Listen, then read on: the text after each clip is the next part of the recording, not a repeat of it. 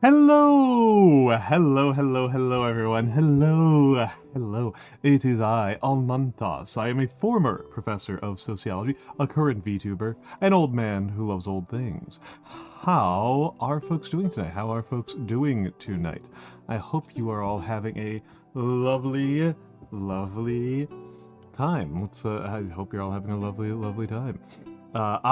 We are getting to the end of Subathon. We are getting to the end of Subathon. We are about to be over, and I am going to be grateful for that. I'm going to be grateful for that. Tomorrow is the special stream, right? Tomorrow is the one where I will talk about rewards and talk about what we've done, and do some thank yous for everyone, and some gratitudes, and it will also be the editing stream. I will do a little bit of editing. I don't plan on doing any particularly long pieces of writing.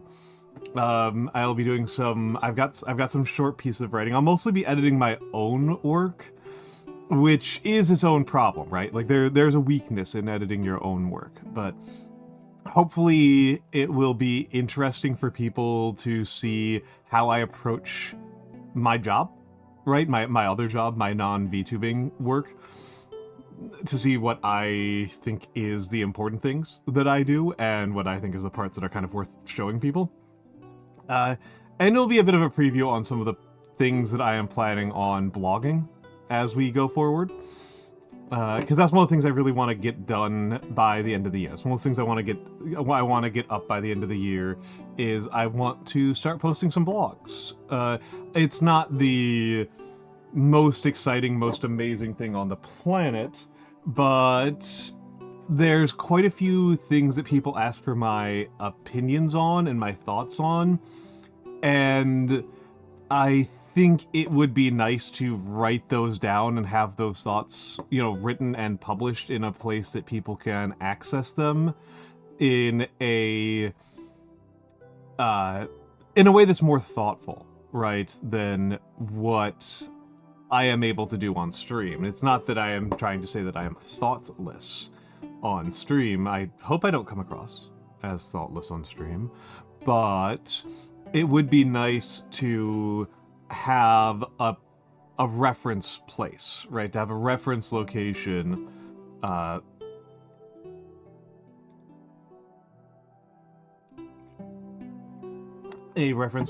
for my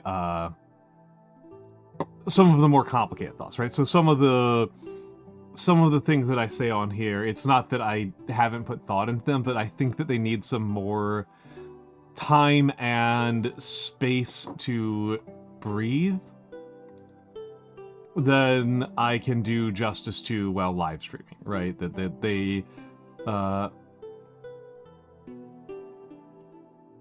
could use some of that, right? That's kind of where I'm at. It's pretty clueless. It's not about being clueless, right? It's not about being clueless. It's this is part of the reason why I really recommend that people write more, just in general. That it's not so much that, like, you would be any smarter, but that you're more organized, right? You're more organized when you're writing. And that organization pays dividends. That organization pays some dividends, and that can be really valuable, right? It can really make your ability to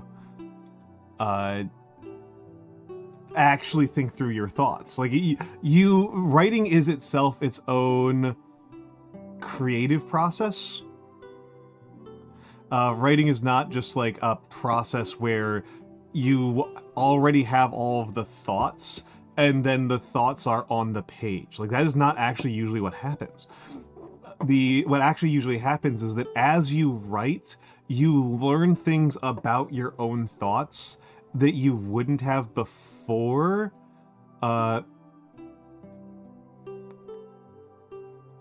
You learn things about your thoughts that you wouldn't have before, and your thoughts become much more clear and sensible and coherent in a way that was simply not possible if you were to not do so, right? It's not always...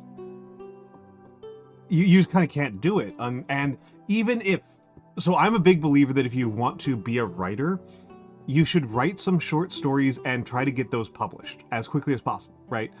You should write your short stories and just get them published. I just think that you will improve as a writer faster doing that than you will just writing more, and then you will thinking about writing more. Like, those are... You need to get in the practice, right? You need to get in the reps. It's similar to exercise, right? It's similar to, like, working out. Like, you get stronger by doing the workouts.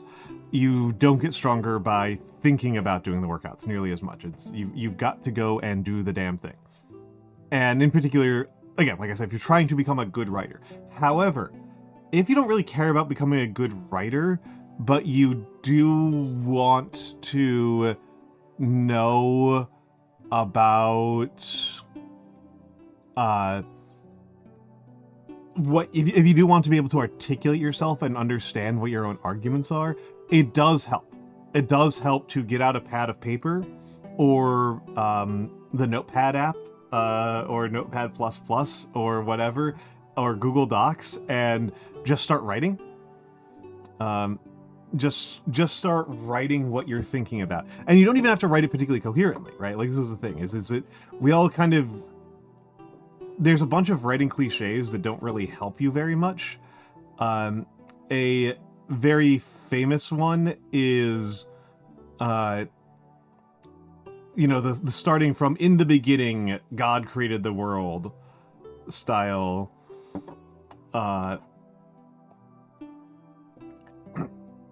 In the beginning, God created the world, and therefore, blah blah blah. Like starting super far back in history and starting like all the way back, isn't going to get you very hard. It isn't really, like, that's pointless. Like, I guess it gets you writing, but you can just start with whatever the thought you have is. Like, you don't have to start your writing from the actual beginning. Start from your actual thought and work outwards. That's kind of what I'm saying. Is like you start from the beginning. You don't have to start from the beginning of your argument, from the place where a reader would start. You can start from where you are actually interested and thoughtful, and then you can work backwards from there. I will say, like, as a writer, right? As a writer, I'm a huge believer in writing the introduction last. I'm a really huge believer in writing the introduction as, like, one of the last things that you write.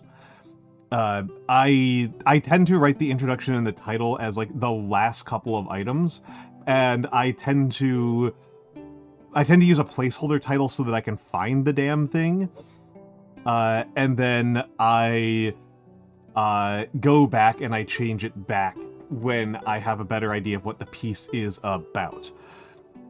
Usually that's, like, one of the last things I end up working on, and particularly if I'm working on something that's, like, that I'm working on professionally.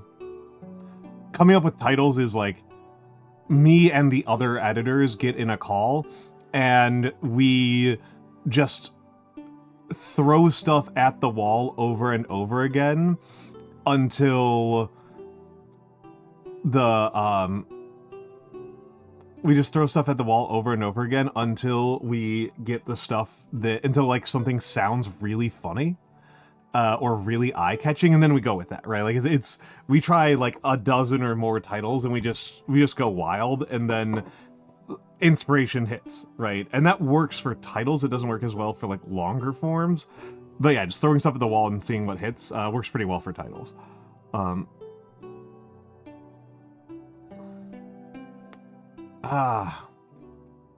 Crack in the neck.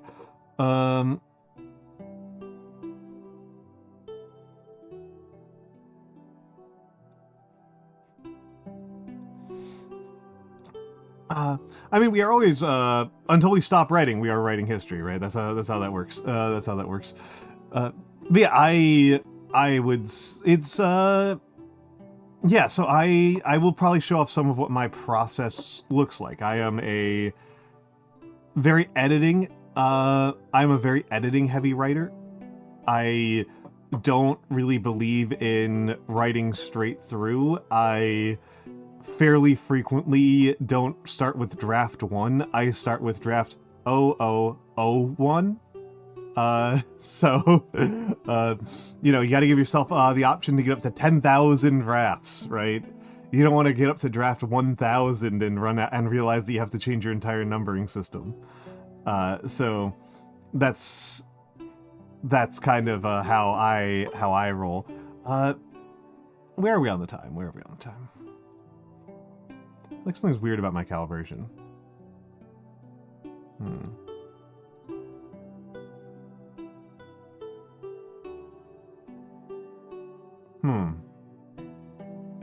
I don't know. Feels like my model's looking at the screen weird. All right, folks. So let's get the hellos in. Let's get the hellos in.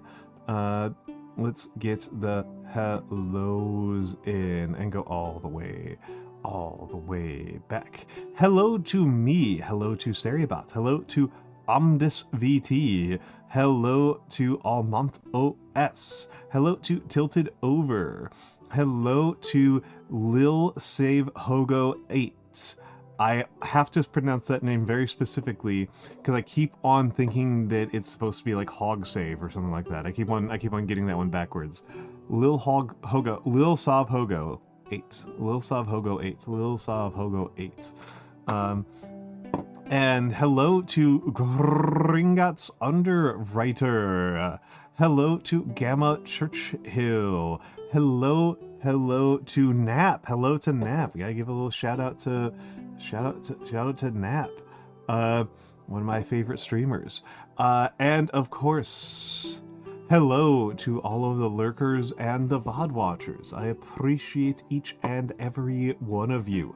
That is how this all works. That is how this art all works. That is how we are alive here today as streamers. That's how we are alive here as humans. I say that as if streamers are a different category of person, when the reality is that streamers are reliant on their societies. But that is just what it is to be a human being.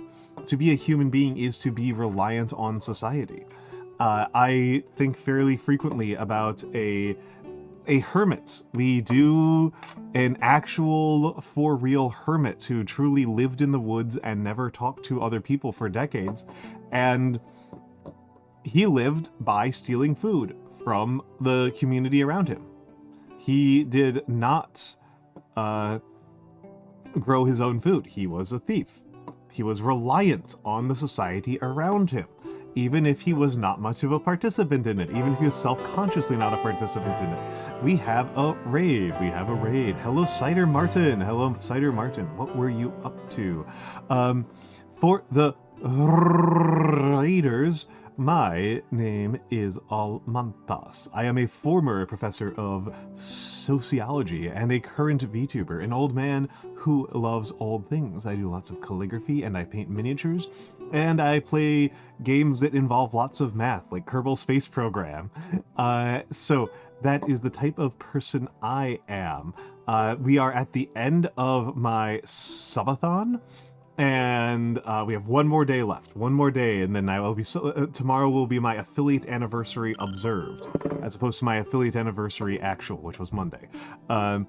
It just felt weird to end things on a Monday, so we are continuing till Friday, and and then we'll be wrapping up subathon. How was Isopod? I like isopods. I like the giant isopods. I think they're cute. I think the giant isopods are cute. I got to pet one once. I got to pet a giant isopod once. It was pretty cool.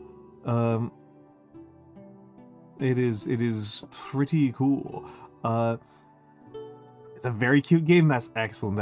I'm glad you had a lovely time with it, Cider Martin. Also, hello to Rusty Robot Factory. I hope the isopod enjoyed their grilled cheese sandwich. But yes. So, Cider Martin has... I feel kind of rude. I don't feel like I know Cider Martin very well, but I do know that Cider Martin has a cute model. I can say that one. That one I can say. Has a cute model. That one I feel confident about.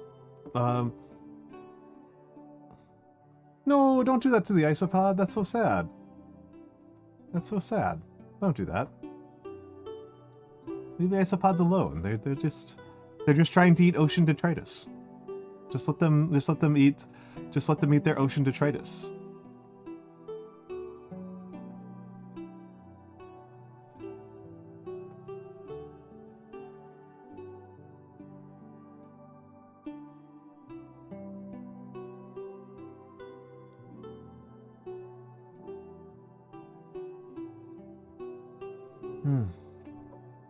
Grendel_Wolf, thank you for the follow. Thank you for the follow. Very kind of you. Very kind of you. I keep on realizing that I'm kind of cold and should put on a sweater, but none of my sweaters are within arm's reach of where I'm sitting. Hello, Toxic Red Flag. Hello, Toxic Red Flag.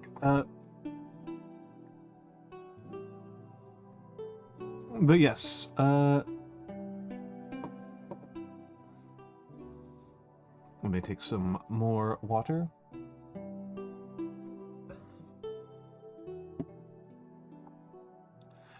You know, I'm gonna grab a sweater. Give me just a second. I know, right? It really should.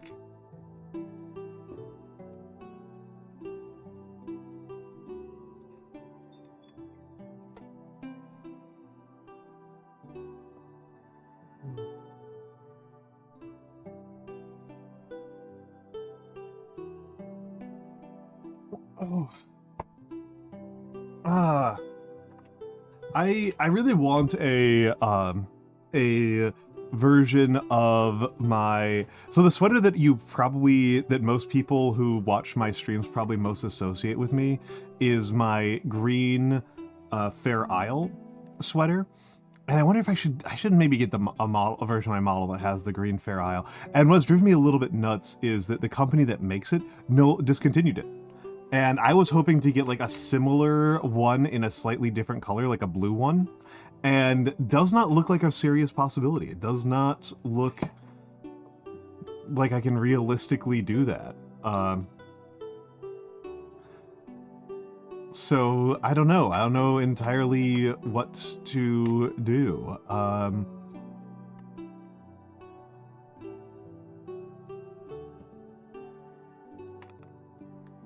I don't entirely know how to handle that. And I'm not even entirely sure which color I would like. I do know that for my purple sweater, I would like a white version of it. Because the purple sweater otherwise is like a very good version of what my model wears, but it's purple, right? It's purple, it's not white. Whereas I do have one that looks more like what the model wears, but it's actually like not as comfortable because it's a Korean woman's sweater. So I had to buy order it like quintuple XL. Because Korean women's sizes are pretty small. Hello, Big Mistake. Hello. Welcome in. And yes. Yes,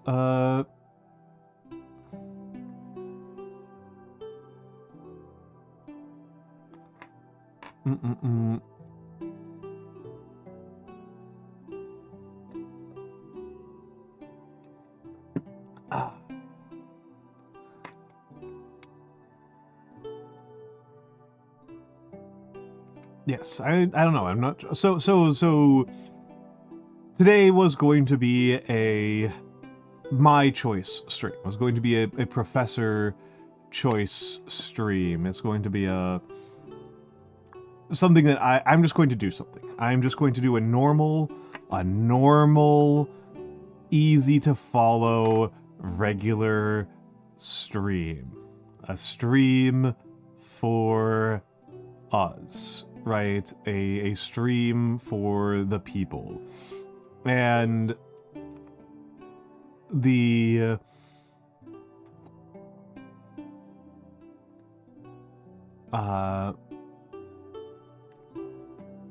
I haven't decided what that's going to be. I have 3 things that I am thinking about. Hello, Cheshire Bones. And hello, Pickles the Little Dill. Good to see both of you.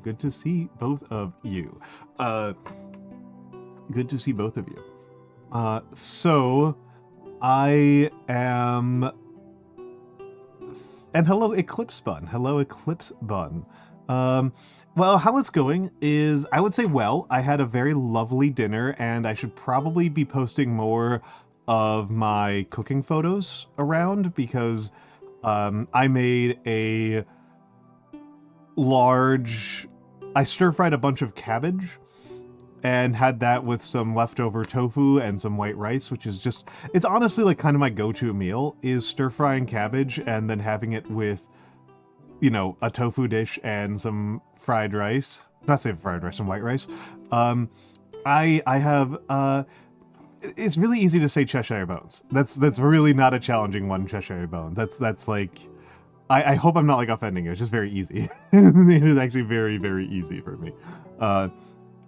You know, my go-to example of an actual long name on here, among my regulars. We have an actual long name, and that's X_A_N_A_D_U_.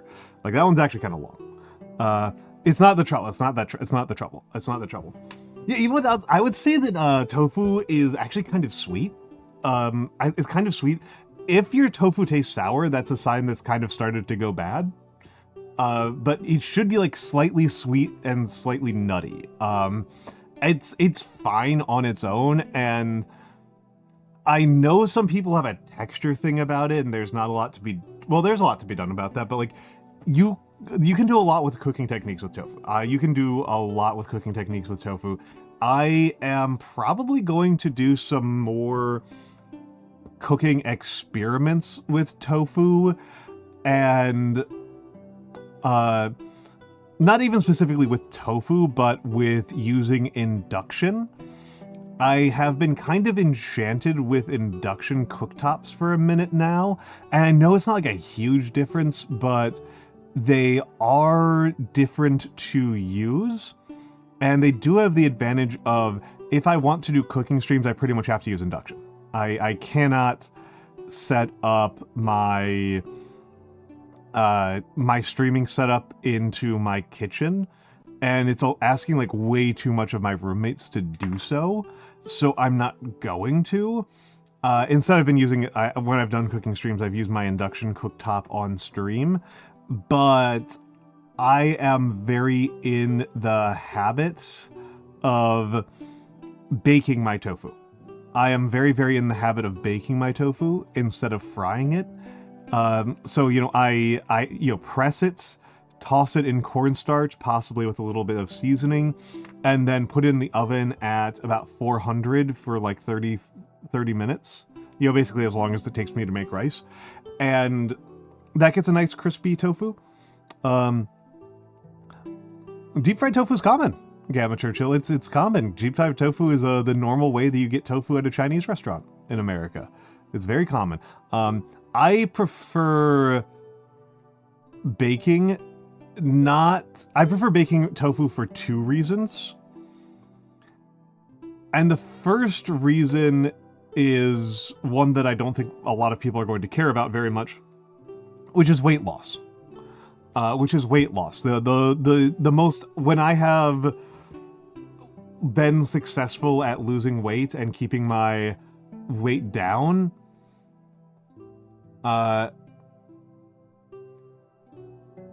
then I am much more like the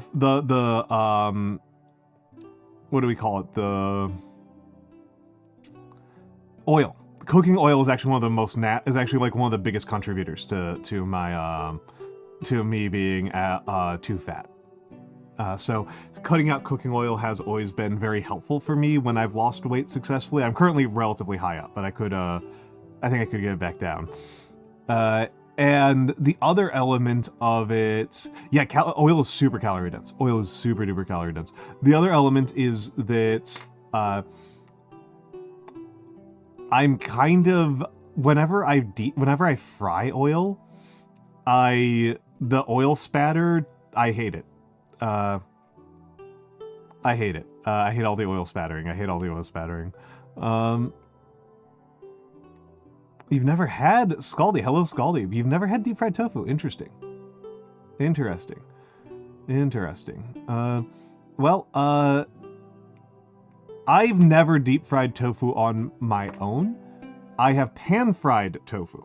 And I can tell you folks that if you want to pan fry tofu, a huge advantage of tofu is a huge skill in frying tofu, if you're pan frying your tofu, is you've got to make sure it's dry first. The thing that makes it really spatter like crazy is it being too wet. And it's the spattering is largely caused, not exclusive, but largely caused by the water boiling and bursting inside the oil. And I will say, getting the tofu properly dry to pan fry well is more annoying than just baking the tofu. It's more annoying than just baking the tofu. It's really annoying. So you know, I tend to bake the tofu because it's more convenient and clean. I never deep fry anything, not just because of weight loss, but because deep frying is like the most miserable pain in the neck to clean up. Deep frying is so miserable to clean up. I really cannot recommend strongly enough that you like think really hard about if you want to deep fry things. And you've never had soybeans. That's really interesting, Gamma Churchill. Tofu has a very mild flavor. Tofu is not a strong, and same with you, Scaldy. Tofu has a very mild flavor profile. It is not a strong tasting item. There are fermented tofu products that are very strong flavored, like tempeh. Tempeh has a very strong flavor, but like tofu's very mild as a flavor. And to be honest, when you cook tofu, you can pretty much, in the there are exceptions, but for almost every recipe that is a chicken or pork-based recipe, you can just make it with tofu and it's fine. Like, it's fine. Like, it won't be exactly the same, but the differences will not... Like, it will carry the same flavor profile. It will have the same flavor profile as chicken. Like, it's fine. It's fine. It will have a different texture, but it is by and large the same flavor profile as chicken, and to a lesser extent, pork. You can pretty much just do it. The big place where you can't do it is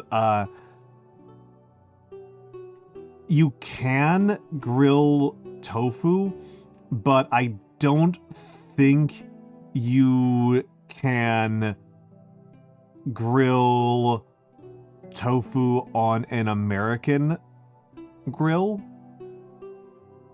I'm not sure, but I've never really bothered, because I really think that if I tried to grill tofu on an American style gas grill, it would just break apart when you try to flip it over and fall through the grooves, which would not be good. I think that cooking technique would just flat out not work with tofu. I think if you had a thinner mesh grill, it would be fine. I think it's more just like having a thinner mesh grill is, I think, the more important part, right? Like, I think that if you had like the way that Japanese do like yakitori with that really thin mesh, that like quite fine mesh, I think it would be fine. It's the like, for tofu to stay together coherently, it needs to be pretty small. Like, if you have big slabs and blocks of tofu, they fall apart really quickly, and you need things to be big slabs and blocks in order to cook them on an American style grill. And so I think you would just need like a thinner mesh or finer grill. So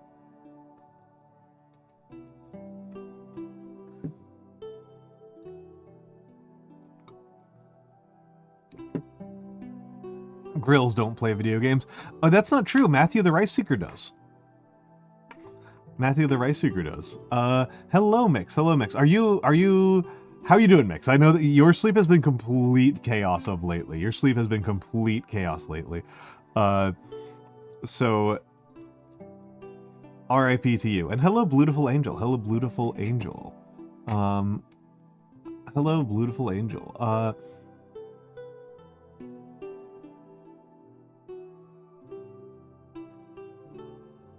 How are you doing, folks?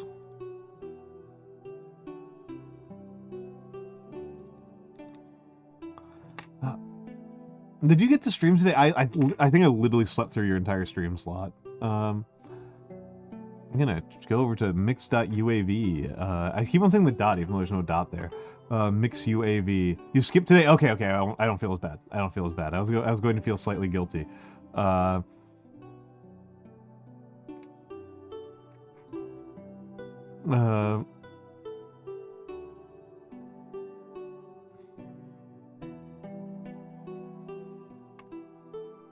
Stream Saturday. Yeah, Noir good. Noir good. Was it more Fellowship? Was it more Fellowship? Because yeah, I talked with you about it. I was thinking about getting Fellowship. It's not a game that I think I would ever stream. But it might be okay friend swap for me to do on other people's streams. And it might not be too bad to play just offline with friends. But also, yeah, also this is the thing, right? It's like if I were to play with you and Noir and Gravy, I would clearly be the weak link. I would be the weak link. Don't buy it for me. Don't buy it for me. Don't Mix. Don't buy it for me. I'll talk to you offline. But don't buy it for me. If that's what you're thinking about right now, don't do that. Don't do that. I will tell you during the ad break why you shouldn't do that. Yeah. I could tell what you were. I could tell what you were winding up for. I could tell what you were winding up for. Send subs instead. Don't worry. Well, I mean, do send subs. I cannot MMO grind. So Scaldy, here's the thing. Here's the thing. I've talked with Mix and a couple of other. I've talked about this on stream before a couple of times, which is I enjoyed the most recent MMO I played was FF14. I did play a fair amount of FF14. Oh, Gamma Churchill. I didn't even say it like that. I said it this way. I said it even worse. But when I played FF14, the way I experienced it, the moments that I enjoyed in FF14 were I get together with some friends and we just slam roll the duty finder and just do dungeon roulettes or do targeted dungeons, or just do targeted dungeon runs. And that's what we do, right? We just did dungeons. That was the part I enjoyed. I didn't really get a lot out of anything else I was doing. Yeah, and that's all that Fellowship is. That's all that Fellowship is. The rest of the MMO elements of the game, the rest of what was happening in FF14 was not very appealing to me. It's not the guh. It's not the guh. With his tiny desk, yes, and his big sock. Hello skeletons. Hello skeletons. Nagi. Shout out Nagi.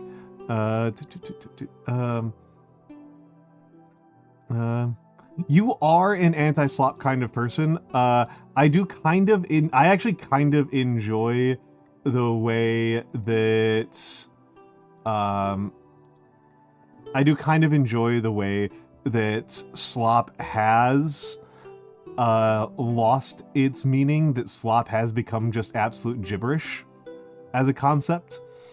That we've just completely lost the plot on that. I think that's deeply funny. I think that's very, very funny. That we're just out of it. We're just out of it. We are just out of it. Yeah. I mean that has to do with like LLMs and diffusion models being awful. You know, that has to do with that. That like, it is something that is remarkable that like there is an aesthetic of AI slop. There's an aesthetic of AI slop that has become associated with specific politics. Oh, Toxic Red Flag, that's a great theory. That's a great theory. The everyone is 12 theory. I love that. Oh, and yeah, Mix is correct. Yeah, slop was super fast. I think that this is a sign that like the post-irony people just lost enormously. Like the anti-irony people, the anti-irony movement just like lost so radically and decisively that like every term is ironic at all times. And so like we have no idea. We have no idea what's... Well, like everything becomes an ironic term, like instantaneously. Like we go instantaneously into ironic terms. It takes like 0 seconds. Remind me of the Tootsie Pop owl. I've gotten that before. I usually get the owl from Ocarina of Time. Has been more common. And yeah, Gringotts, this is like my thing, right? Is it like my belief about how art proceeds is that we start with slop and then people get tired of slop and then they make less sloppy versions of things out of like our own internal motivations. So I always view it as like having a dialectic, right? There's a dialectic of slop, right? That's my version of Adorno. That's 21st century Adorno, dialectics of slop. Dialectics of the slop. Mix is correct that I would say that I would be more specific than what Mix said, which is not that I don't think that Friend Slop is a game that you wouldn't otherwise play without your friends. Because I think it's more specific than that. I think it's more narrow than that. I think that Friend Slop games are games that are designed to not like survive without your friends being on VC. Like a Friend Slop game is not just a game that is designed to be played with your friends, but it's a game that really is not designed to survive without that. I think we still use I think that shovelware is different. I think we still use shovelware, to be honest. I think shovelware is still like a viable term. I think that shovelware is still a viable term. I think that shovelware mostly becomes I think that shovelware is mostly useful to describe like Unity asset flip games. I think that I would describe those as shovelware, but not slop. Right? Like I think that slop is kind of like, yeah, I think asset flips are more shovelware, but I think slop is kind of different. Shovelware and asset flips are basically synonyms, but slop is something different. And slop and friend slop are also different. Like, it becomes hard to establish critical language that can reach broad population. Every indictment of a work's general lack of substance and merit is immediately adopted by the uncritical hedonist as self-empowerment. This is something that's worth thinking about, right, Mix? I think that you're not wrong about that. And the question then becomes, I'm going to be a little bit more democratic than you about this, right? I'm going to be a little bit democratic about this. the fact that friend slop is not a useful indictment of the games that are friend slop is a indication that it was never a particularly strong critical lens for understanding those games. I think that it is the most reasonable adoptive term for describing a game like Lethal Company. I don't agree with that either, Tilted Over. I don't agree with that either. I don't agree with that. I don't think that I don't think that slop and I mean, for one thing, Tilted Over, a very straightforward one is that if you've read your Lenin, you would be familiar with the fact that like this type of media would be also considered democratically empowering by the same set of arguments. It's I don't think when you can use something as its own antithesis, when an argument work cuts exactly directly both ways, if something is equal to its own absolute value, it's not very valuable. There's only one number that's equal to its own absolute value, and that is 0. I don't think that there's a political valence to it. I think that I don't think that there's a political valence to. A lot of people consider No Kings to be slop. Is my point. Like, a lot of people consider protest movements to be intrinsically slop, and the most effective types of protest to be the ones that are more slop. Like, it's. I don't think it's a good lens for this, for doing a right-left cleavage over. I don't think it works. I think it decoheres. I think that I am closer with mixed, but I don't think. I think that you are correct that I think it's that implication of grotesquerie.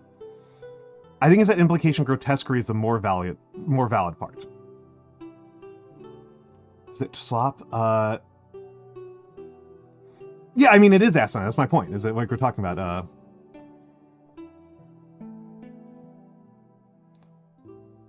Mankind? Are you talking like a video game? Sorry. The first thing I thought of when you said Mankind was the TV show, which was fine. I thought the TV show was fine. Not great. I think it was really overhyped. Mankind the wrestler. But slop was specifically media made with. I don't. That's not how I've ever seen it used, Big Mistake. I would call that hack. Would be I don't think that hack and slop are the same things. I don't think that hack and slop are the same concepts.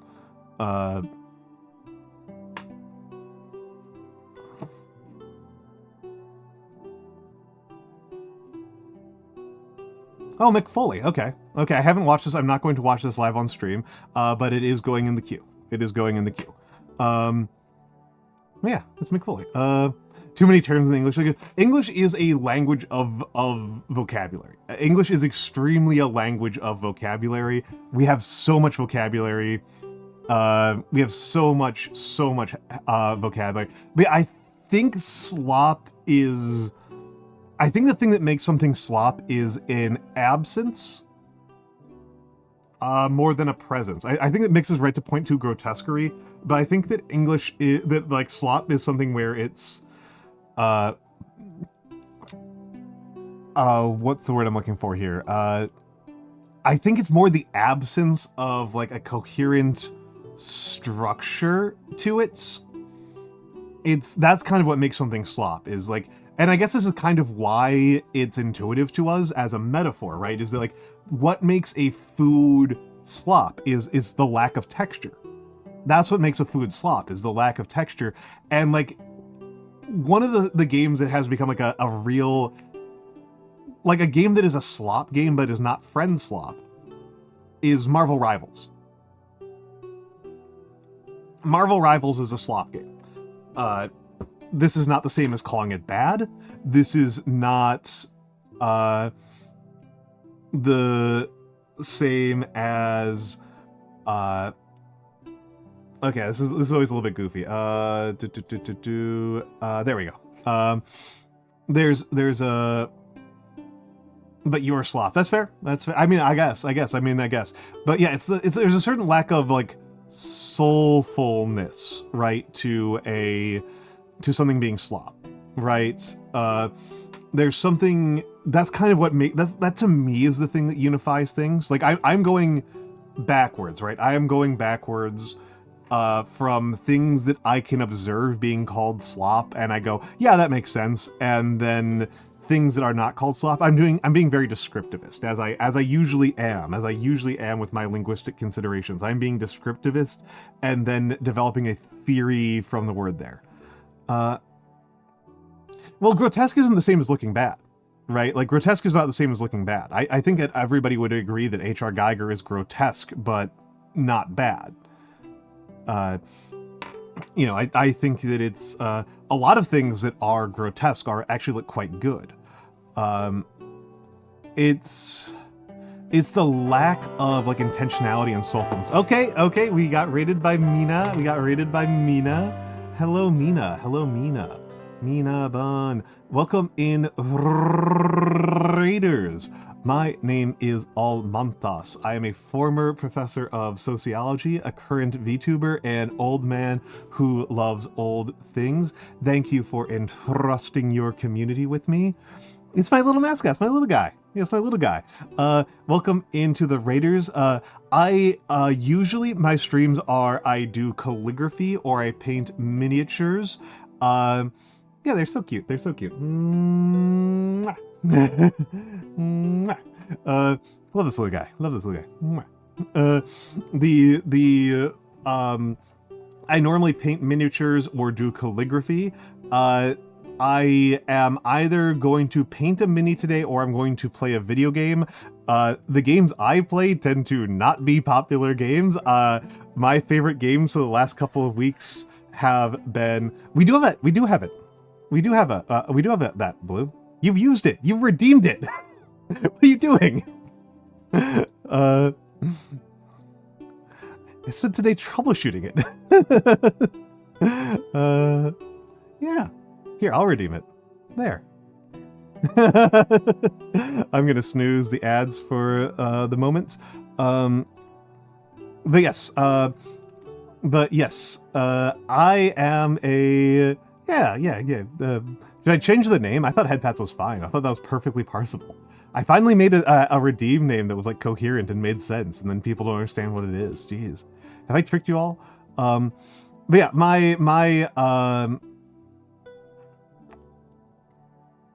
yeah, no, I'd agree with you there. No, I don't have a head pat for me. Oh, that's going to be challenging, Blue. That would require new art assets, and for where I'm currently at, that would be, like... That would probably be like $1,000. Or at least like a couple hundred. That would be like a couple hundred.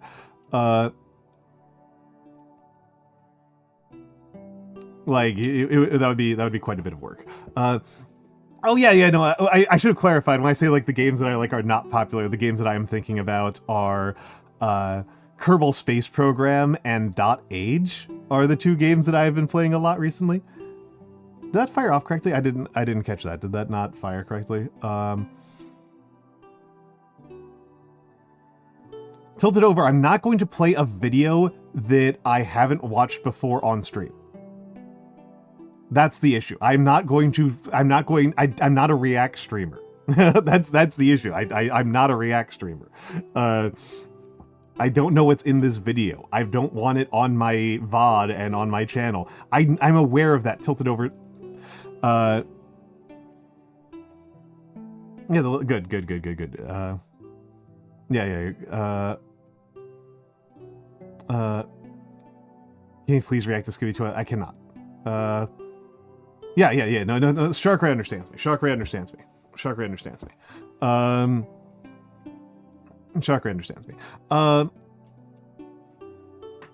But yeah, I mean,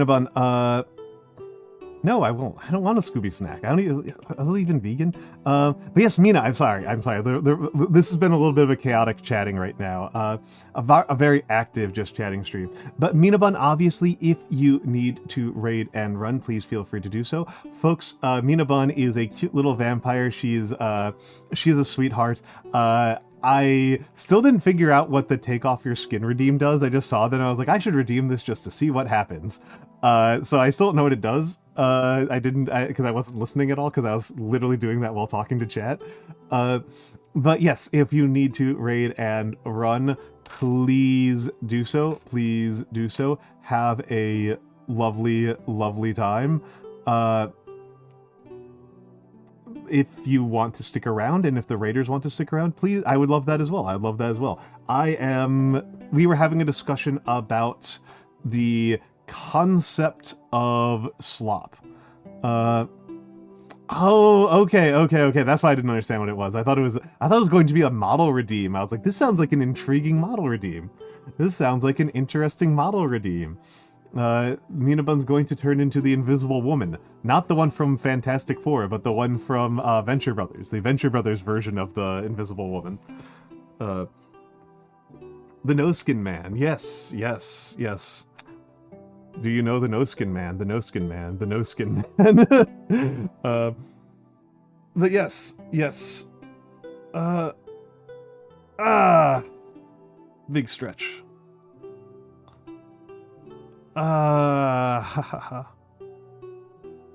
What is the nature of slop? Oh, I mean, this is the Big Mustaka. This is a legitimate line of philosophical inquiry within analytic philosophy. I think this is a good analytical philosophy question. What is slop? Is a perfectly valid form of linguistic philosophy. I think this is fair. Tilt it over. I don't know what the hell you're trying to do.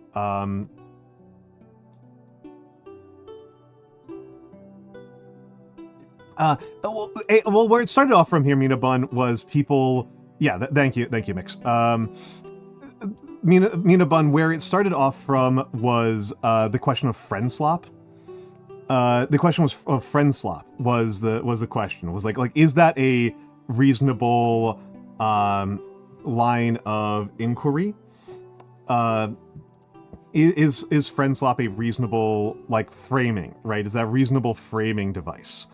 Yeah, tilt it over. You're welcome back when you calm down a little bit. But you're being weird.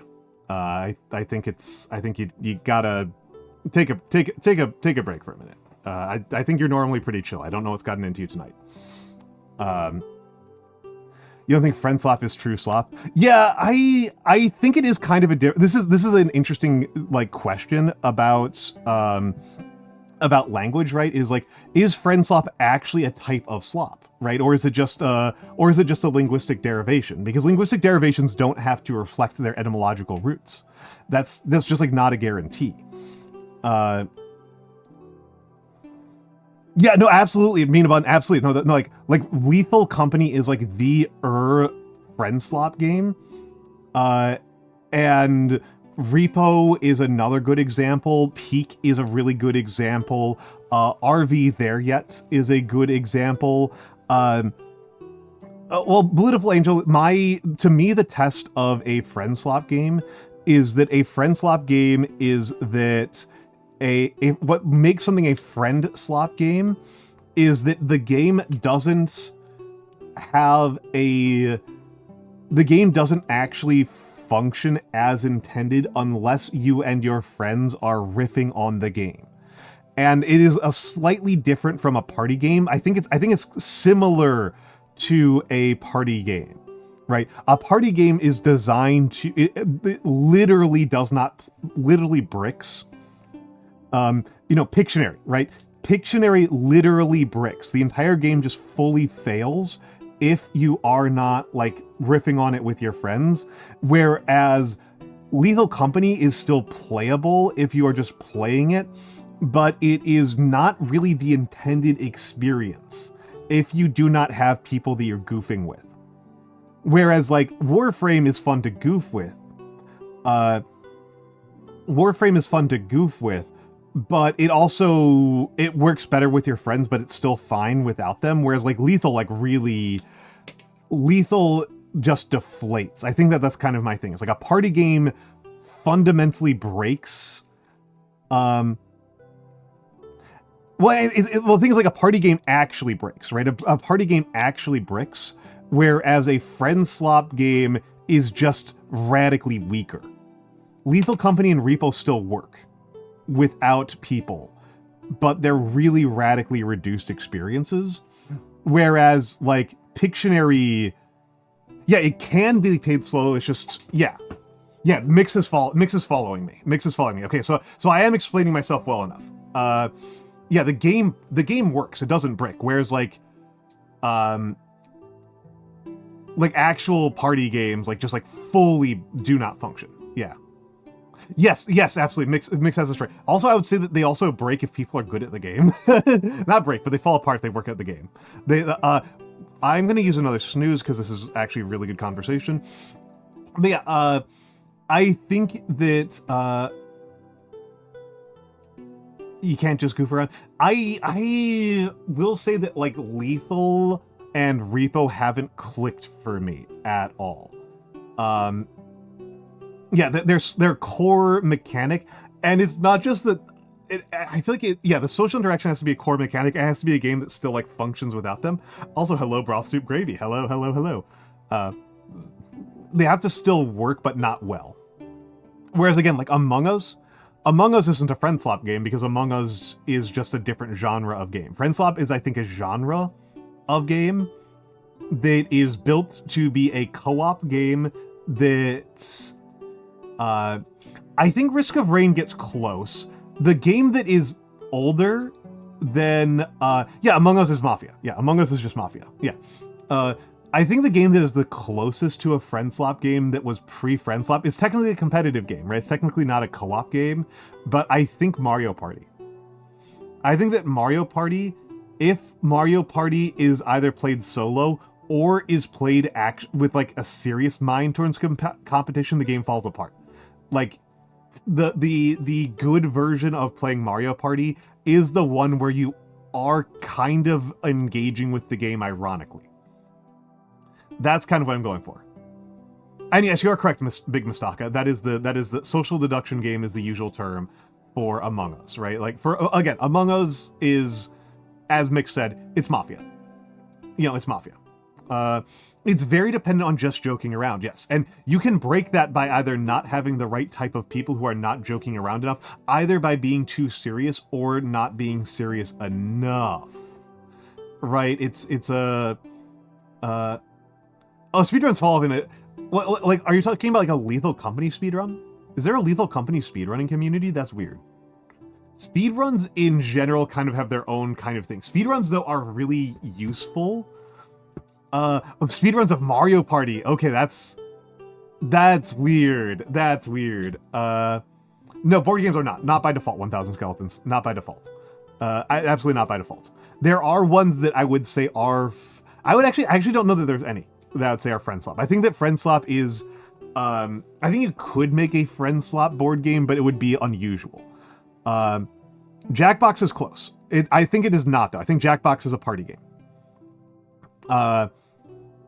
I think Jackbox is a party game. I think that friend slops are very I think friend slop is very similar to party games, but I think that they are not quite the same. Because again, all of the friend slop games, like, at a technical level, they technically work without friends. But the...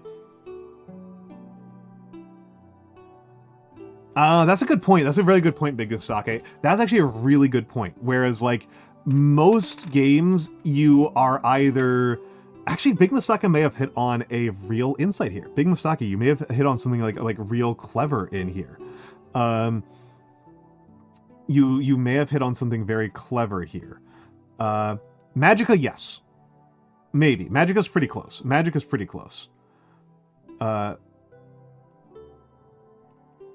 I think, like... Yeah, Backrooms games would. Uno, no. Uno, no. So here's the thing, right? Is like I think that. So here's the thing. Magic is a bit too much of a puzzler. That's a good point. That's a good point. It's. Well, and here, no. The thing that Big Mustakai has hit on here that I think is genuinely interesting is that almost all other games that you ever play in your life, you either like the way to play the game as a matter of social contract, because remember, social rules are important. Social rules are arguably more important than the actual gameplay itself. But if you are playing most games, if you are playing Secret Hitler, for example, or Warhammer 40k, the assumed relationship you have with the other players is profoundly adversarial. And if you're insufficiently adversarial, you have wrecked the game. And there's another thing, if you're insufficiently adversarial, you have completely wrecked the game. And there's a similar thing where if in most co-op games, if you are insufficiently cooperative, you have also wrecked the game. You can't, if you are playing Risk of Rain and you're throwing, that's not funny. Whether you're playing Lethal Company and you're throwing, that's funny. Lethal Company is designed to tolerate people throwing in a way that, say, Left 4 Dead does not, right? On that note, we are going to go into ads. I've used up all of my snoozes. We will be back in a few moments. I will get some more water. Oh, hello, Broth Soup Gravy. Thank you for... wait, what do I mean hello? You've already been here. Yes, thank you for the watch streak.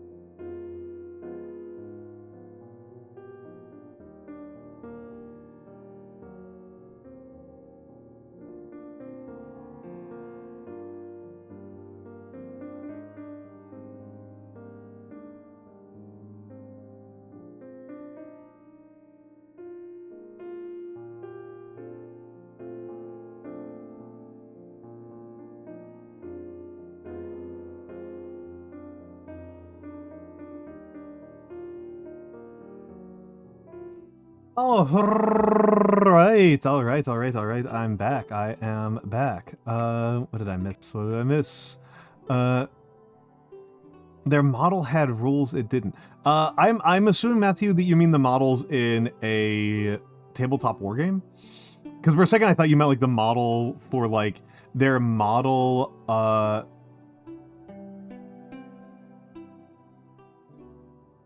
Tilted over. Are you drunk? But yeah, I assume that you meant a model as in like a, what do we call it? A like statistical model, right? A historical or statistical model.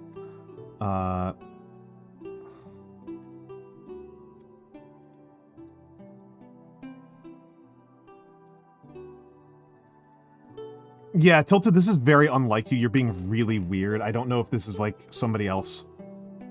Yeah, either you're drunk or something else, because you're being very strange. That's actually a really good point, Mix.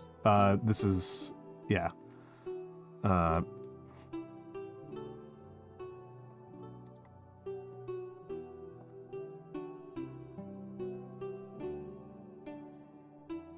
You've been around for a while. This is very unlike you. Yeah. Knights Armigers aren't the same as Big Knight. Yeah, okay, yeah, that's correct, Matthew. That's correct. That is correct. And I understand why somebody would think that, right? I understand why somebody would think that in the context of 40K. I understand why somebody would think that in the context of 40K.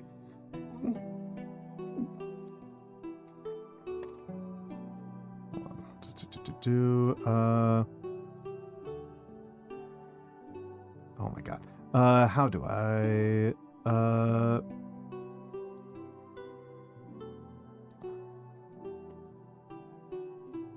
do I time somebody out? I always forget how to time out. I almost never use this. There we go. Yeah. Tilted over again. You're normally not like this, so come back when you're not going to be weird. Like you are. If this had been your first time in chat, I would have just banned you. But you're being really goddamn bizarre.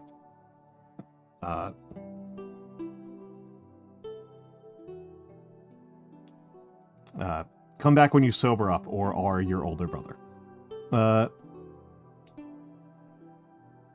Yeah, this is very strange. This is very strange. Like this is very unlike it.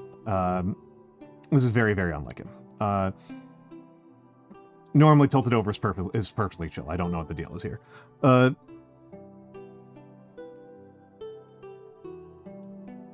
Yeah, does somebody know Tilted Over on like Discord or Twitch or I'm sorry, or Twitter or something, and just like ask about it? If somebody knows him like outside of like Twitch chat, could you like be like, hey, it looks like your account got hacked? Because again, oh, we got raided. Welcome in, Raiders. Welcome in, Raiders. Thank you, Mix. How was the ball pit? How was ball pit, Dante Daedalus? For the Raiders, my name is Almantas VT. I am an old man who loves old things. I don't actually play a ton of video games. I like to do calligraphy. I like to paint miniatures. And I we've been having a long discussion about slop on the channel so far. We've been talking about slop. What is the nature of slop? What is the nature of slop and what is the nature of agreement on these things? And I hope that you have been... I'm glad that you had a good time with Ball Pit. I am glad that you have been... you were enjoying Ball Pits. Yeah, Ball Pit is... Ball Pit's funny. Ball Pit is... I've seen a little bit of Ball Pit. Ball Pit's also a very funny one for me and my brother, my own brother, right? My own brother played Ball Pit, and his explanation, like his experience with Ball Pit was like,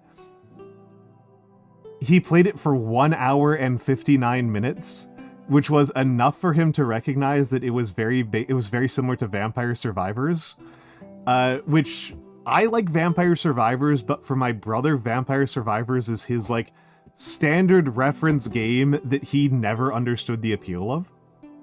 Like, he played it for like 2 hours, and then like by the time he got to the one that's oh,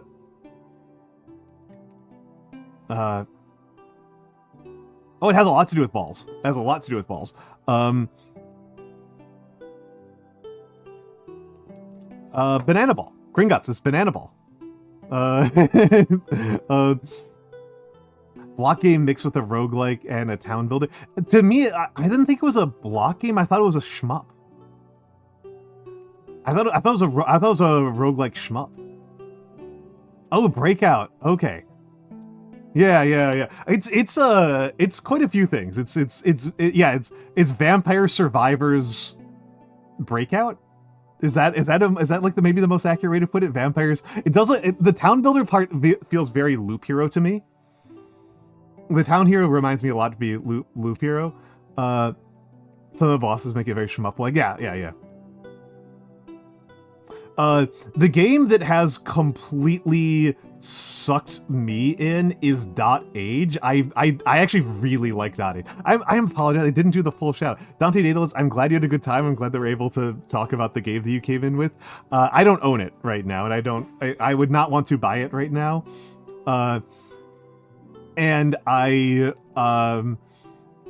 But yes, if you need to raid and run, please feel free to do so. However, if you would like to stay around, I would appreciate it. That would be lovely. That would be lovely. The town part reminded me a lot of Loop Hero, where the town is not so much it's not really building a town. It is using town builder mechanics as an upgrade tree, right? Like the town building in Ball Pit to me looks like it looks like how you do your stats, right? It looks like how you do your level ups. It's just your leveling system is you build a town, which is again how Loop Hero works, right? Like that's functionally how Loop Hero works. I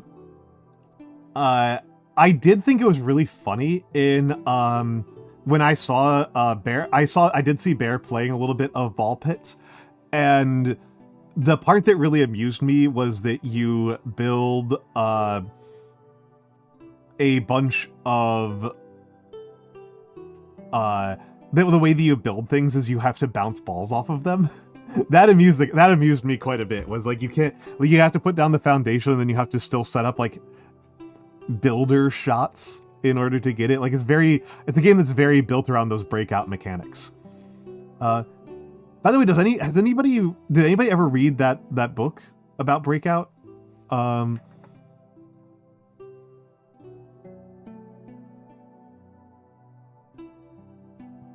What's the name of that book?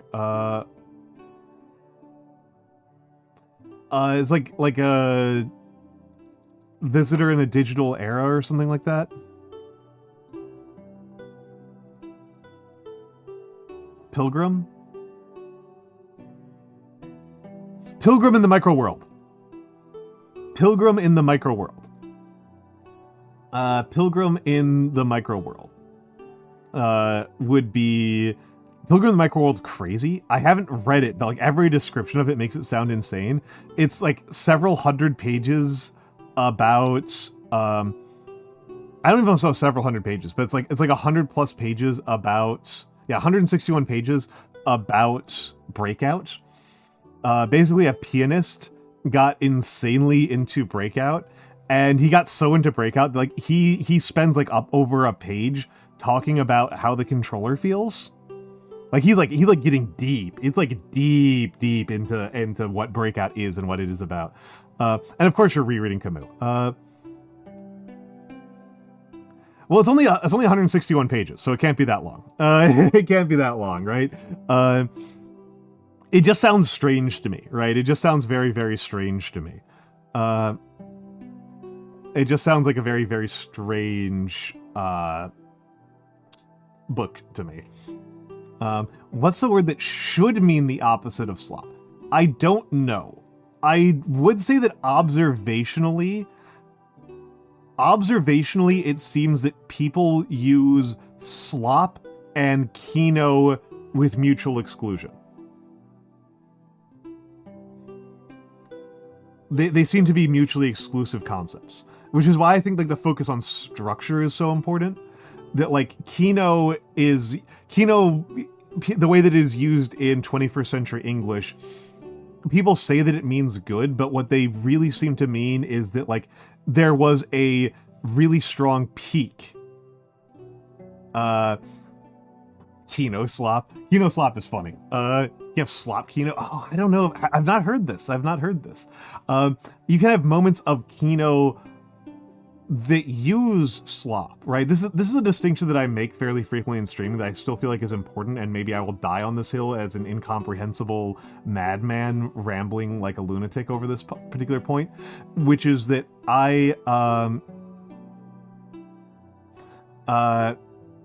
and thank you, Mix. Kino slap is precious. No. What I'm thinking about is like when I've seen people talk about. Well, I don't know. Oh, okay. So the etymology of kino is easier than the actual term. Kino is Russian. And it's a Russian word derived from cinema. And so if you've heard an American or a European say, that was cinema, right? That is cinema, about a really good film that they had seen, you can say, that was kino. And that I understand. Okay. Nagi says it's from a lot of languages. Okay. For some reason, I thought it was the Russian. It was like it came into English via Russian specifically. This is cinema. Yeah, that's how it is used. That's like the original derivation of it, right? It's like, this is cinema. This is kino, and then it has since kind of transformed into meaning just really good, right? This is really good. A really good viewer experience in particular. So like a really funny moment in a stream can be called kino, right? A perfect audio-visual spectacle. Yeah, I've never really seen people. Yeah, that's fair. That's fair, Gringotts. To be honest, I've literally never seen it used just by itself outside of VTubing. Like I've literally never even seen like flesh tubers use it that way. It's like it seems to be very specifically like VTubers use it that way. And I think fully 50% of the time I've heard it used that way, it was Berry Bug. So, it seems pretty narrow. It seems pretty culturally narrow. Yeah. Raw soup gravy, don't worry about it being a Southeast Asia thing, because Blue is also from Brooklyn. Blue is also a New Yorker. So like, it's not like, other people have, this is like, it's not even very specific. I would say very narrow, right? It's a very, very culturally local is probably the better way, is probably the best way to say it. It's a very culturally local form of praise. Originate from the Clover side? Could be possible. Base classic anime enjoyers like yourself don't use it. Yeah, fair enough. Yeah.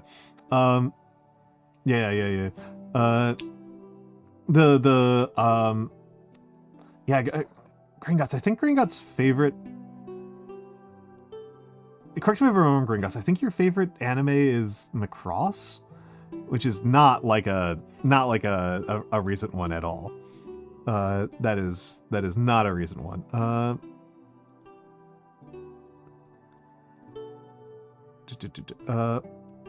It's not, but yeah, not recent. Fair enough.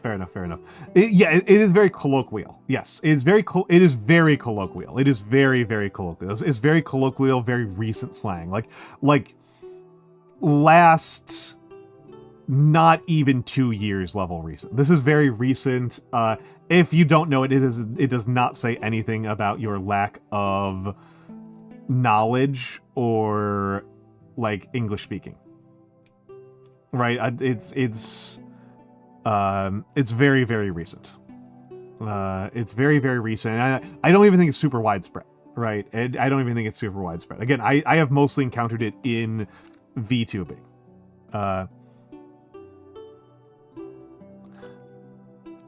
Well, I mean, Dante, you've activated me a little bit here, because shibboleth is one of my favorite phrases. Unless you're saying that the phrase online slang is itself a shibboleth, and it kind of is, but most online slang words are themselves shibboleths, right? Which creates a really funny thing here, right? Because I'm not even sure I'm using Kino correctly, right? I'm not even entirely sure. I am observing how people use it, and they use it to mean like something that was really good in a very quick way, right? Like something is, in order for something to be Kino, it has to be like under a minute. You know what? I'm curious, right? Okay, so you are using shibboleth correctly. I thought you might have been using shibboleth incorrectly. I was like, oh, do I get to talk about do I get to explain what shibboleths are? No, you understand. Okay, you just grammared in a way that I didn't parse correctly. Oshi is a very powerful shibboleth. Yeah, Oshi is a very powerful shibboleth. Oh, okay, thank you, 1,000 skeletons. Thank you, 1,000 skeletons. The word that Dante Daedalus said there, shibboleth. Shibboleth is an English word that comes to us via the Bible. So it's Aramaic. I think it's Aramaic. Is it? Mix would actually know the specific language, but it's a Semitic word. I don't know if it's Aramaic or if it's very specifically Old Hebrew.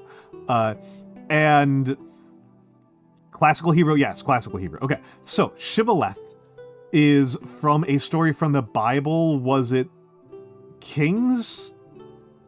I want to say it was Kings. There's a passage from the Old Testament. I want to say Kings, where they are worried about spies from the enemy. There's an army going to war, right? There's an army going to war, and they are worried about enemies from the. Thank you. Dante Daedalus knows that. I feel like I feel like this is Dante. I think that this might be the sign that you're like you really know what you're talking about, because I think you spelled it quite slightly incorrectly. Which is like the sign that like you didn't just copy paste it. Yeah, you're a knower. The Ephraimites couldn't pronounce it, so it was judges. Okay, yeah, it was judges. Thank you. I know it was one of those parts of the Old Testament that's just like epic poetry and is not like particularly theologically interesting. There's just like our guys went and beat up their guys, kind of things. So in Judges, they are worried about the Ephraimites coming into the Hebrew camp and spying on them. Thank you, Mix, for the gift sub to Dante Daedalus, because Dante Daedalus is I'm impressed with you right now. Yeah. So the Ephraimites could have went into the Hebrew camp and spied on them, right? And so they were worried about this happening, and the way that they would test to see if somebody was a spy from the opposing side was speak now shibboleth. Was basically they were using shibboleth as a password. Okay, they're using shibboleth as a password, and the reason why they use shibboleth as a password is not that shibboleth is a weird word, as Mix points out. It's a plant that bears grain. The reason why they use shibboleth as a password is that the sh and more importantly sound, the th sound, are not actually linguistically common. Many cultures do not have a th sound at all. Cannot do the th diphthong. It's just not present in those languages. And so the idea was you would ask somebody to say, hey, say the word shibboleth. And then they would say sibboleth instead of shibboleth. And then you would kill them.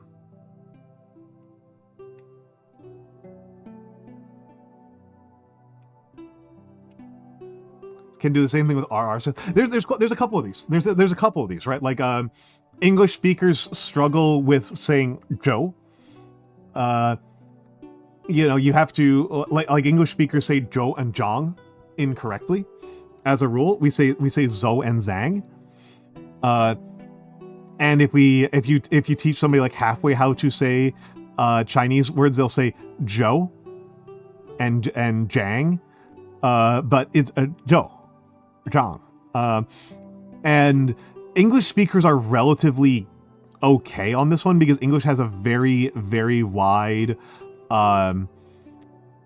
is a very phonetically unrestricted language. Hello, Vovern.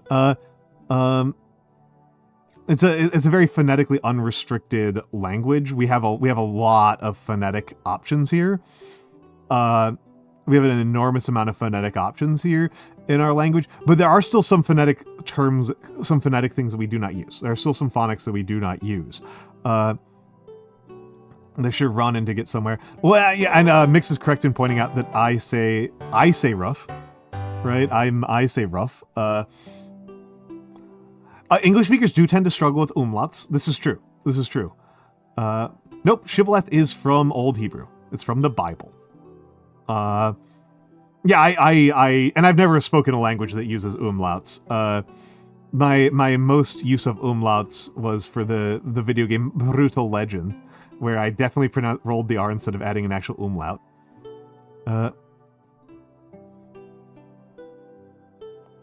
Got a compendious lexicon of the Hebrew language. Lol. Yeah, I don't speak much Hebrew. The common R sound? Yeah. The liquid R, the liquid R is really interesting in Japanese.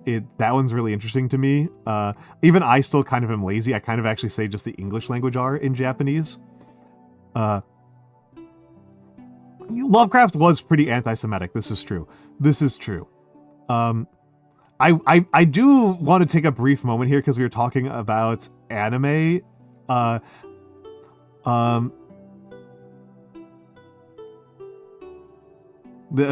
word for the opposite of slop is here by Kino. Then, maybe. I think I'm going to say jury is still out. I'm going to say jury is still out. I find it kind of interesting that Japanese has a very similar speaking cadence to Korean, but has completely different vowel sounds. I think that's kind of interesting. Kino and trash. Slop is a cheat. Then what is the antonym of slop? We were looking for the antonym of slop. I'm going to take a brief aside to point out that this was one of the two things that caused me to drop hold on, the battle shonen that's about idol singing.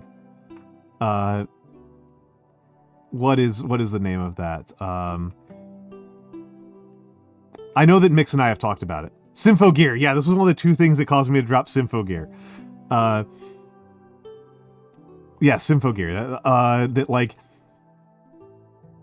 the bad guys consistently use Jewish weapons, and then when one of the bad guy converts from being a bad guy to being a good guy, she stops using Hebrew stuff and starts using like ultra Germanic things, and I was like, this is really getting on my hands here. This is really getting on grinding my gears. Yeah. That was not the number one thing that caused me to drop it, but it did make the second strike like really stand out. It did make the second strike like go like way too over the line for me. It did make the literal Abrahamic god. Yeah. But like, did any of the bad guy? I didn't catch any of the bad guys using like pieces of the True Cross. Or like a relic of Saint Germain or something like that.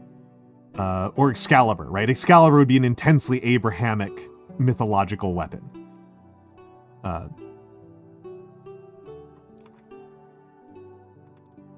Yeah.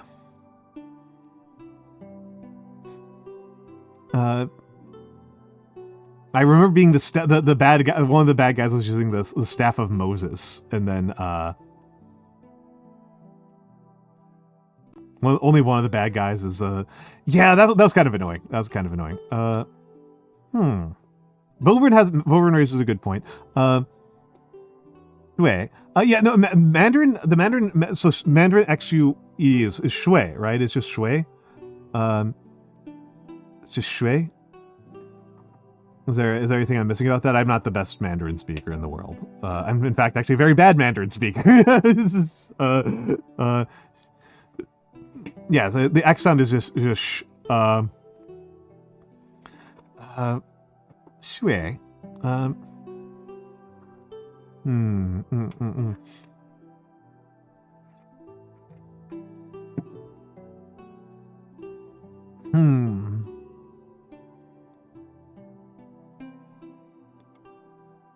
That one I don't remember Dante Daedalus. I legitimately don't remember it. I legitimately do not remember Dante Daedalus.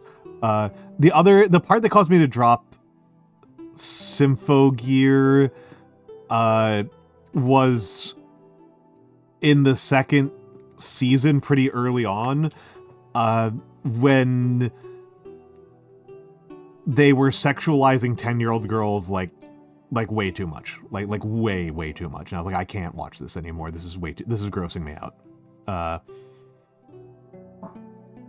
I did know that the fourth season. No. The main characters are 14. The main characters are 14, and and it's like they're uncomfortably sexualized. And then they're like, you thought we could do that, and then in the second season they introduce some characters who are substantially younger and portrayed substantially more childlike. And it was just like, I can't. This is. They're supposed to be 14. Oh, I thought the main character was supposed to be 14. It was just way too gross. It was just way too gross for me. I couldn't do it. I couldn't do it. I couldn't tolerate that. And also broth soup gravy. Yeah. So the first year high schooler, which is 15, and then they introduce characters that look like they're like 5-10 years younger than her. Well, and Ignis Fatos, I would not say it is unique to Japan.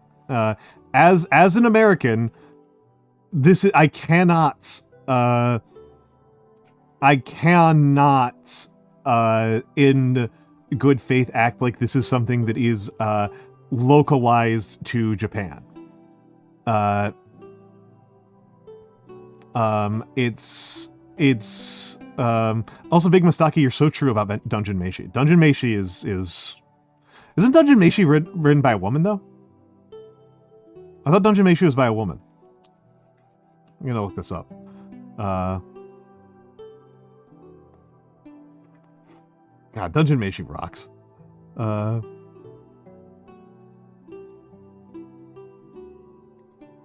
Yeah, Yoko. That's a lady. That's a lady.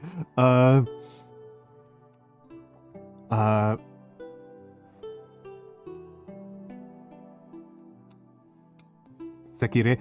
The one that I think of, the Japanese thing written by a woman that I think is extremely intense, extremely intensely written by a woman is Beastars. Beastars is the one that's like, okay, this was definitely extremely written by a woman.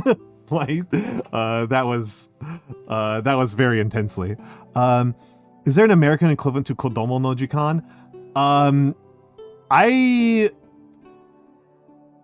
Kodomo no Jikan. Isn't Kodomo no Jikan just kind of Japanese Lolita?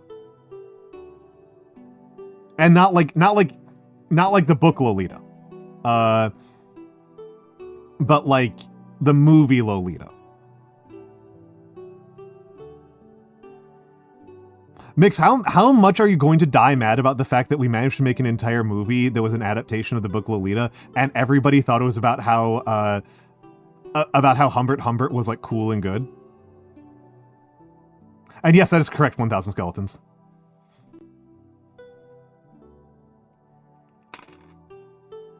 Yeah, you should be. You should be. It's crazy. It's absolutely crazy. It's crazy. Yeah, Beastar's mangaka is the daughter of the Baki one.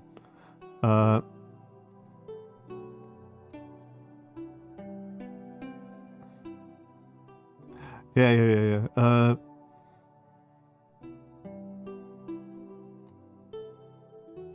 Yeah, no, 1,000 Skeletons. She's talked about it. Well, I mean, the Dante Daedalus. This is actually like a really interesting thing, right? This is something I think about all the time about the interpretation of art.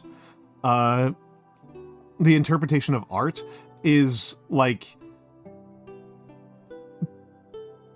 it wasn't until 2020 that I finally met somebody who thought that Taxi Driver was not about how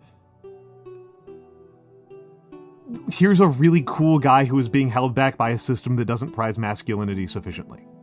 Like, the overwhelming normal read of Taxi Driver for almost my entire life, like since the movie came out, like the overwhelming interpretation of Taxi Driver when it came out up until like quite recently was Travis Bickle is a cool badass.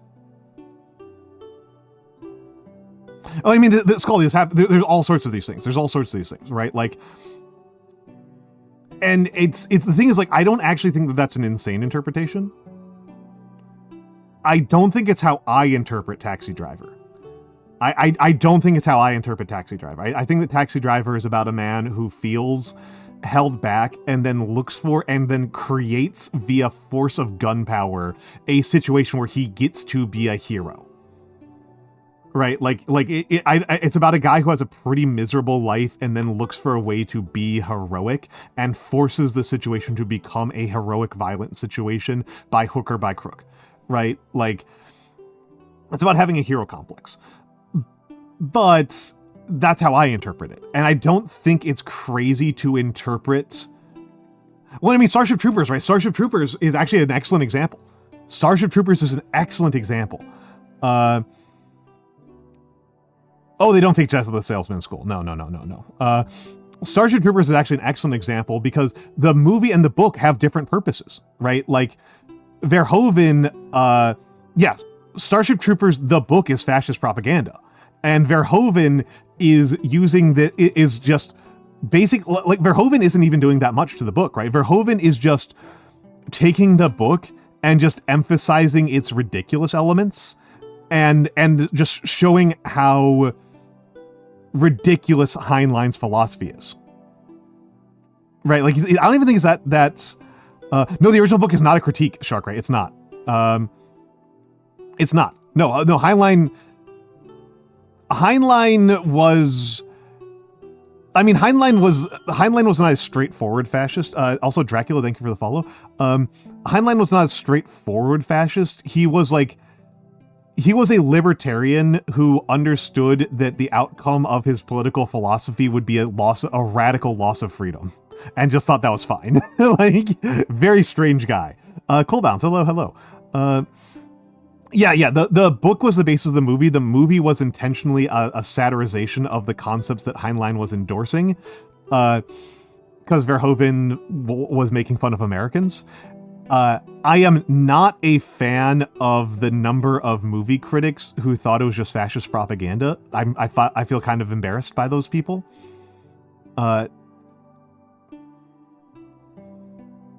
Also, it's necessary to have an external enemy that's utterly hidden evil in order to have the society that functions. Right, yeah. Parents needed to drag you out of the room when the shower scene came on. Perhaps one of the least evil scenes in the movie, right? Like, that's kind of the comedy, right? Is that, like, the shower scene is, like, one of the least vile parts of the movie. There's so much of the rest of the movie so much more viable. If there was no hell, why would anyone be good? Whew. What a scary sentiment for somebody to believe. What a terrifying thing for a person to believe. What a terrible thing for a person to believe. Oh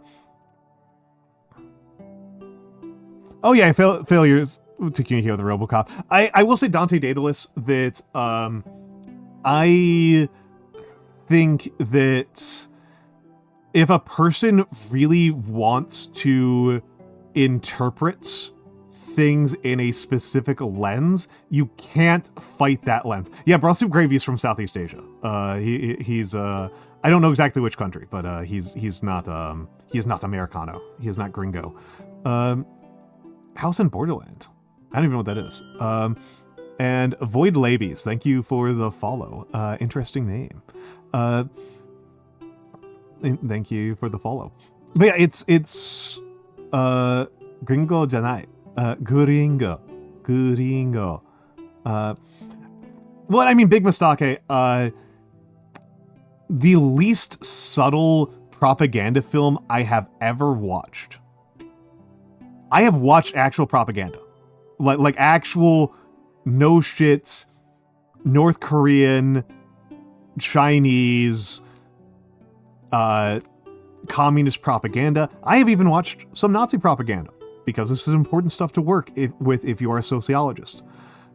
And if you like studying history, you will eventually encounter some just flat out, genuine, real, true blue propaganda. The least subtle movie, like Raise the Red Stars level of propaganda movie I have ever seen, is the 2019 Joker. The Joaquin Phoenix Joker is the most didactic goddamn movie I've ever seen. Like, it is so unsubtle. There is a speech in the middle of the movie given by a character who we're supposed to... I haven't seen Joker 2, so I don't have an opinion on it. There's a speech given by a character in the middle of the movie that just explains how Ronald Reagan caused a homelessness crisis via deinstitutionalization. Like, they literally... It is the least subtle movie I've ever seen. Like, I've never seen another, like, major market movie that was just, like, a polemic like this. And yet, despite the movie being the most brazenly Reagan is evil movie I have ever seen, all of America's problems can be traced. It was the movie that I've most unambiguously seen hold to the belief that Reagan is a pox upon our planet, and the United States can never recover until we excise his ghost and purge his memory from us. Despite that, most of the criticism I read of the movie was criticism for it being too right-wing. Like, there was like criticism I was reading from people. There was like New York Times and like Washington Post was like, oh, this is like pro Donald Trump propaganda. I'm like, what are you talking about? How? I literally, Shark Ray, the evidence was that the main character was white. That was literally, he's a white guy who doesn't get laid. That is the evidence. That is the evidence. Like, that was the evidence. Like, he's a white guy who doesn't get laid and wishes he was getting laid, and therefore it's like pro-incel school shooter propaganda, when it's like, the people he shoots are stockbrokers.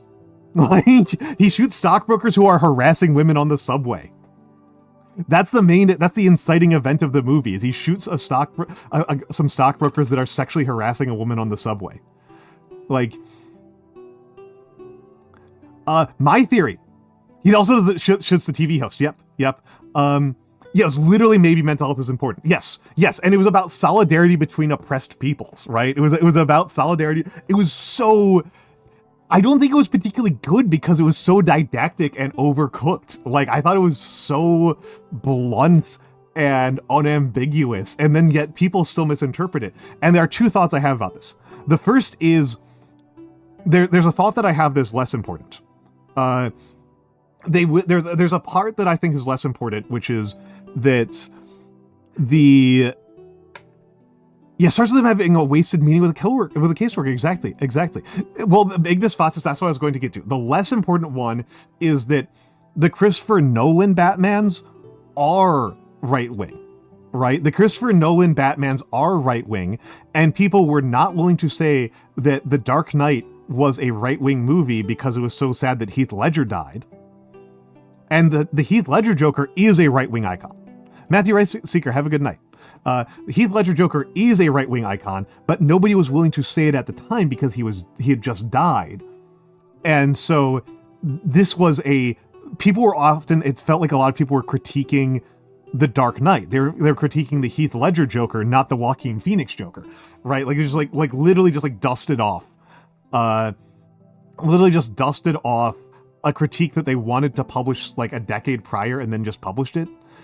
The other part of the interpretation, Ignis, and I will, this is I think you are hitting on this, that, and this is why I opened up with this.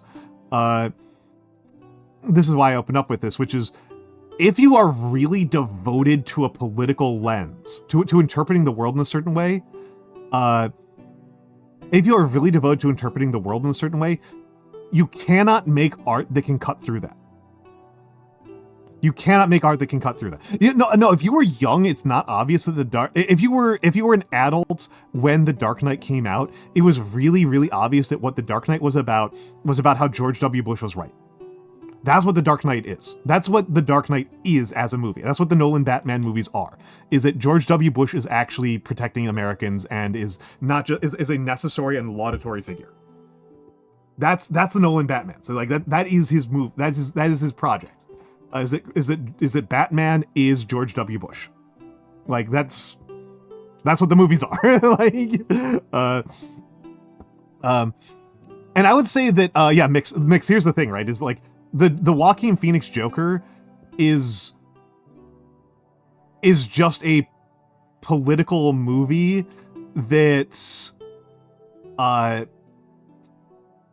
I honestly think that they turned it into a Joker movie after they had the script. That's what I think. I think they literally already had the script like written, and then they realized that they wouldn't get funding without a superhero on it, and then they made it about the Joker. Like that's how it read to me. It did not read to me like it read to me like it had so little to do with comic book Joker. Like it I think if you tried to view it as a like Joker, okay, it feels like a plausible Elseworlds comic. Okay, fair enough. I just know a lot of people who hated it as like not what the Joker is like. It's not like the Joker. The Joker is not like that. And I was like, yeah, because he's way more Travis Bickle than he is anything else, right? Like this is 21st century Raging Bull, right? It's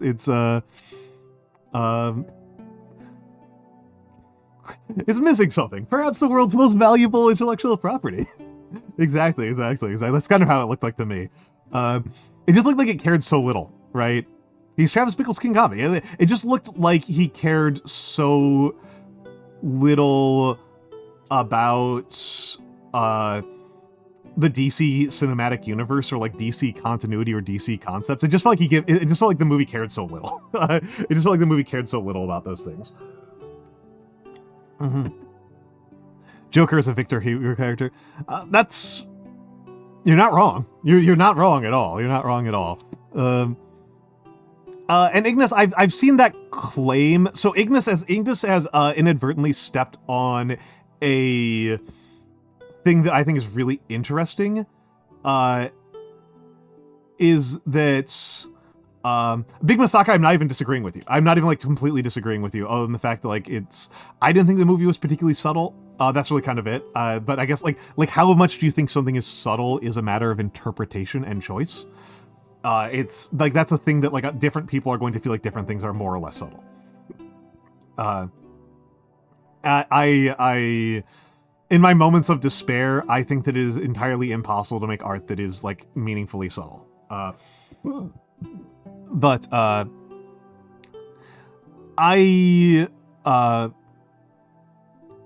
actually use an example from myself for what I'm talking about. I'll actually make fun of myself here a little bit. I really like the Three Musketeers. Oh, hello Terry. I'll make fun of myself a little bit here. So I really like the Three Musketeers, right? I really like the Three Musketeers. I love the Three Musketeers. I love Dumas. I think Dumas is a wonderful writer. The normal interpretation of Three Musketeers is that it is about four dudes having fun. It is about four dudes in ancient regime France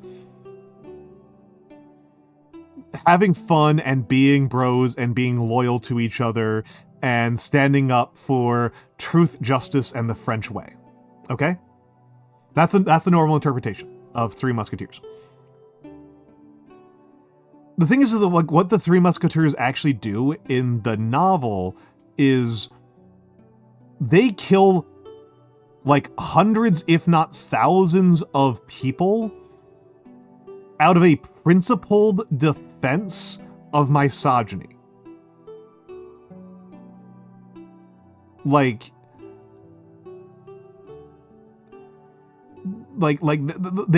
getting thousands of people killed very merrily out of a principled defense that, like,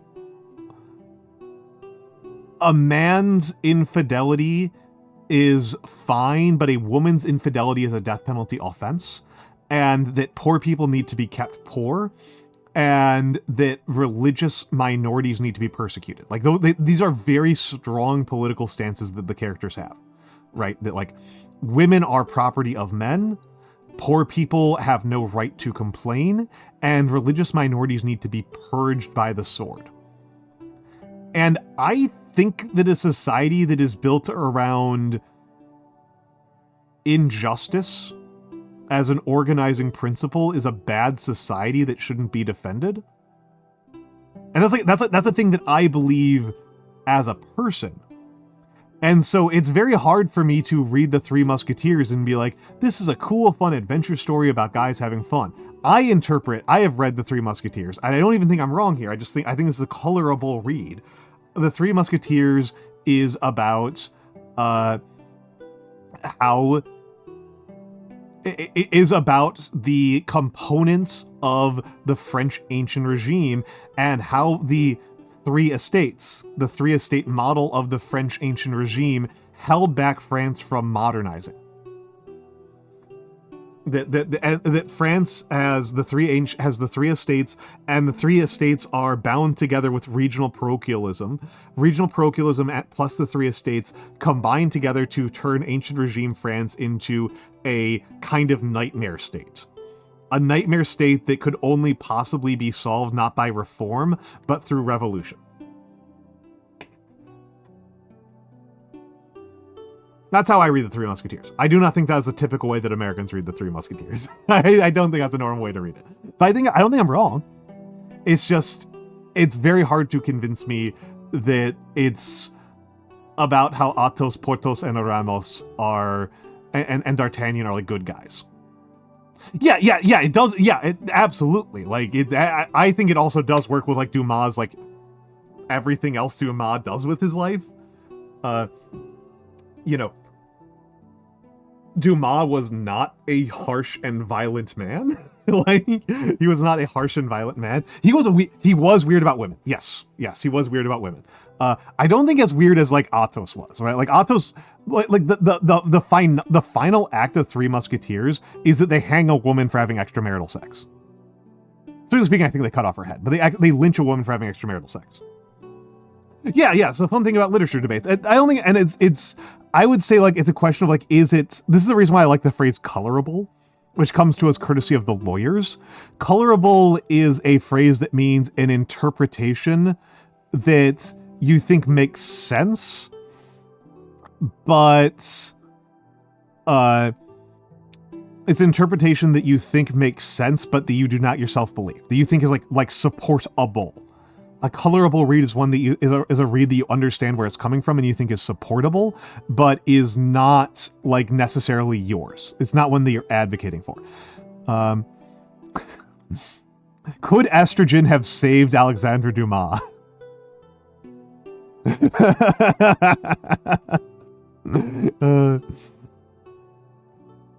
They make a sequel where the guys stop adventuring for a moment and realize the harm they caused.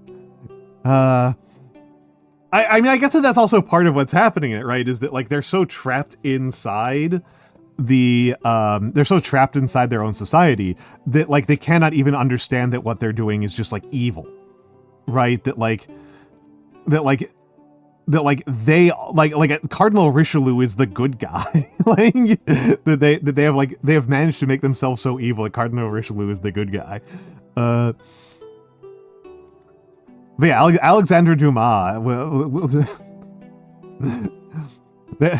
Getting a time machine to go back and give Alexander Dumas estrogen. Well, and see, the thing is, Beautiful Angel, is that Alexander Dumas is a good enough writer that he doesn't feel the need to do so.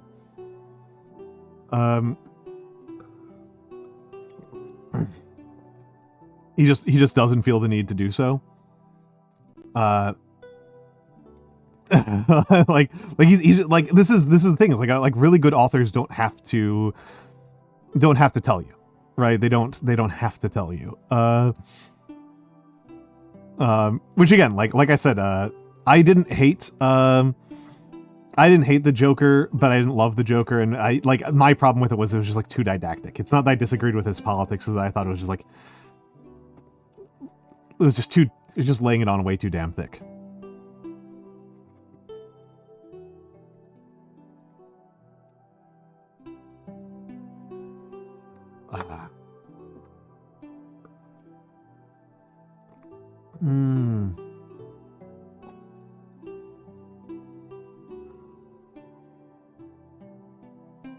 Yeah, exactly. I thought it was okay.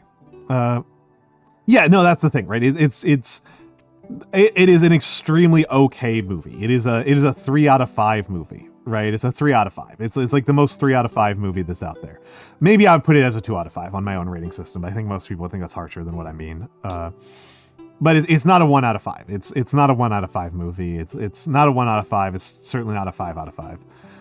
But is it slop? I don't think so. I don't think so.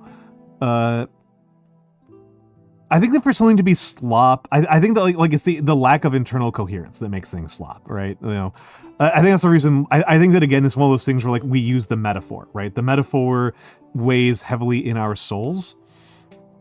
The metaphor is heavy in our souls, and we think a lot about the metaphors and. You know, we think a lot about the metaphors, and the metaphor for slop, right, is, you know, food that is slop, right? It is what we serve to pigs. It is meant to be mindlessly consumed and lacks an internal structure. Gap fill? I suppose. Gruel is slop. This is correct. This is just accurate. Thank you for the Almantas, and thank you. Hold on, I need to read this correctly. Starlit Abyss. Thank you for the follow. Thank you for the follow with the cool VTuber name. You think high effort slop is oxymoronic? I wonder. Because, Well, then this gets into a question, right, of like ownership, right? Of like ownership. Mix, thank you for the 8 months. Oh, come on!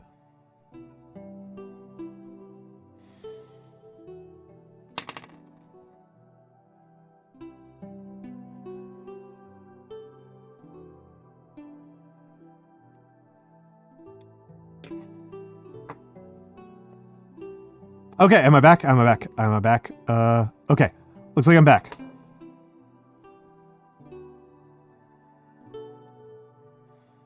Am I back? I think I'm back. Okay.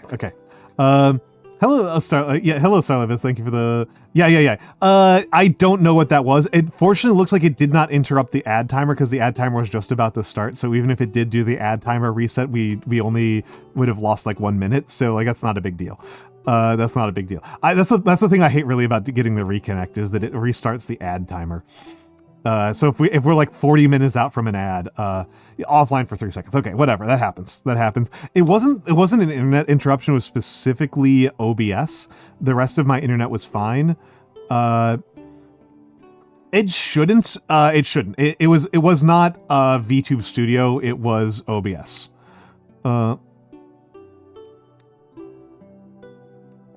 It was. So here we get into a question about like talking about the slop as a matter of effort becomes a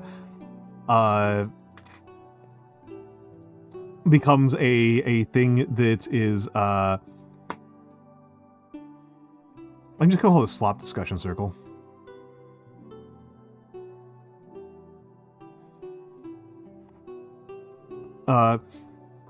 That's to me, the core like slop thing outside of video games is going to be Marvel movies, and Marvel movies represent an enormous amount of labor, but they do represent a lot of intellectual and artistic laziness on the part of the actual ultimate decision makers, which is really the producers, much more so than the director. Yeah. But I think a lot of the VFX artist works extremely hard. I think the VFX artists and often the actors worked extremely hard. They just were in the service of a terrible product. All right, we're going to add. I am going to get up, stretch, and get some water, and the rest of you should do the same. I will be right back.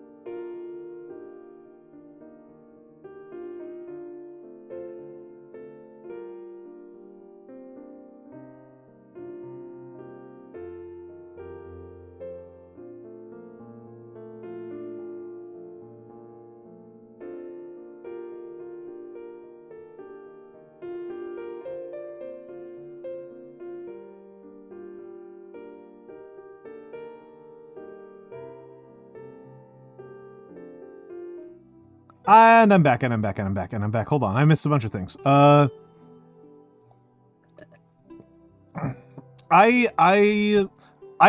was thinking about this right while I was up. I feel like the opposite of slop is actually challenging. Is the actual opposite. The thing that slop is that it is unchallenging to the viewer. The antonym of slop is a challenging work. I don't know if we've got a noun for that, but like,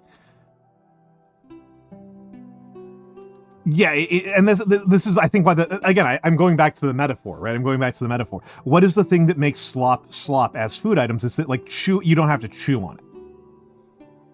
That you don't have to chew on it at all. That there's no, that it doesn't fight back on you. That it does not resist you at all. Yeah.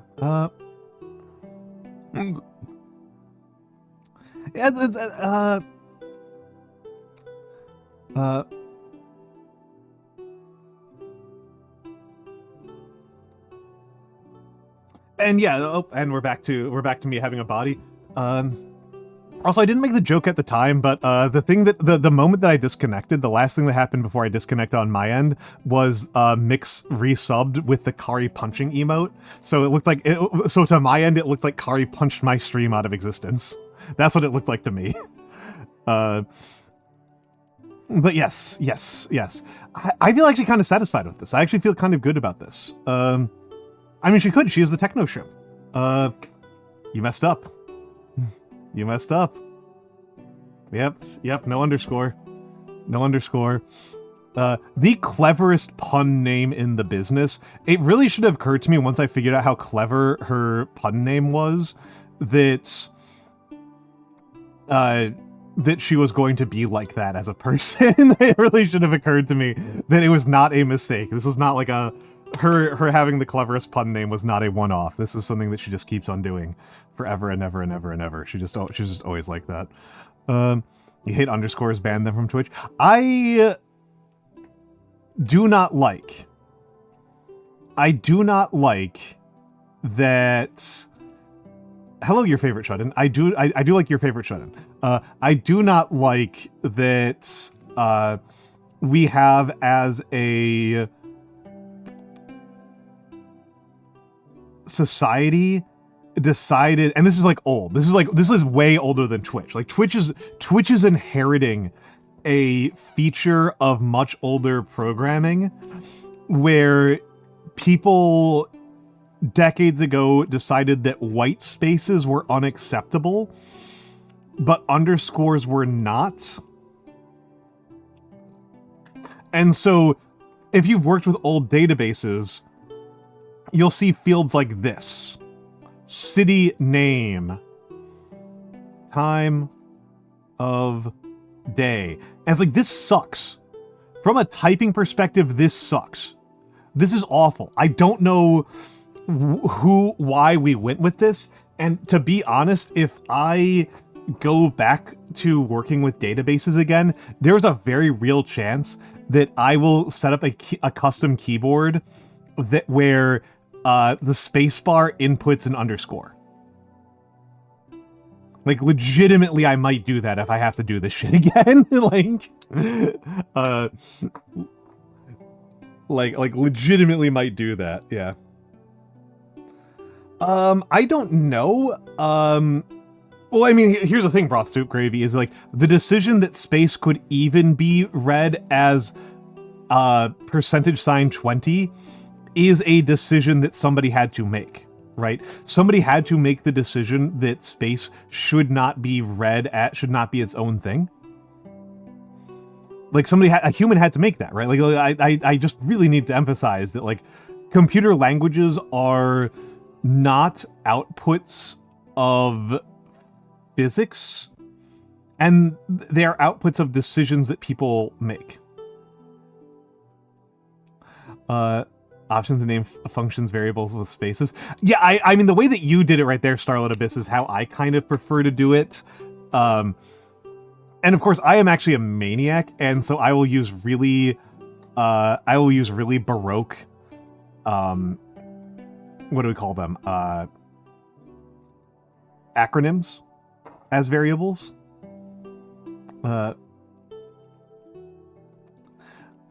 I mean, what it is, Blue, and for that matter, Starlit and Broth, what it is that back in the old days, no, I am 99% sure here that historically the reason why is because counting the number of white spaces is hard. Yeah, I'm talking like ye olden times of like 1970. Is that like up until somewhere in the 2000s, people talked about parsing white space in your language as like an evil thing to do. Like your language should not include white space as meaning. Your language everything should skip white space, or brick. You're correct on that mix. You're correct on that mix, but it's also the same objection that you would raise. I know you well enough to know that you would raise the same objection. Yeah, that's that it's that counting white spaces is a challenge, and so they remove the challenge of counting white spaces by just making so that white spaces are not meaningful. I mean, now they are. Now there are languages where they care about white spaces, right? Like that's a thing that has been changed over time. But for a long time, white space was just like not allowed in programming languages, and having worked with DOS interfaces, yeah, it turns out that inside a DOS interface, if you have to keep track of the number of spaces or line breaks, it's actually really annoying. Like I don't blame people for that one. It is in fact actually very annoying. However, I do think that the compromise solution of using underscores is horrible, especially because it doesn't actually even remove the problem, because you know, how many underscores are there, right? Like, you haven't actually removed the problem.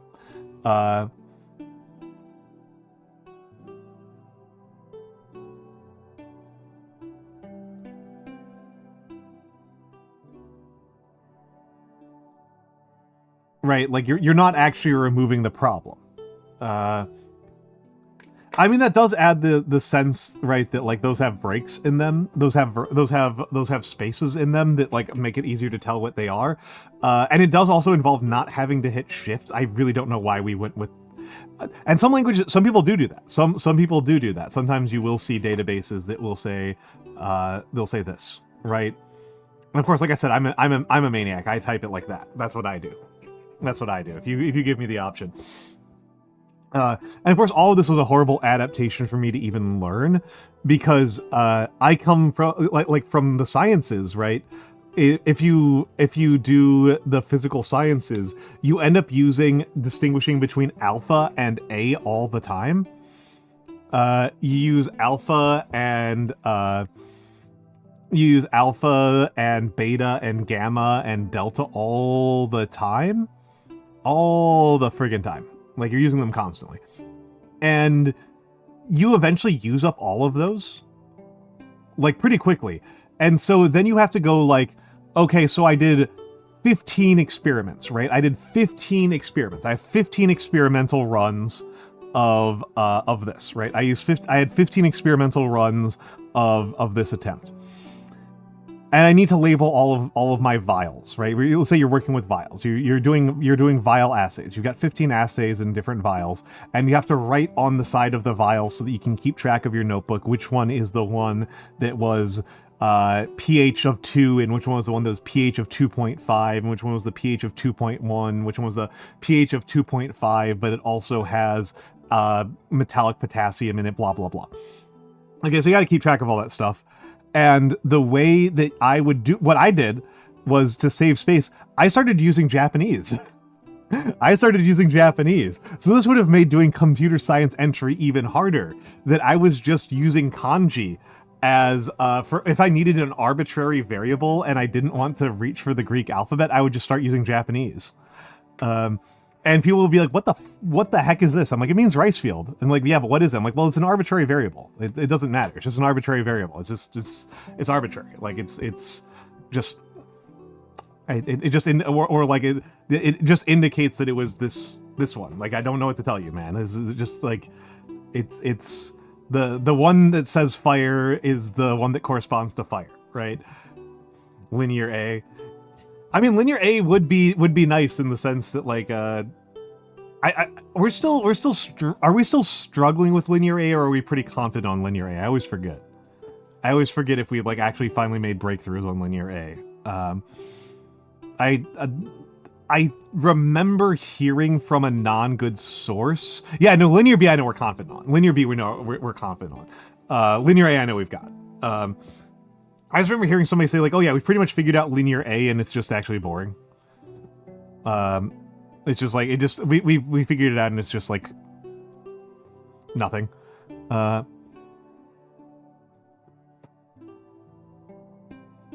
Having Python fail to compile because I messed up the white space. Oof.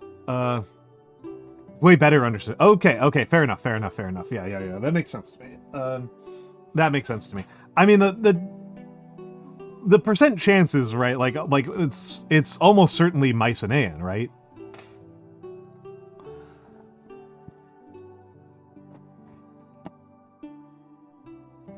Like there's like I've never heard any. Like sometimes people, I've heard some people suggest that it might be like some like totally alien language, but it's oh,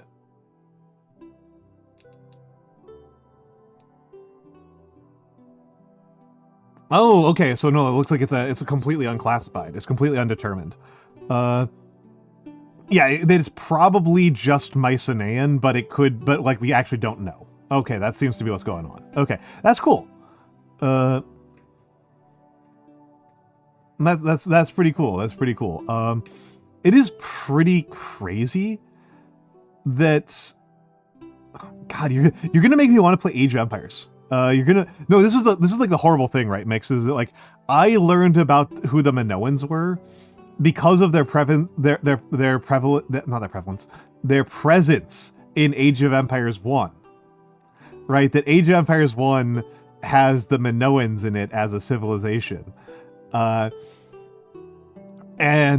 that's how I learned that they existed. And they're a kind of crazy civilization to think about. They're really like a good example of how different things can be and how different the world can be. Because the Minoans, for people who might not be familiar with it, here's a good. I'm literally open image in new tab.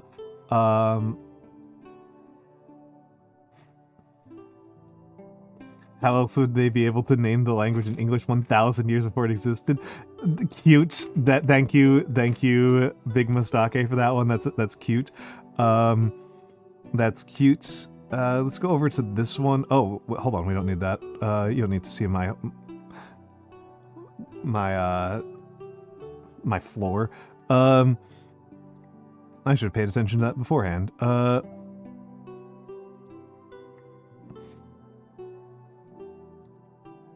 So here is a map of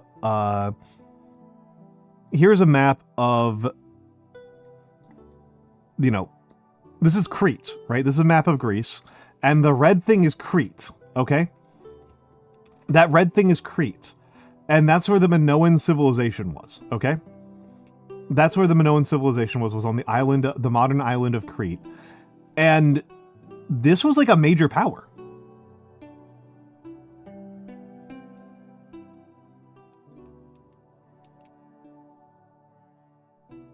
And that's just weird to think about, right? That in the Bronze Age, for a few hundred years, this was a major power, right? This was arguably a great power. I feel kind of hesitant to use the phrase great power because it kind of trucks in a bunch of assumptions that I'm not sure I want to cop to. But yeah, it's it's hard to think about this as being like a peer state to like ancient Egypt, right? This was like briefly like a peer state to like ancient Egypt and the Hittites and the Mitanni and Babylon. Like this was briefly for like 200, 300 years. and then had a decline, and then the Bronze Age collapse happened, and it has never been an independent major power ever since. It's never been an independent major power after that. Like, I don't know. That's weird, right? Like that's weird.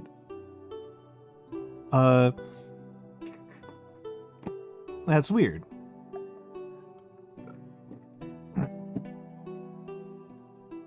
Also, the cool thing that I just learned from Wikipedia is that there is Unicode support for linear A. Oh, it's the image. That's not the Unicode.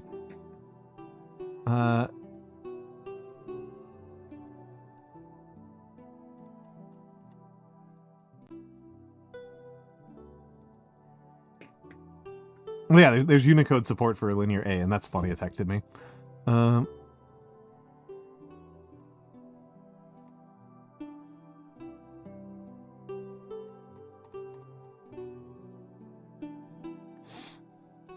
Yeah, Unicode's fun like that. At least I think they're telling me that this is Unicode support. I don't know how to actually do Unicode entry. I like learn how to enter Unicode things into normal keyboards like periodically, and then I forget over and over again. I learn it for like a week, and then I forget how to do it for like years. They've also got a lot of cuneiform. Cuneiform is like way more demanding than this. Cuneiform is like actually demanding.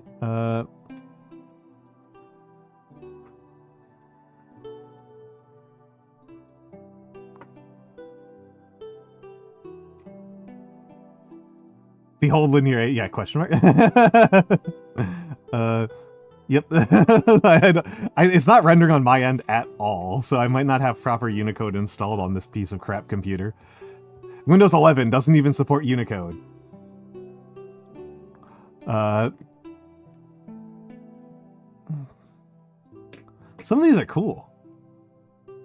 Some of these are quite cool. Hold on, I'm gonna put this up. Here's the Unicode for linear A. I like this one's cute. This one's cute. And of course, I'm so like poisoned by other languages that like I look at some of these and I'm like, oh, that's like this one's king, right? This one just means king. That's king. This is Earth, right? This is just Terra.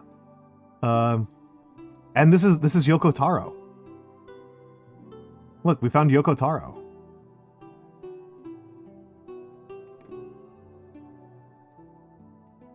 There's a middle, I'm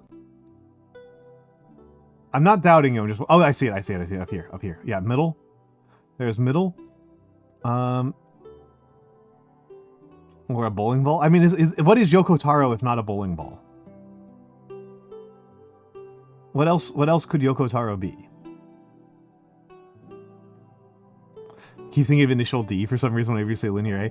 Okay, yes, but consider an initial D style TV show, but it's about people trying to decode linear A.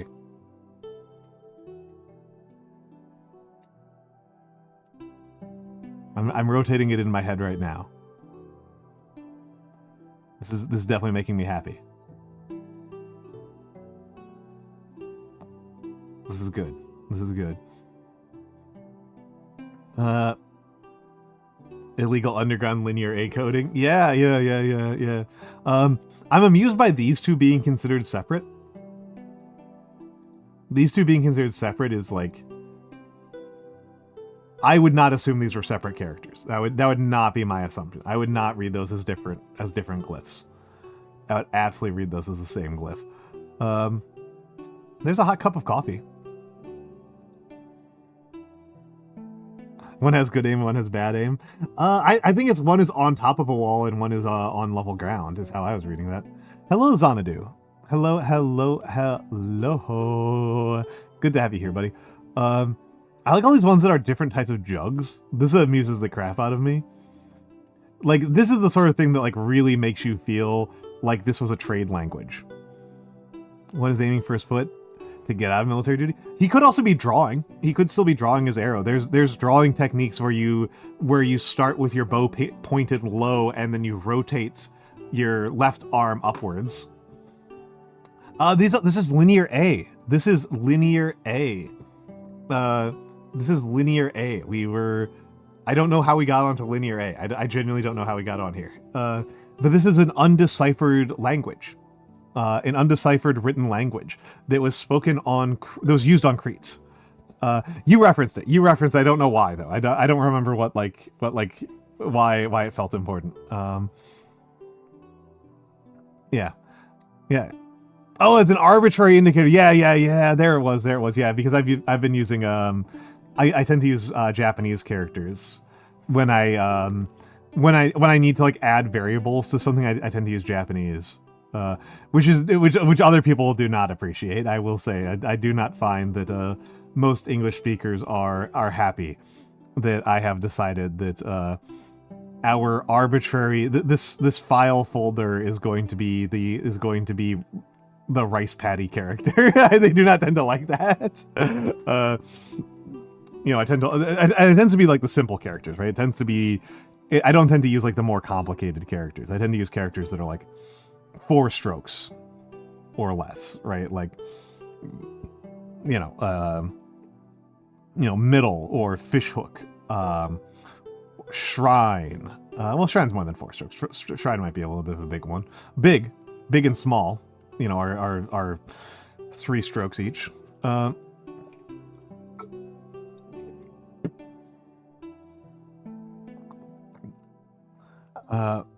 I dubbed this experiment flower, right? Well, and if you remove the grass radical from flower, that's actually the character for chemistry, for kagaku. It's a bigger headache when you're not even saying the actual meanings of the character. No, I'm not. I'm using it as arbitrary. I'm using it as completely arbitrary ones. Where I'm just like, sometimes you just need arbitrary designators, right? Sometimes you just need arbitrary designators. Here. This one's an enemy from Helldivers. That's an Illuminate from Helldivers.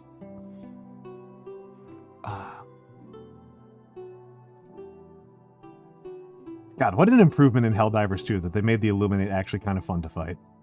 What an incredible improvement. I was like a relative like Illuminate defender, but they still sucked in Helldivers 1. Still were terrible. Still an extremely unfun fight.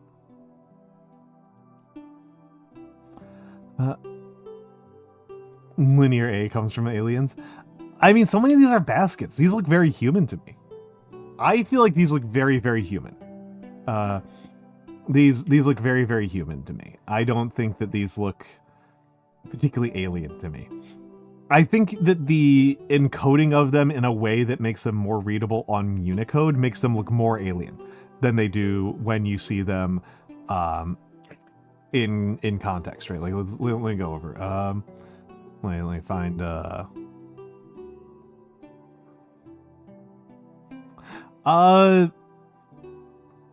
Not with high confidence, I don't think. I don't think. No, I think we do. No, they're proposed. Yeah, we're still not even sure what language they spoke. Here. This doesn't look like alien language to me.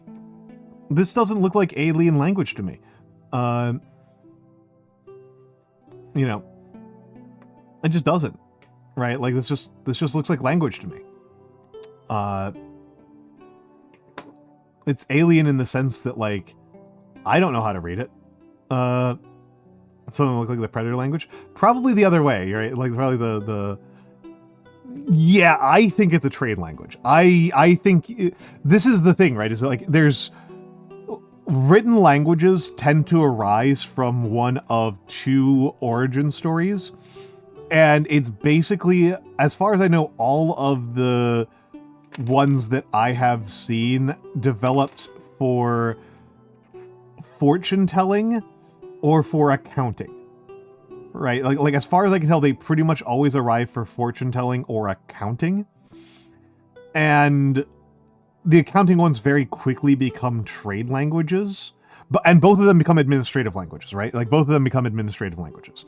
I actually am not familiar with like origins from Mayan. Sumerian arises as an accounting language. Writing. I'm talking about the written part of the language. Written Sumerian arises as an accounting language. Phoenician originates as also an accounting language, and we're in a Phoenician derivative, right? English is a Phoenician derivative. Chinese is derived from fortune telling. Chinese is derived from fortune telling, or was developed for fortune telling would be more accurate, more precise.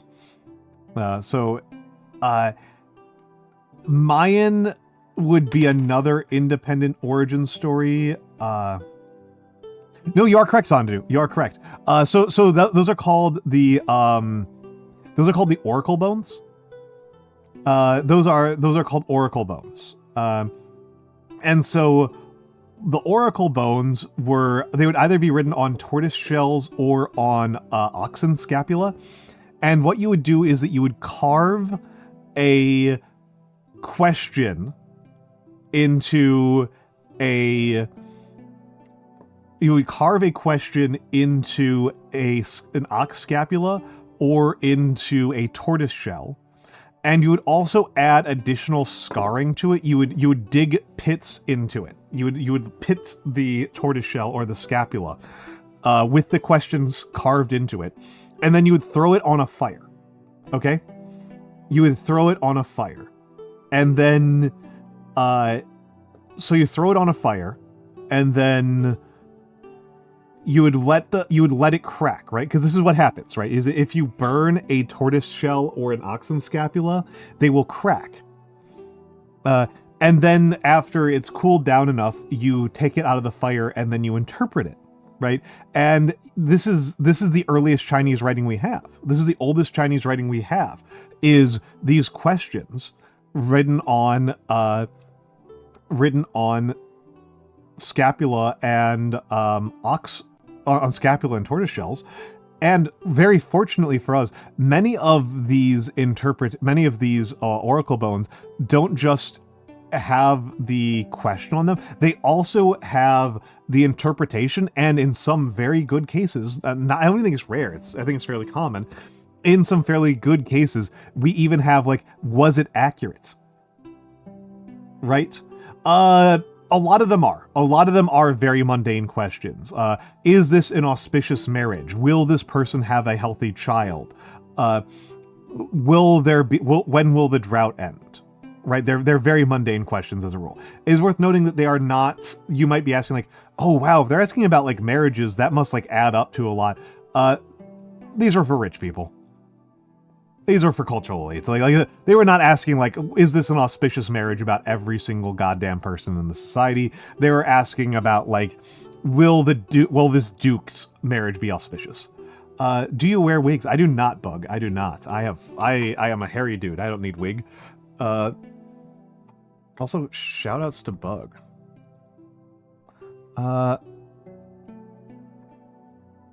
actually not sure if I've ever worn a wig. I'm not sure I've ever worn a wig. No,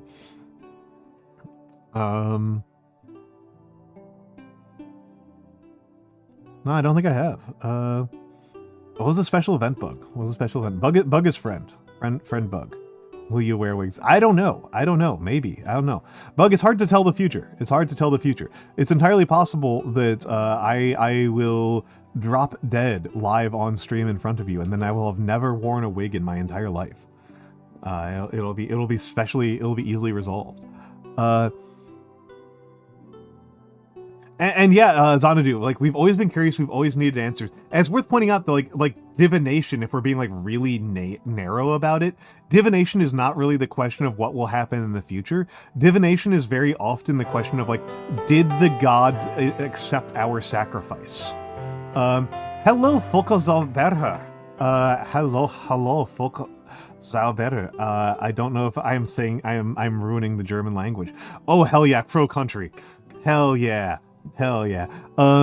Welcome in Raiders, welcome in Fokozabera, welcome in Seishun_was_ here. Hello, hello, hello. My name is Almantas. I am a former professor of sociology, a current VTuber, an old man who loves old things.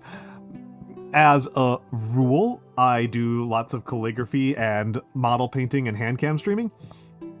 But today we have just been kind of discussing linguistic philosophy, and I am mostly stalling, and I guess I'm hitting the point of stalling where, like, stalling is now what I am doing as a stream. It is now just a stalling stream. It is not a stream that has anything other than stall. It's just more stalling.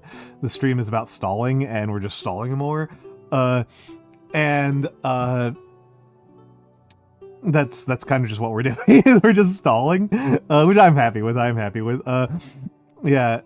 Raffy's throwing, stalling stream stall, exactly. Stalling is art for.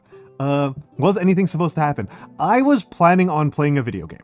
But how was Crow Country? How did you find Crow Country? I like Crow Country. I haven't played it. I have watched other people play Crow Country.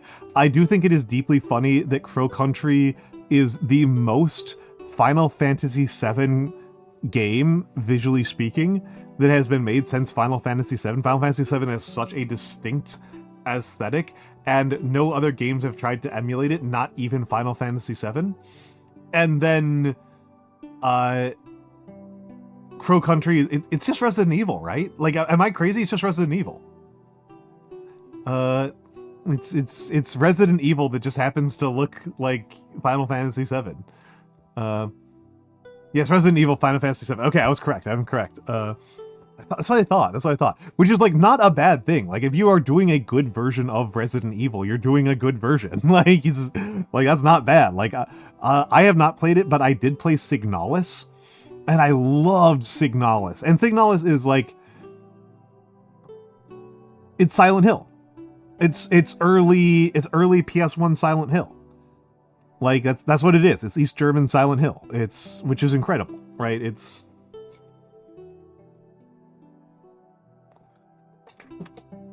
What if Silent Hill was Resident Evil? What if the hills were alive? What if the hills were alive with the sound of residents?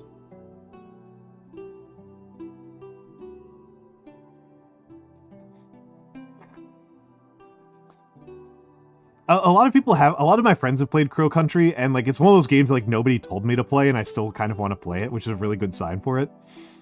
I'm waiting to see what Mix is preferring to call it. But yeah, Nier Automata for adults. Oh, whew, harsh.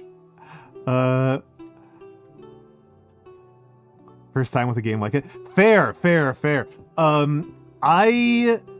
So last year, I did horror games for the fall.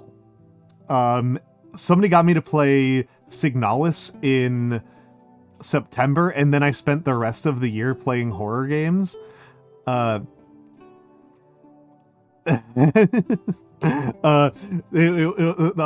Unfortunately, Bug, Mix is a professional hater. I like Nier Automata. I thought Nier Automata was fun.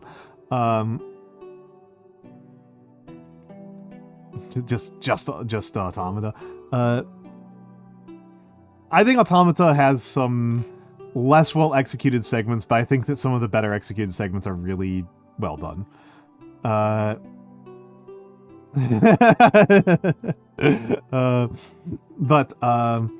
I had Signalis was the first one I had played, and so after I played Signalis, I was like, let's go back to the roots, and it was a question between, do I play Silent Hill 1 or Resident Evil 1? And I wound up playing Silent Hill 1 because Resident Evil was giving me weird graphic glitches when I tried to pipe it into OBS. All of the characters were like rendering with little squares under their feet. It was really bizarre. I don't mean like pixels. I mean like the entire model had like a pixel on it.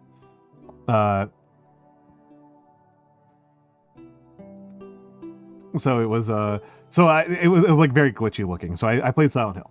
So I played Silent Hill. I played Silent Hill 1, Silent Hill 2, mouthwashing, Slay the Princess, and 1000 X Resist, and it's like, oh, this is like some of the best games I've ever played in my life, and nobody watched me.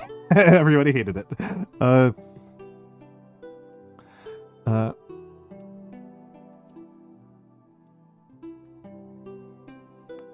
I didn't think BioShock was particularly scary, but like I am not a horror guy as a rule, and I think I'm not a horror guy because I'm like very underreactive to it. Like, I just thought Subnautica was like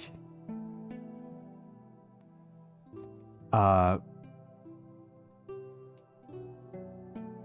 just thought Subnautica felt like what do we call it? Cozy? Like I just felt like Subnautica was just like Terraria. Xanadu, play mouthwashing. Mouthwashing is really short.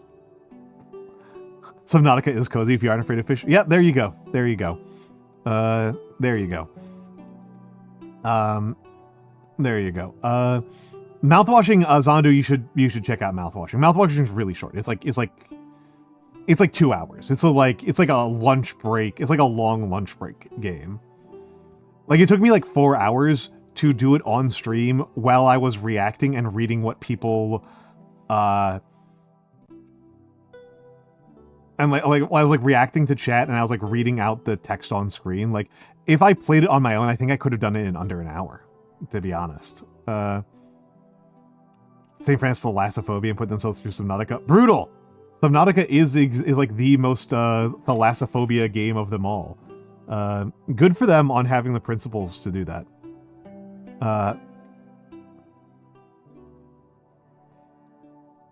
Immerse really strongly in games. And the thing is, like, I find that horror makes me less immersed in games. And like, I mean, I've talked about this a lot. Like in general, horror movies and horror video games make me very more aware that I like am sitting in a chair. Well, technically I'm not. That I'm sitting at my desk looking at a monitor that is made of light. That I'm like watching like images. I'm like watching pixels. It makes me like very aware of that. You know, that's how it looks to me. And I can immerse in many games very strongly. It's just like horror in specific is like anti-immersive to me. Yeah, Crow Country always seemed really cool to me. I've always thought Crow Country was super cool. We're heading into the next ad break. Oh, 16 minutes. We got time. I got thrown off because I used some snoozes earlier in the stream.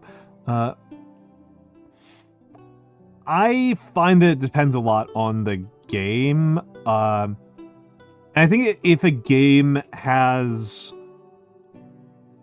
good simulative controls, it makes it more immersive. That's like the biggest thing, is like, strangely, the game that has been the most efficient at immersion for me, despite its graphics being kind of awful, is Tabletop Simulator. Tabletop Simulator is the game that has managed to immerse me so strongly that I will get frustrated that I can't pick up something with my right hand and pick up another thing with my left hand in game.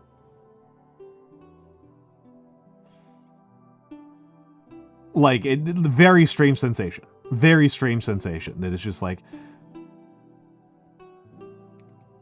I can pick up one mini with my left hand and another mini with my right hand, right? And it's like, no, you can't. It's Tabletop Simulator. What are you talking about? You're picking up things with the mouse, and you only have one mouse. Tabletop Sim is like the one game that I want like VR for.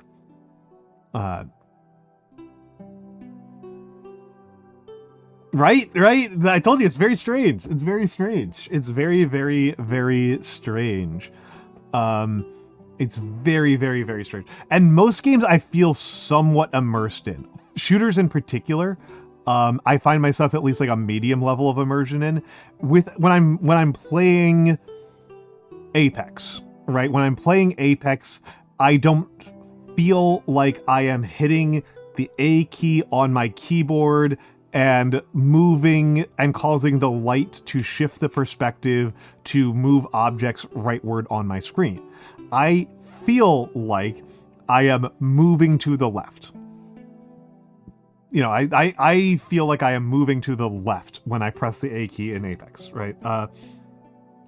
And honestly, that's true for a lot of games, even games with like tank controls, right? Like I know people complain, I know like a lot of people are like, I can't get into tank controls. It's like, I play like Brigador, right? Like Brigador. I will play Brigador and it's like, oh, I need to move upwards. I need to move leftwards. I'm not thinking like I press the W key to move the map in this direction, right? Which is much more accurate.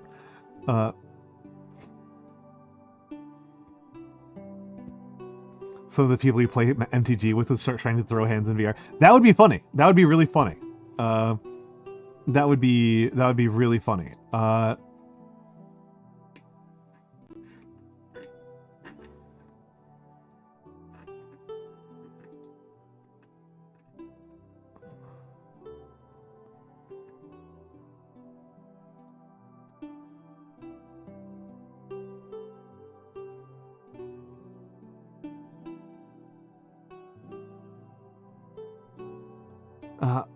But yeah, no, like I if I am playing if I'm playing you know, Conquest on Tabletop Sim, or even like actual full-on board games. If I'm playing like full-on board games on Tabletop Sim, I am pretty, I have to like remind myself that I am playing a video game and that I'm not just playing. I think it might be the fact that like you're not playing Tabletop Sim, right? Like you boot up Tabletop Sim and you're playing Spirit Island, right? You're playing Spirit Island, you're playing Secret Hitler, right?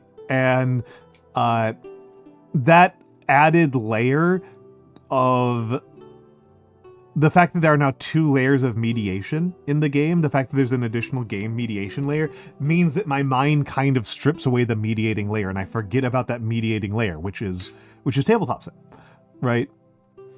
Yeah, I mean, I'm with you on that one, Zondu. Like the QTEs really break that, and to me, I tend to think about this form of immersion as being very similar to tool extension, to when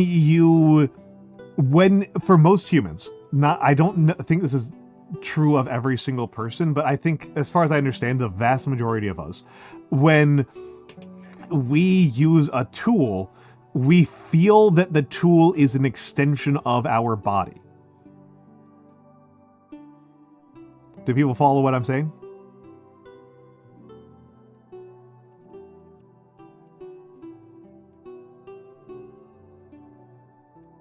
That the tool is an extension of us. And like, so a really strong example of this, right, is a car. When you, for us car drivers, when you drive a car, you don't feel like you are moving a steering wheel. You feel like you are moving yourself. You don't feel, if you, yeah, you're talking about tool extension. I'm talking about tool extension. Yeah. That like if there is wind, if you are driving and there's a lot of wind and you feel the car moving, you feel yourself being moved. You don't feel like, oh, I'm getting random feedback from the wheel. Or I should say, probably a more obvious example. If you drive on slippery, or something that's slippery, okay? You're driving and you drive over a slippery part of the road. You don't go, oh, the wheel is being weird. You go, oh, I am driving on a slippery condition. You don't have to learn in an intermediated way that the wheel is telling you that you don't have as much purchase on the ground. That you do not go, oh, I'm getting less response, I'm getting weird responsiveness from the wheel, therefore there must be something else that is wrong and I have to intellectually deduce what is going on. No, you feel it, right? You feel it because you feel as though in the tool extension, And developmental psychology being aware of tool extension. Yeah. This is kind of what I was going for, Mix, is that, like, I feel like for a lot of what I talk about when I talk about a game immersing me is that the game, I'm experiencing tool extension into the game. That to me is, like, the biggest thing with immersion, is that, like, you know, I play Overwatch and I feel like I am the one who is moving, not that I am pressing buttons and is changing lights. Yeah. And again, like, this is a thing that horror games tend to do the exact opposite for me on. Horror games make me much more aware of the fact that I'm pressing buttons on a keyboard. They make me feel less extended and immersed into the world.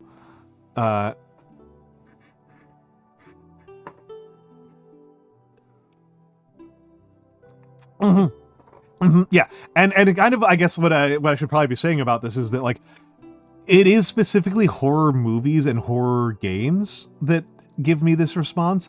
When I'm reading a book that is scary, I don't feel more aware that I'm turning pages.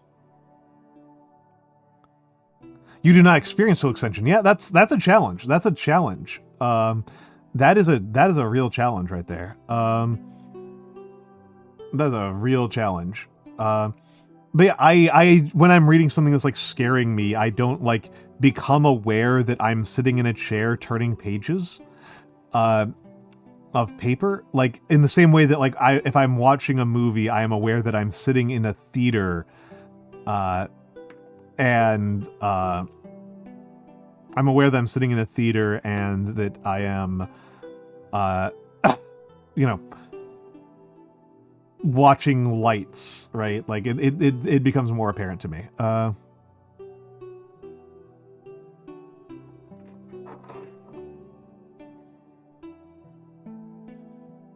It becomes much more apparent to me.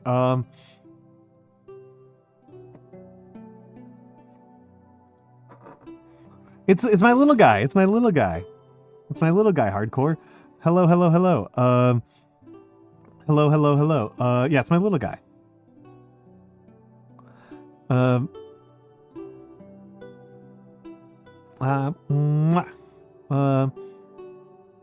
We've not given him an official name. That is part of tomorrow's stream, by the way. That is part of tomorrow's stream. I will confess you to all of you that, given my proclivities, given my way of doing things, if I am not happy enough with any of the names we come up with tomorrow, I will punt further, right? Like, I think everybody is probably aware of this if they're aware of me by now, that I am very prone to punting and stalling. I have been consistently rewarded in my life for not committing and for taking my time. This is very, very consistent for me, so I feel no need to stop, right? I feel no need to stop doing that. I kind of do, but I'm willing to hear people out.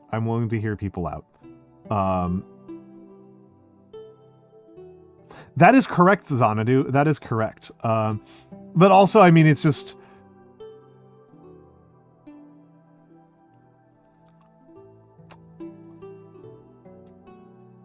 My experience in life has been that I only get good at things by trying a whole bunch and working at it patiently.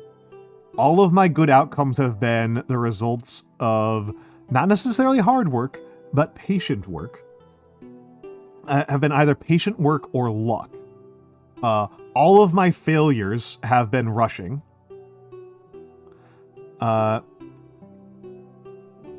All of my failures have been due to rushing, or expecting things to happen more quickly than they did, and so yeah, I'm gonna stick to it, right? I'm going to stick to my guns on this one. I'm going to stick to my guns on this one. I am going to stick to my guns on this one, and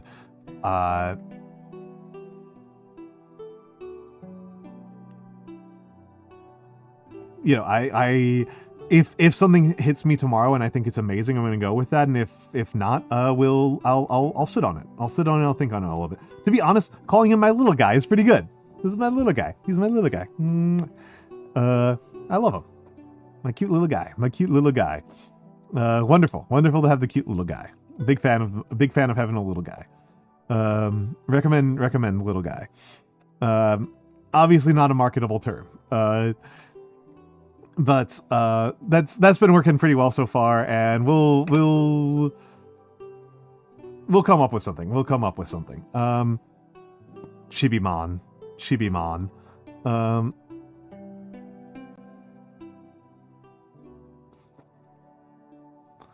Yeah, little guy coming to a store near you. Yeah. Okay, we are going into ads. I need to use the bathroom, so just to tell people, and like I'm really curious if anybody actually really wants to watch anything.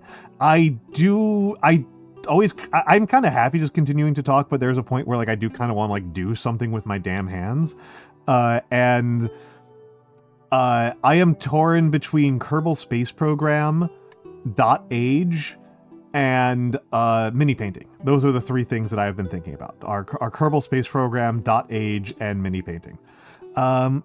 We're gonna go on to ads. I still haven't made a decision. I am happy to keep talking for somewhat longer, but I don't want to do like an 8-hour stream where I am just talking the entire time. I will kind of lose my mind if I do that, and it will start to eat into my ability to do tomorrow's stream well, which I don't want to do. I want to have a somewhat easier stream on myself, because tomorrow's stream I want to be good. Oh yeah, Xanadu and Mix have hit on something that like I try to emphasize a lot, which is that I find particularly like Silent Hill F feels like a really good example of this, is that once a game becomes more... The ability to optimize a game makes it harder to feel scared in that game. Like once a game becomes about, once you realize that you can like win and control the situation, then like the horror starts to go away a lot. And it like it's very difficult to maintain that illusion. It's very difficult to maintain that illusion if players have a lot of control over what they can optimize. And again, this is, credit to Frostpunk, right? Huge credit to Frostpunk. Shout outs to Frostpunk, a real achievement of a game. All right, we'll be back in a few minutes.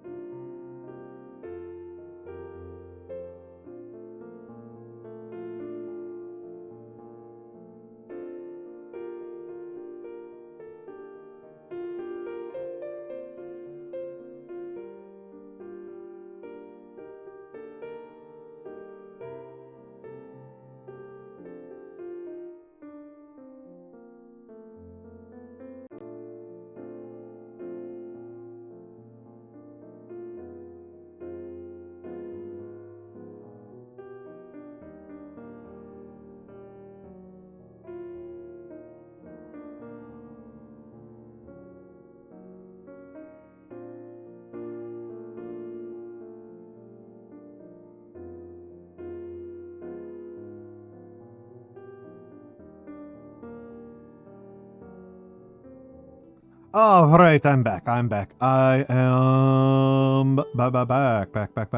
Wow, we've got a bunch of people.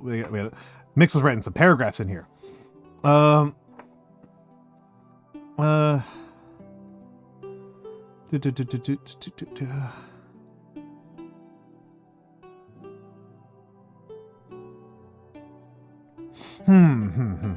Hold on. I'm just reading through.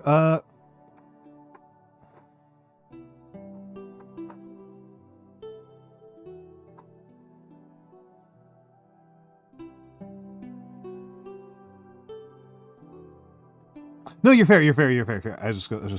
Maybe I should have caught up on that before I hit the back screen. Maybe I should have been thoughtful about that. That would have been better artistically of me to like make sure I was caught up on what chat was doing, before I went live and then just had to read silently for 30 seconds. That would have been smarter.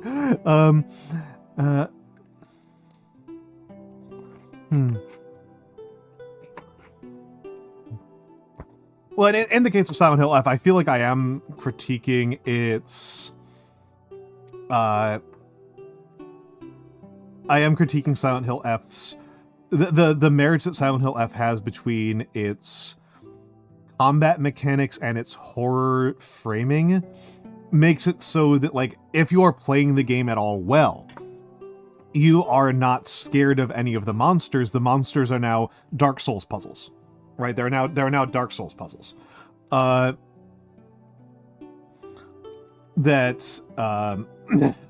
you know, that's and this means that the choice that they have made as craftsmen, the choice that they have made to use Dark Souls mechanics on their game about bullying and sexual abuse, these things run contrary to each other, right? Like, I think this is simply a craftsman level mistake. And this is the thing about creating a sense of immersion is a thing that you have to work on. A million more like Yakuza mechanics. That's fair. I haven't played Yakuza. I've played a lot more Dark Souls than I've played Yakuza at this point. Also, hello Quincy. I mean, yeah. So this is... It's a matter of familiarization and control, right? And I think that it might be fair to question, like, how much Parasite Eve is a game that scares you. I think would be something that might be fair to ask. And I think what is kind of what I'm groping towards, because this is still a thought that I am working on, right? I don't believe that I have everything figured out. This is part of the reason why teaching and discussing are worth doing. That's whether, like, how immersive and scary were those games ever? How much did those games really get under your skin? Did they do that successfully? The real issue with Silent Hill 2 R and F is that the repetition kills almost. Yep. I think that that's true, because the thing is, like, a lot of what you're trying to do with, like, the reason why you do fantasy elements in horror is because the defamiliarization creates new senses of fear. And once you make a game where the game is a series of challenging puzzle combats that you have to do repetitively in order to progress through the game has now become familiarized, right? The game will become familiarized to you in order to beat it. That's like the fundamental choice that you have made by designing the game in that way, is that now Pyramid Head is not scary if you spend like 8 hours in a row dissecting the Pyramid Head fight as a puzzle. Right? Like if you are microscopically examining Pyramid Head, he stops being scary. Yeah. Horror genre is a formality, right? Horror genre is a formality. I think that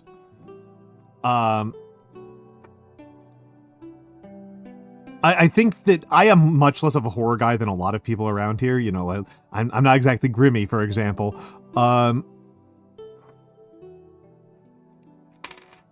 It's I'm not exactly like an actual like horror head.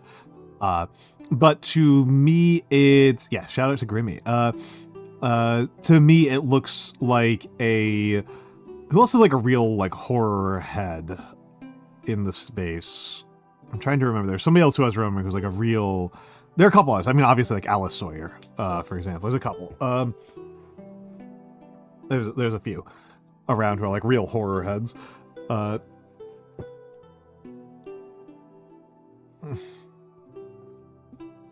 That's because they're scaroused, Xanadu. They're scaroused by Pyramid Head.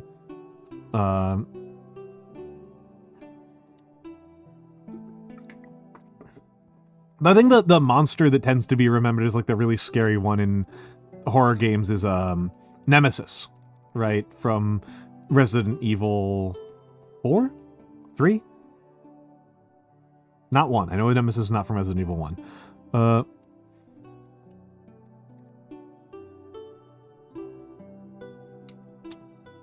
3. Okay. Yeah, and Gringotts has this correct. Yeah, by virtue of being the player character, it kind of undoes part of horror's virtue that you'd experience in a horror film, whereas a sense of loss of control over a situation. But yeah, like I do think that within the horror genre, this is what I was trying to get to. I apologize. I kind of got distracted there for a second. Within the horror genre, it is something of a metric of success in the genre that you scare people, right? Like that is like that is not the full measure of whether or not something, a work of horror is good, but it is a measure, right? It is one of the KPIs, right? It is the KPI for horror games and the horror genre is like, did you scare people? And when you choose game mechanics that are anti-fear, like not just even like unscary, but like anti-fear, like Dark Souls mechanics are anti-fear in a way that even like Stardew Valley mechanics are not. Stardew Valley mechanics might be non-scary, but they are not anti-fear. That's very cool that you get to work in that. I mean, a lot of us VTubers dream about working in voice acting. Well, it needs to provoke horror. That's a good point. That's a good point. There may be some lack of articulation in again, I'm not like deep in the genre. I encounter people who are more deep in the genre, and I am kind of like trying to learn from them observationally. I feel like I'm still in like the lurk more phase of that.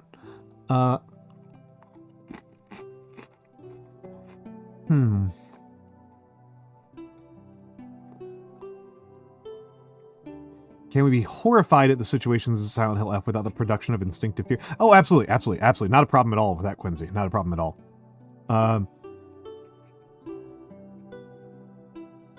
Oh, I don't know, Siren. I will say, like I am not trying to knock Silent Hill in general. Again, I actually really like Silent Hill 1. Like, I genuinely had a really good time with Silent Hill 1. I thought Silent Hill 1 rocked. I am expecting the remake of it to be bad. No, I haven't. Of course not, Mix. Of course not. Pretty much almost all of my gameplay time is on stream, and the only game I've been playing off stream in the last 2 weeks has been Dotage, which I've played like 30 hours of. I usually like don't even play games at all off stream in a given week. But yeah, no, I haven't played 3 and I haven't played Bloodborne yet.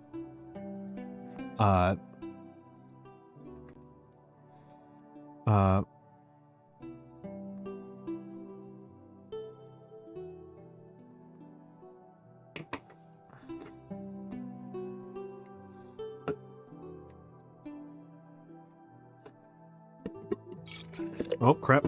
Spilled water on myself. Shit.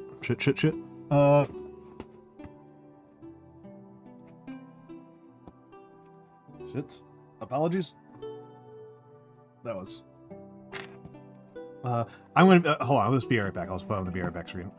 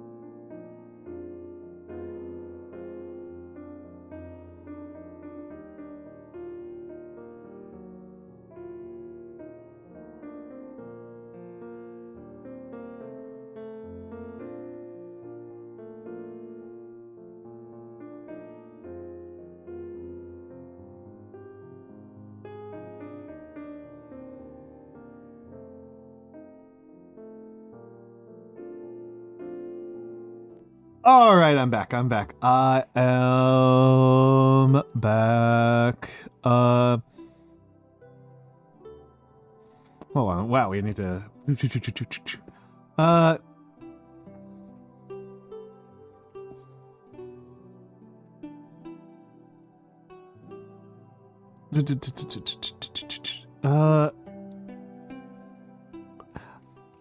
You read all of Umineko? That's crazy. That's crazy. I watched Higurashi. I liked it a lot. I liked Higurashi no Nakokoro ni a lot.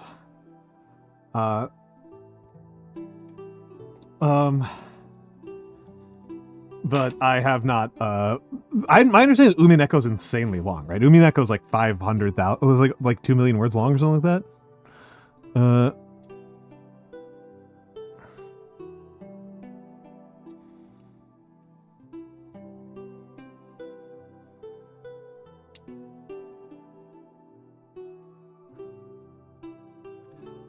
Easier to do the whole thing when it was coming out. Yeah, that's understandable. That's understandable. That's understandable. I do like their work though. I do like their work. I do like their work quite a bit. Horror should be based on a meaningful cosmological break from it. Well, one of my favorite movies is a horror film of a sort, which is noted shithead Terry Gilliam's Brazil. Brazil's amazing. Brazil rules. And Brazil is, Brazil's not really a particularly strange world to us, right? Like, Brazil is about the fundamental underlying stupidity of the theory of British governance.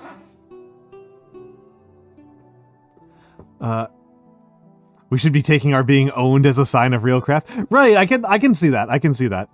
This is the reason why people would even say cheap jump scares, right? Gringotts is that, like, you wouldn't even bother to say cheap jump scares if there were not non-cheap jump scares. Right? If there were not well executed or earned or effective jump scares, we wouldn't complain about cheap jump scares.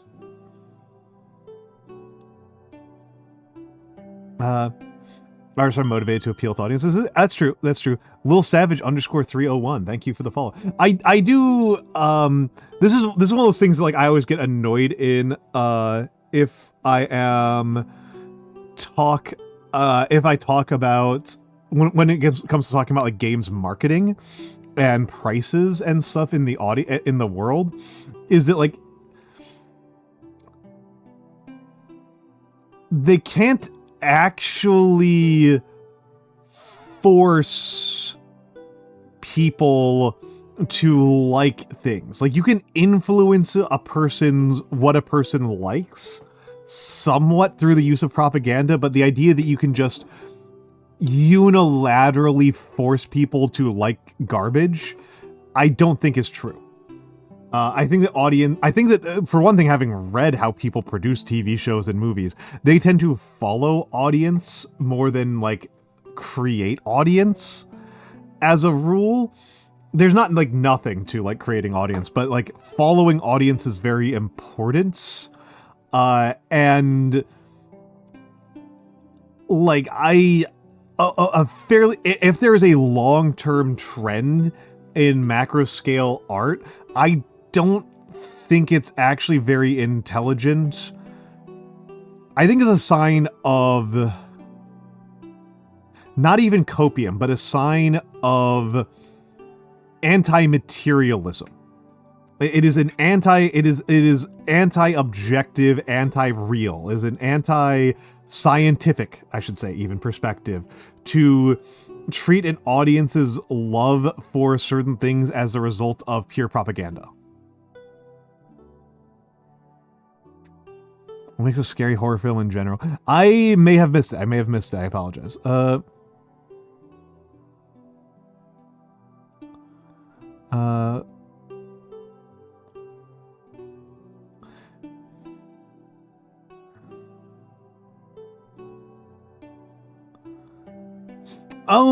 I mean, this is a different. I think I don't know that I see this. Okay. I saw. I did read your comment, Gringotts. I don't see things quite the same way, but I understand where you're coming from. I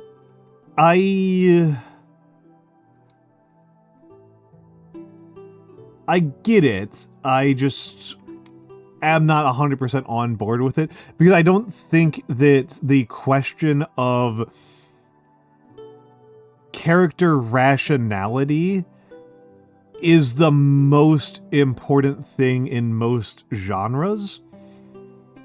I think that if we're dealing with a whodunit, right? If we're dealing with a whodunit movie, a whodunit story, then the question of character rationality becomes really important. If the characters all come across as substantially stupider than the audience in, like, a whodunit type of thing, that feels like a problem.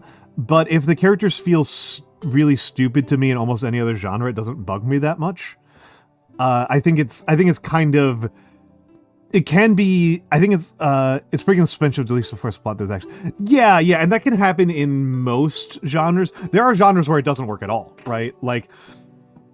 And to be honest, some of those are horror, right? Some of those subgenres. I feel like in a David Lynch film, the characters acting unrealistically is fine, to basically almost any extent, right? There's like basically no extent to which the characters in a David Lynch film could be irrational that would actually give me a problem.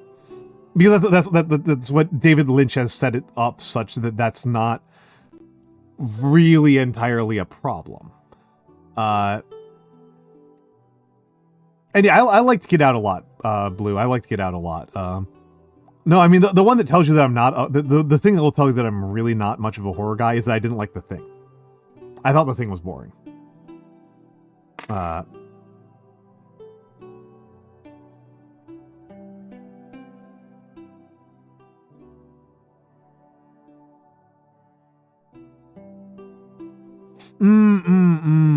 Yeah, I can see that. I can see that.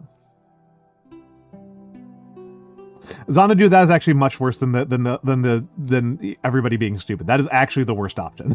Of all of the ways that you can screw up a whodunit, having the investigator having your investigator be omniscient is the worst one.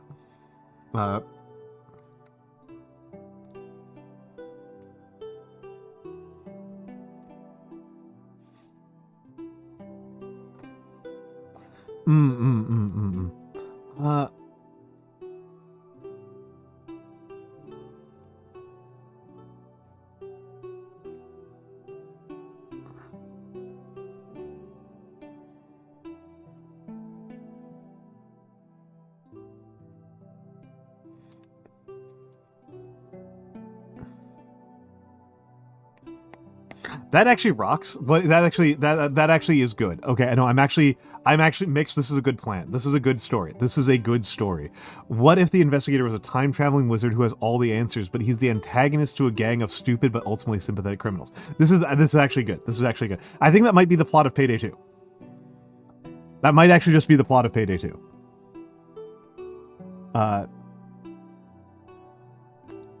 Quincy said something, I didn't catch it.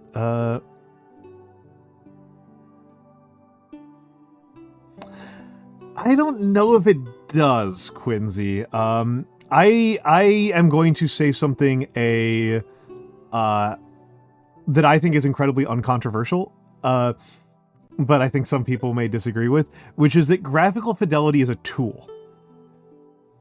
Graphical fidelity is a tool. High graphics fidelity is a tool. Full voice acting is a tool. Full voice acting is a tool. Full motion capture is a tool, etc. And if you have a story that needs those, if you have a story that needs those, then you just have to pay the price. But just because you can afford to pay for those tools doesn't mean that they are the best tools for the job. And this gets me into one of my actual most controversial opinions, right? One of my most controversial opinions, I think Silent Hill 1 has better graphics than Silent Hill 2.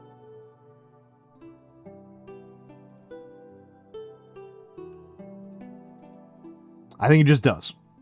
I think it just does. And I think also full voice acting is a tool that you don't need to use. I think mouthwashing is really enhanced by its lack of voice acting. Mouthwashing has very little voice acting, and I think it's very much to its benefit. I think that allowing the audience to not impose any specific accent or read onto what Jim and Curly and Daisuke sound like helps a lot. In particular, I think it helps them a lot as characters. Jim in particular, the way that hard-pressed, interesting. I think that Jim in particular can be read in different ways, and having talked to different people who have played mouthwashing, different ways of reading Jim's text, different intonations of it cause different reads, and I think that this is a strength of the story. I think this is a strength. I think that being confident that Jimmy has a particular accent,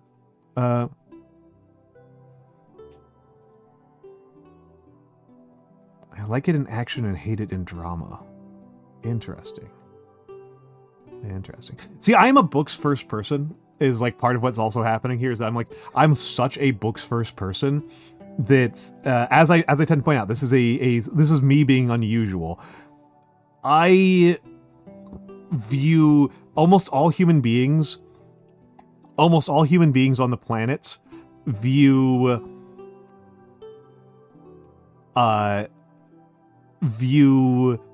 text as an encoding of speech, right? That speech is real and text is just an encoding, and I have the opposite of that. I have an opposite on that. I am, and I know this makes me unusual, right? I know that this makes me very unusual. It's even more obviously unusual when you know more about historical writing. And I think it's less of a strong rule, Mix. I think it's less of a strong rule. I think voice acting is something that, again, it depends on... I don't think it's a hot take. No, the hot take here is that is the Silent Hill 1 has better graphics than Silent Hill 2. That's a hot take. I know that's a hot take. But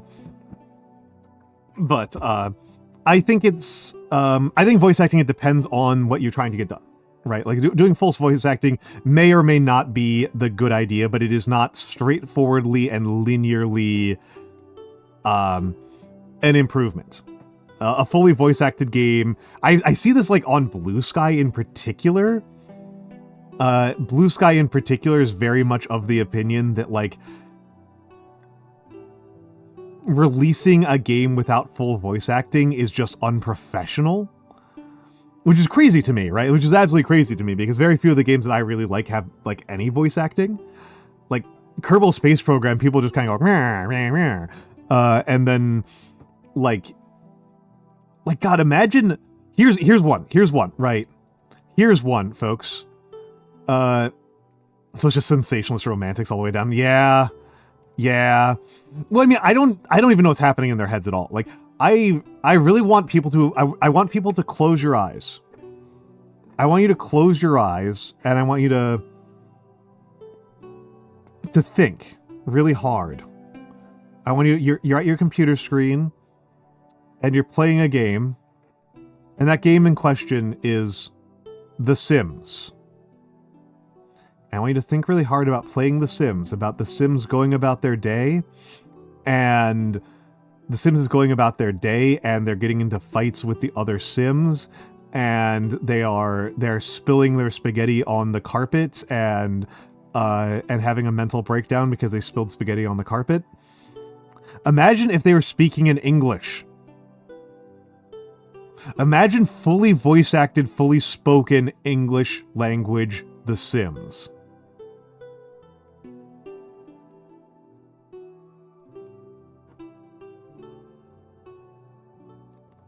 It's appalling.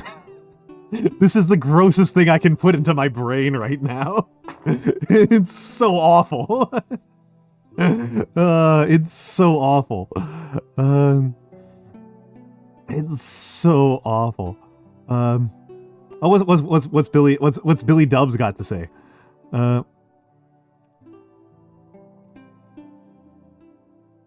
It is poison. It is poison. It's poison, right? Like, yes, okay, yeah, Watterson's correct on this one. Watterson is correct on this one. Watterson is correct on this one. Yeah, you have to make decisions, right? You have to make decisions. I think Signalis would have been worse with voice acting. I think Mouthwashing would have been worse with voice acting. There are games that are better with voice acting. Right? Like I said, it's a tool. It's a tool, and depending on your goals, it may or may not be the right choice. Payday without voice acting sounds awful. Payday rules, and a lot of what makes Payday rule is the voice acting. And it's not even good voice acting, right? Yeah, there are games that lack voicing. That makes sense to me, right? There would be things that go the other direction. Although I do just want to say that I am now amusing myself very, very strongly. The antidote to The Sims speaking in English is Payday 2 and everybody speaking Simlish.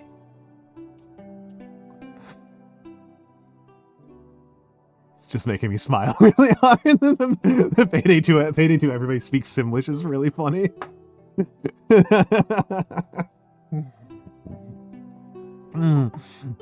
Yeah, the little guy, my little guy. Yeah, I love my little guy.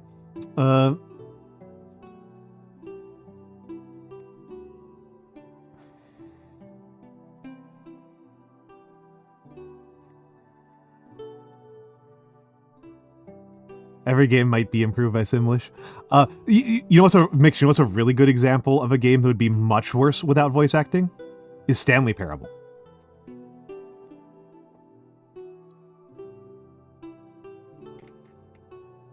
Stanley Parable really needs that voice acting. Yeah, yeah. I think that if you made a text-based Stanley Parable, you would want it to be turn-based. Right? Like you would just want it to be like Rogue. You would just be playing like Stanley Parable, but without voice acting yeah, Discworld text adventures. Yes. Very different. Very different. Very different. Stanley Parable, but it's it's Animal Crossing noises. Stanley Parable, but Animal Crossing noises. I'm sorry, I'm still just thinking about how funny it is to have Payday 2. It does seem like something in Stanley Parable that like you'd walk through a door and then the narrator starts talking like Baker from the Muppets.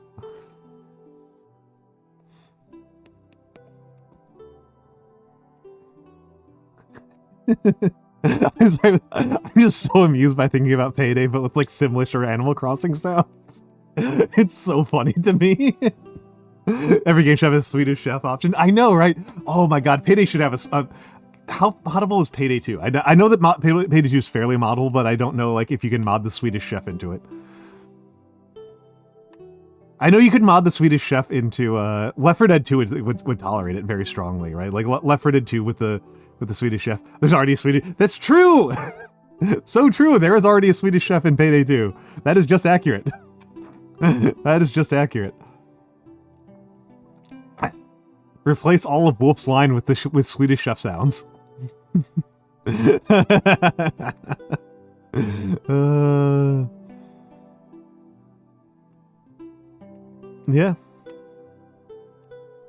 They're all big, and so you had to play them exclusively.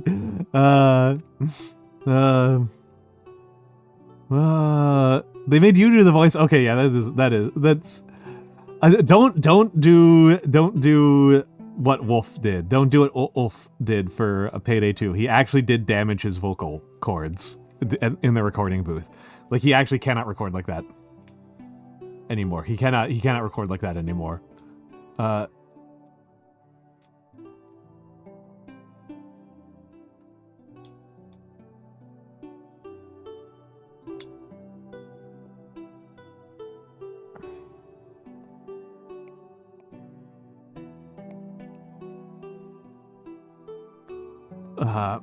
Jeezy Pete's. Oh my goodness. I'm just gonna be thinking about this so much. This is so funny to me. This is so funny. Oh yeah. Yeah. Imagine if The Sims just spoke in English. Is like that's definitely like. Okay, I've made it worse. I like it. I closed my eyes briefly and I made it worse, which is they talk like Joss Whedon characters. The Sims and everybody talks like they're Joss Whedon characters. Oh, this is the worst idea I've ever had in my life. This is the worst idea I've ever had.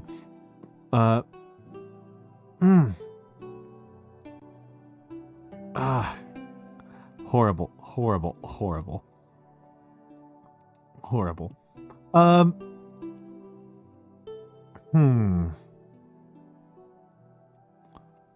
So, folks.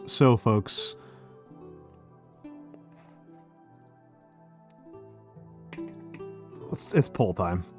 I haven't been able to decide.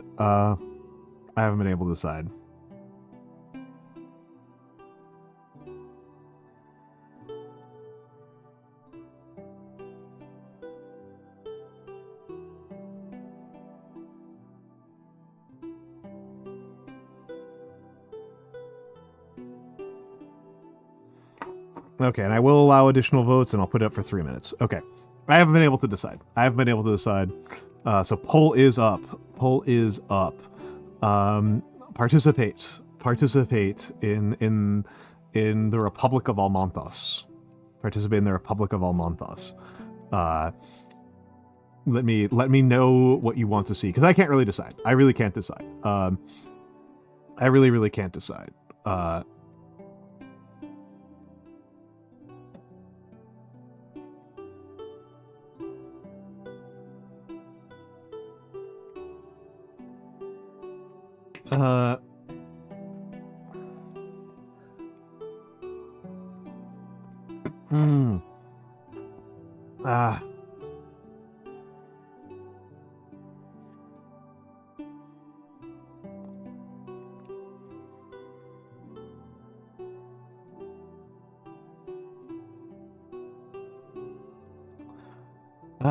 But yes.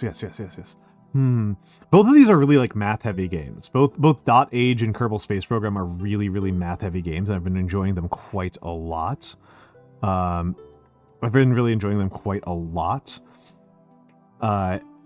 And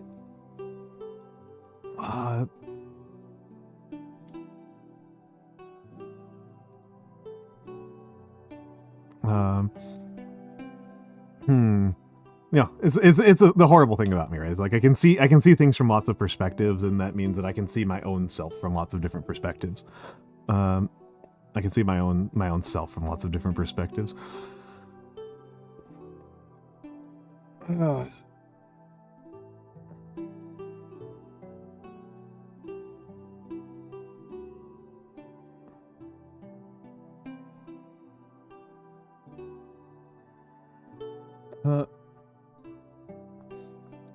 That's that when you're not thinking about it. I mean, the thing is, like, all video games are math. Video games are math. There's no non-math video game. They are math. They are math. I think I might even do, like, I'm at like the level where I might do a fucking video essay about this. They're like, I don't think most people actually hate math. What people hate is math class.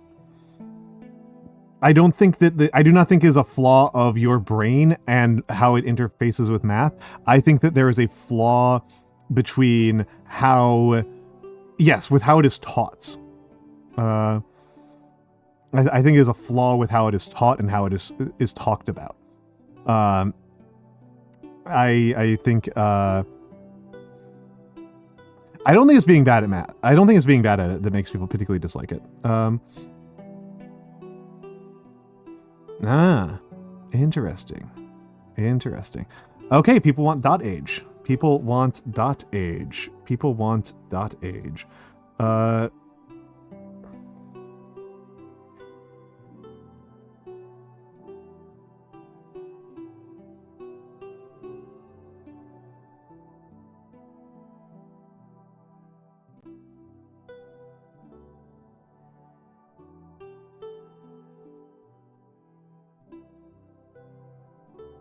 And we are going to go over to Dotage. Okay,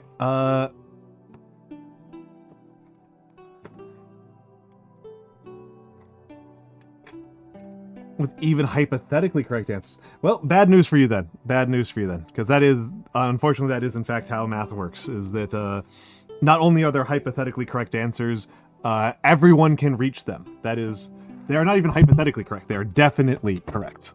Math is the one realm where truth is an actual findable concept.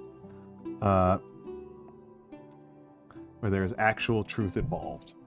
Something that just simply does not happen in most parts of your life. I think it is, I find it a relief to have a region of the world where everyone can arrive at the same answer.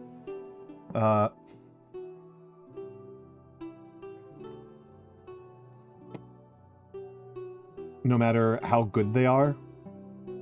And yeah, I know high-level math is very interesting. Well, unfortunately for you, Mix, math will always be there. Math is one of those things that will always be there, no matter what.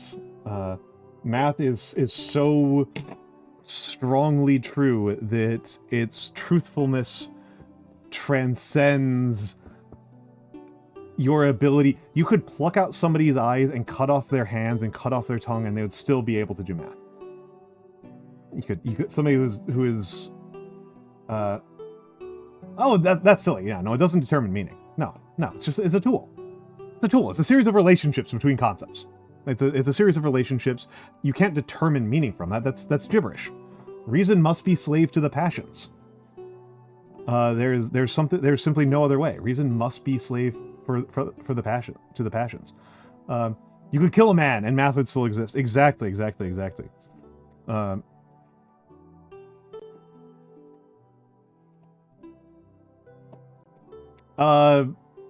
Mix, I'm quoting David Hume. Like, you understand I'm quoting David Hume, right? Like,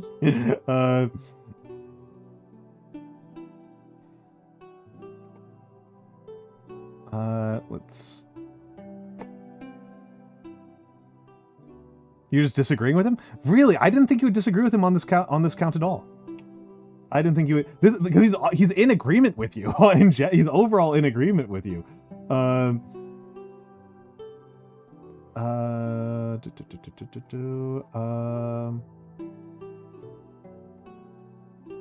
Okay.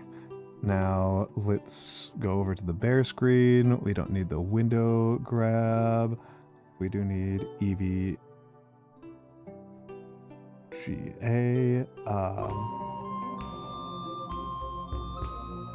There we go. Oh, wait, hold on. I don't want to be here at all. What am I doing? I want to be over here. There we go. That makes more sense.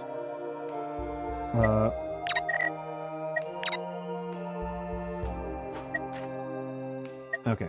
We want to be on profile A. Math is a convergence of those, which I think is neat. Also, hello, Goroth. Hello, Goroth. This is the so we are playing .age.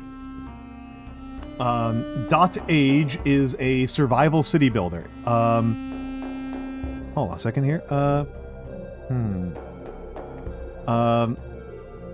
.age is a survival city builder, and let's play math is an illusion to make things make sense.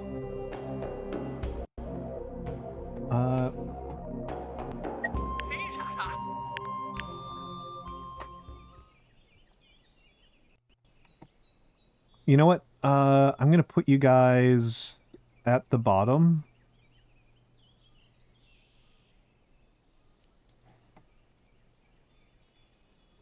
And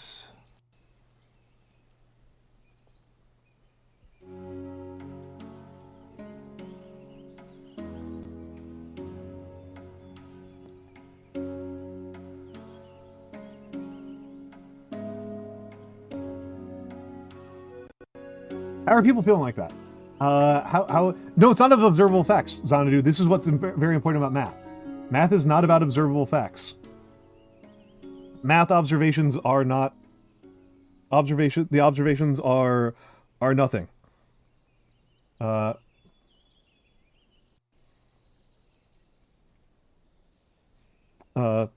observations are nothing. Math itself is nothing. Yes, but math is also truth. Math is also the only truth. Okay. So the thing is, like, this is one of my first. I've played the game a lot off screen. So I have since learned that the way I have set up this city is really bad, and we're very likely to lose. We are very likely to lose with this setup. Not guaranteed, but there's a bunch of things that I've done super wrong.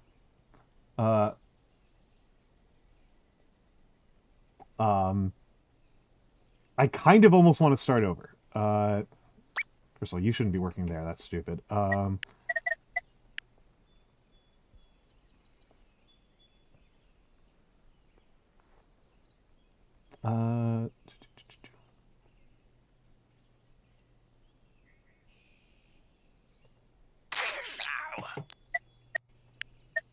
Wait, hold on. Do I have space for any kids?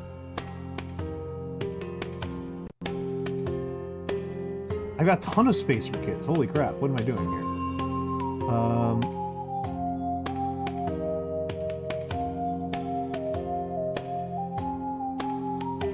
Oh yeah, no, that's just being dishonest. Yeah, I do agree with you. That is just flat out being dishonest, right? Like that's just dishonesty. Like I can't support that because like you just lied. Like,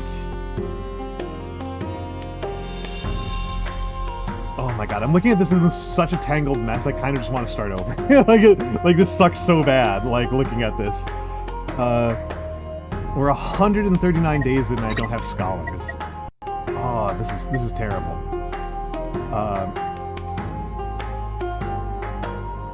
Yeah, I mean, this is like my big problem with Kant, right, Mix? This is my big problem with Kant, with Kant, is that like Kant is making the argument that like his God has to exist. I did notice that. God has to exist because if God doesn't exist, then like math would be wrong, right? Like, and his argument is not even like from math. He's just like, he's not even making good arguments about math. How is that, folks?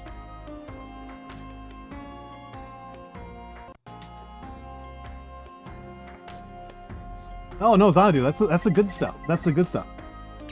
Yeah, I don't like Kant at all.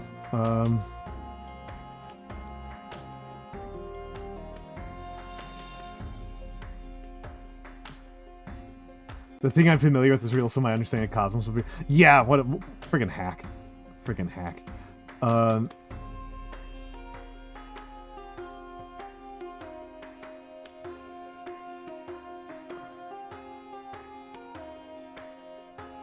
Okay, hold on.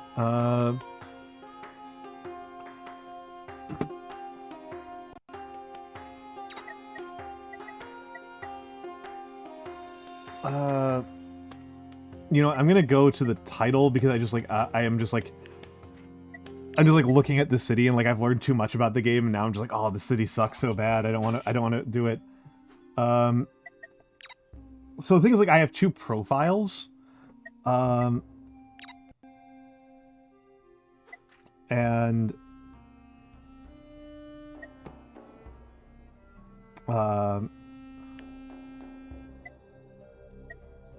this is the one that I've been playing off stream, is this one. I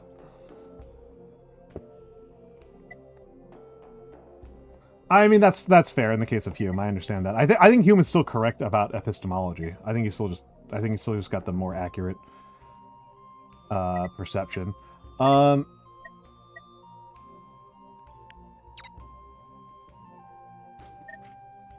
Yeah. I don't know if I'd want to hang out with him. All right, folks. Yeah,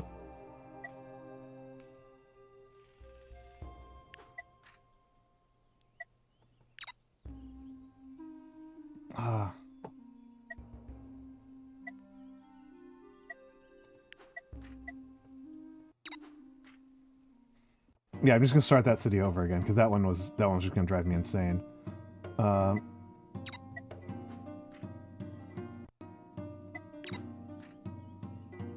Sending new score. Really should just become a rabbi. Pretty funny thing for her to say. Okay, I don't know why this is taking so long.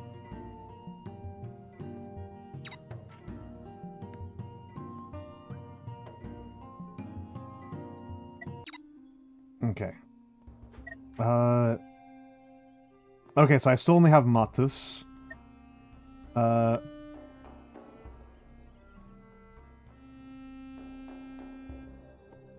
Alright. Tighter, less space for errors, let's go.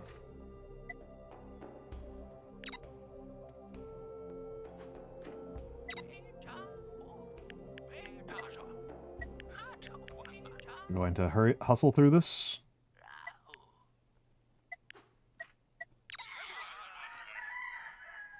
Okay. Let me take a look at this map. Let me take a look at our map gen. What did we get? What did we get? I'm looking for exposed copper veins, which is not the... Exposed copper is not the most important thing on the planet. But I do like to have exposed copper.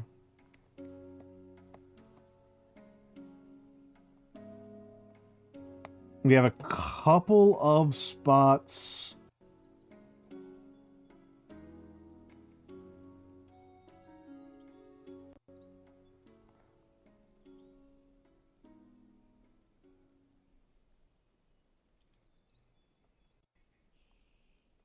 Let's see. We've got a couple of spots that are double treed, but no triple tree locations, which annoys me. There's some water down here.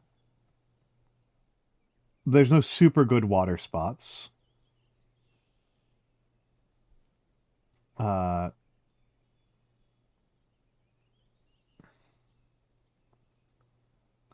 An old copper mine in Michigan. Was this for like was it like one of those archaeological ones? Because I haven't learned a lot about it, but there is like an old copper culture. There's like there's a Chalcolithic, like a way pre-contact Chalcolithic culture, centered in Michigan. I think that's super cool. I think that one's super cool.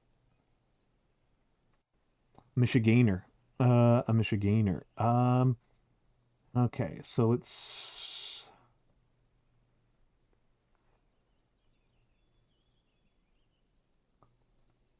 Let me think about this a little bit. Okay, so I know I want to settle somewhere in the center of the map. That's unambiguous. I want to settle somewhere in the center of the map, with a lot of open space, because I am pretty sure I can take a look here. Education. Okay, I got studies. Okay, I got studies. That's an important thing for me to know at the start. You can either get retreats or studies as your initial research building, and they build completely differently. The retreats need to not border other things, whereas studies have to be at the center of the map. Yeah, they have to be within 2 marker of 2 distance of the town center, which is really limiting. Which is really, really limiting. However, studies do have some advantages.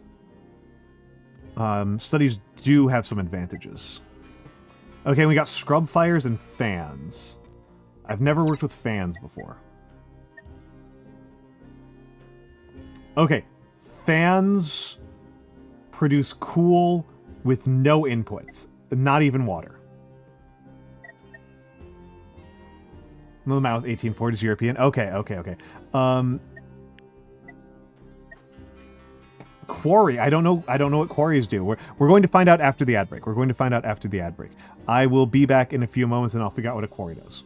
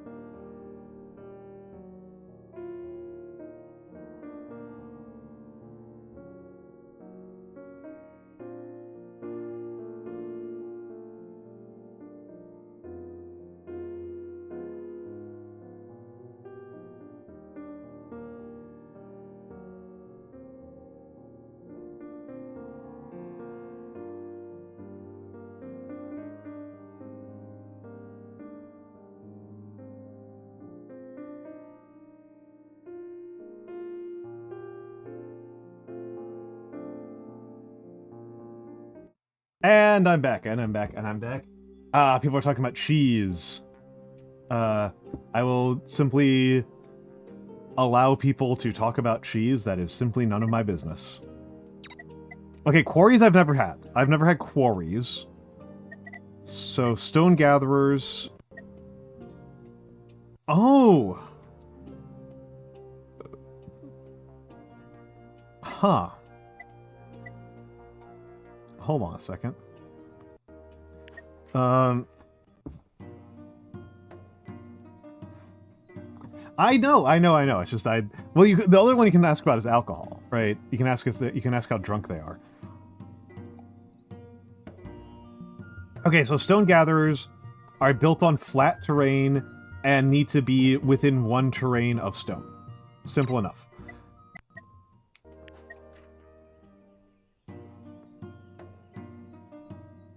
Quarries are built on stone. Okay. Yeah, I know less about cheese than I know about drink, which I don't think should surprise people too much. Oh, and quarries use miners, not stonemasons. Okay, but they don't require... Okay, that's an interesting one. Quarry is interesting. Everything else here looks the same to me.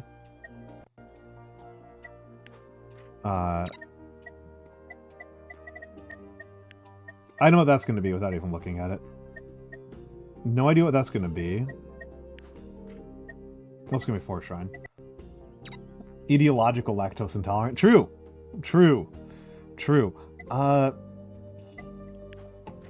Okay, so I know this is going to be the dock house, which is the important part. The important part is that this is going to be the dock house.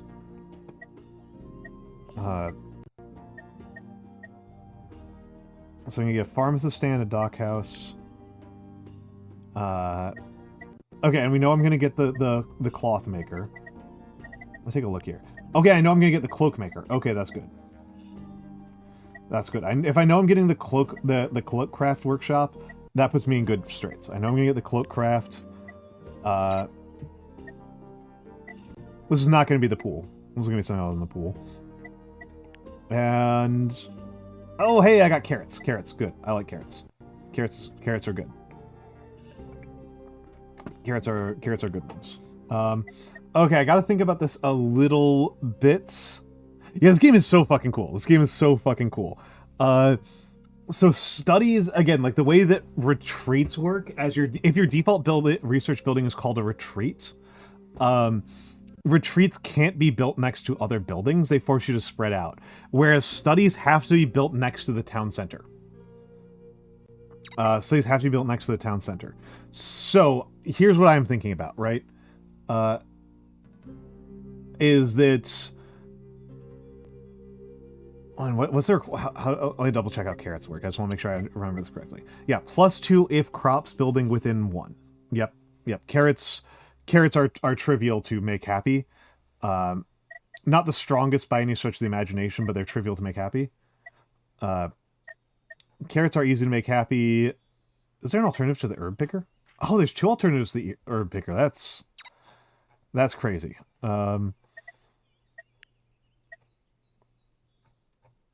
Everything else looks pretty standard to me.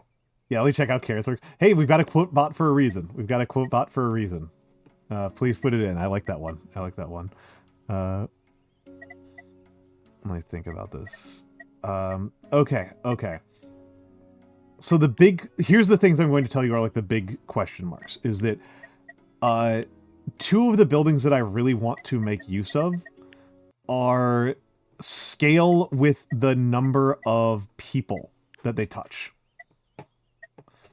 Might need to manually.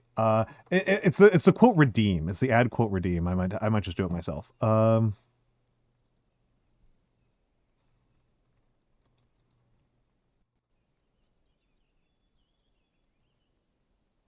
There, it's in. Yeah.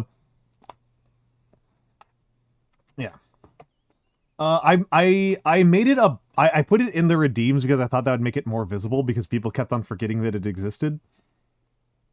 But maybe people forget about the redeems too. Maybe I have too many redeems. Maybe I need to think about this some more.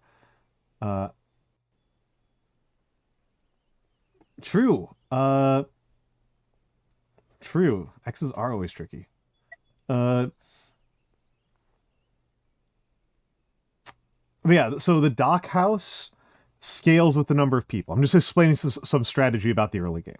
The dock house scales... that one's a good one.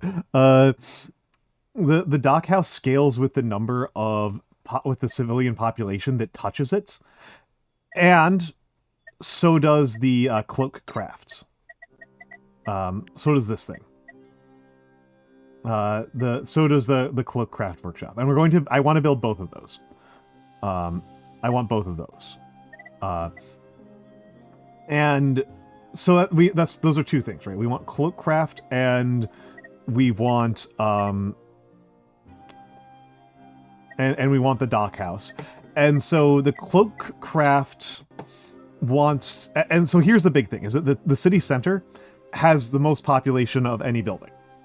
It is the highest population building. So what we're going to be doing is we're going to be creating buckets centered around, yeah,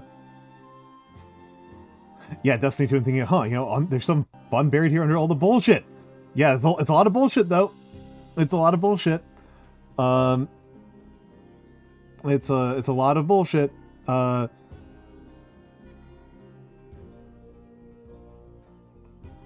So I'm having to think really hard about this. So I want two sides of the I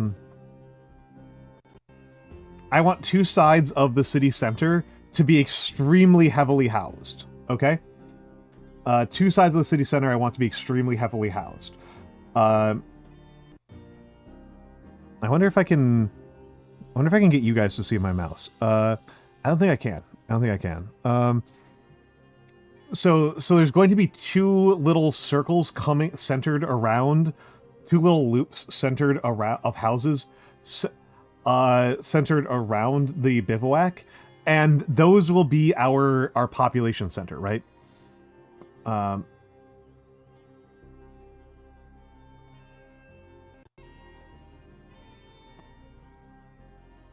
trying to figure out how to execute on this. And then the other question is, I want to have the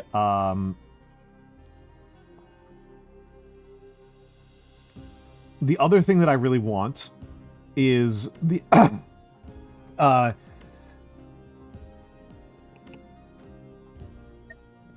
yeah, I mean, also Zandu, I've had the exact same experience. Comparing comparing Warframe to Destiny 2 is not kind to Destiny 2. Destiny 2 is like the poor man's free-to-play Warframe, which is crazy. Because one of those is, in fact, a free-to-play game, and one of them is not. Okay, so the school... I have a couple of options here. So... I want to create a school that has a U shape of other knowledge makers around it. I want to have all knowledge makers, right?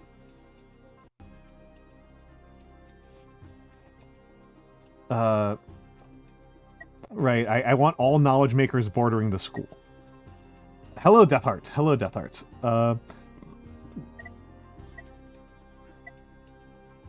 Hello, Deathheart. Okay. Deathheart showing off why I like to have the VT in my name.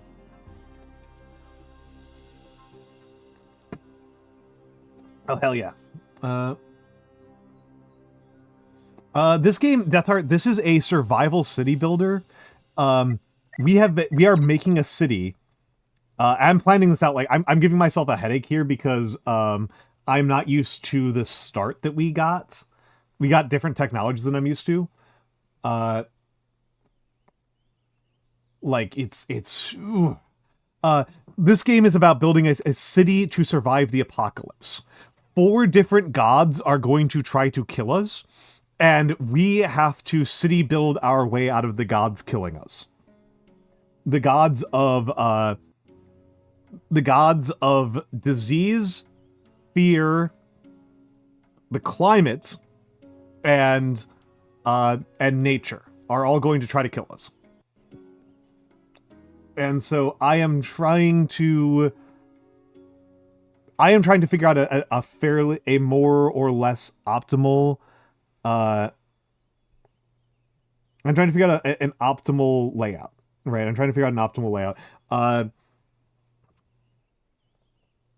And so the big problem is that at least it's the Four Horsemen. Yeah, at least it's the Four Horsemen. The big problem is that I rolled studies, and studies are weird. That's where I'm running into a challenge here. Is that studies are weird. Studies are strange buildings, and the interaction between studies and schools is what I'm trying to figure out. I'm trying to figure out how to do the interaction between studies and schools in a highly productive fashion. It might not be possible to do what I am thinking about. It might not be possible. In fact, you know what? Hold on a second. I'm just going to make sure that nothing on the EV... I'm just going to be cleaning up the desktop on this other computer just to make sure that nobody sees anything untoward.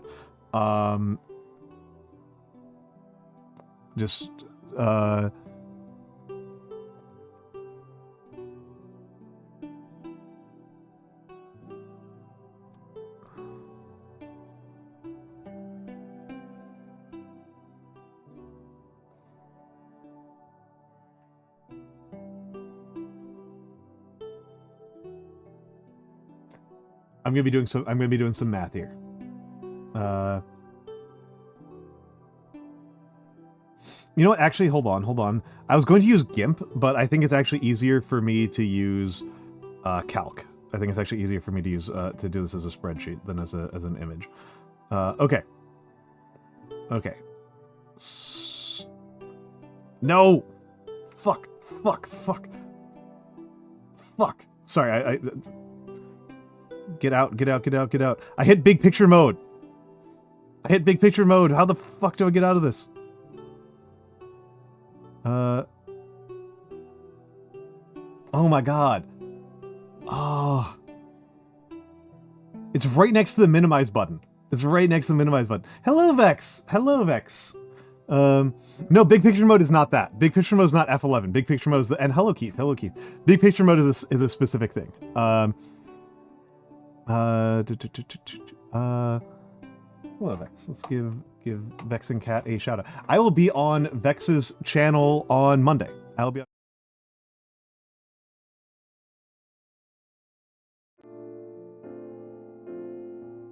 Took me like 4 times to find what I was going for. Took me like 4 times to click on the right thing. But we were fine. None of those were particularly bad. But okay. So, none of those are particularly bad. Okay, so...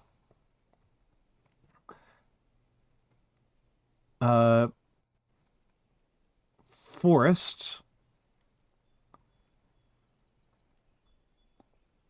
logging... paper making... scriptorium... school. Okay, now we get into the challenge here. Okay, so we've got a paper maker, a scriptorium, and a school in that order. And the school, I want to have study.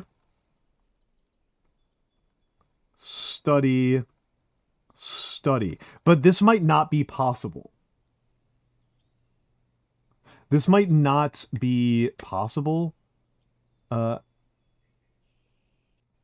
I'm dying. I decided to skip the turkey and just roast his opponent. Sliwa has been even funnier. I'm not gonna lie. Like, Sliwa's a maniac, but I have to give him credit. Okay, so this doesn't actually work, right? This is actually an illegal placement. City center. Okay. So, okay. See, I'm glad I did this. People think I'm joking. People think I am joking that I play games in spreadsheets. that I play things in spreadsheets.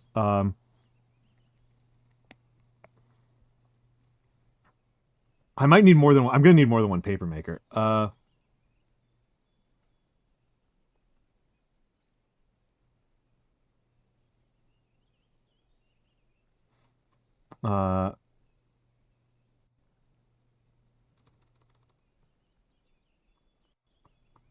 Okay, city center. Okay, I think this works. I think this works.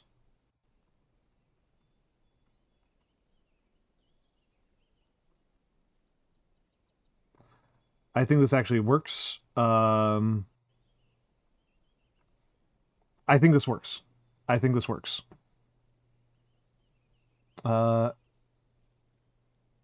I think they are. I think a lot of people don't. I think a lot of people don't. Doctor.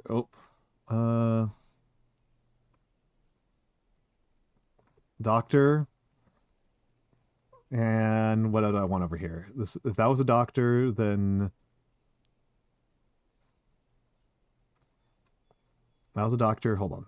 That's a doctor. Then this is the cloak. Okay. Okay.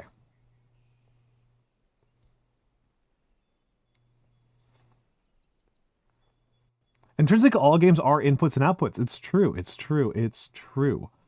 Let's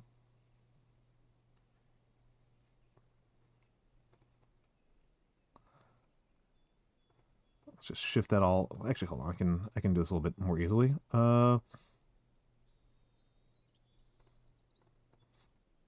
then huts.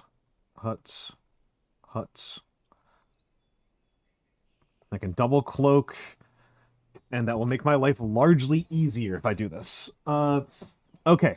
So I just gotta think about where I want this going down.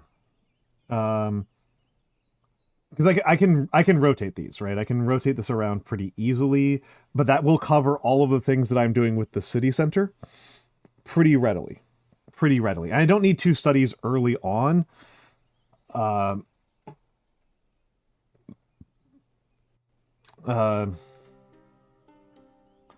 Telling me to access Steam features right after I got so mad at the Steam features.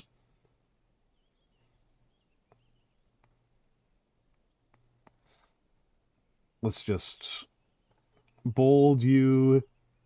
No, this is my unpopular opinion. You and I are in the unpopular opinion, Death Art. All games are optimizable. All games are meant to be optimized.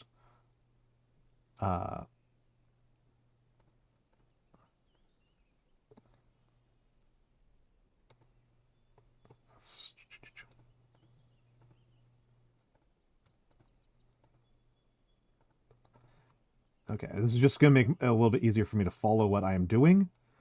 Okay.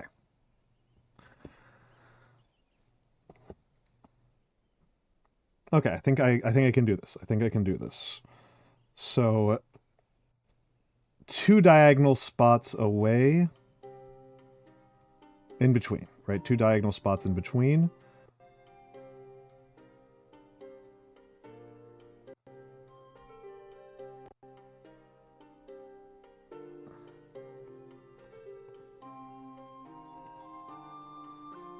Can these strawberries just be ripped out of the ground? Because the strawberries can just be ripped out of the ground. It's actually, like, not too bad.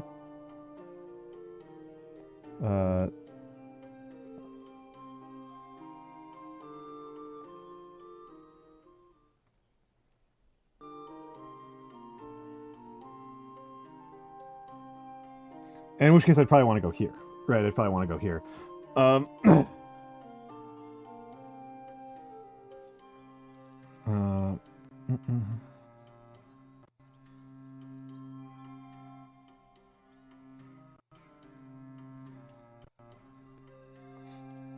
And of course, the forest could be in either of these 2 locations, right? It can be either of these 2 locations, and it'll be fine. So that's diagonal, school, paper making.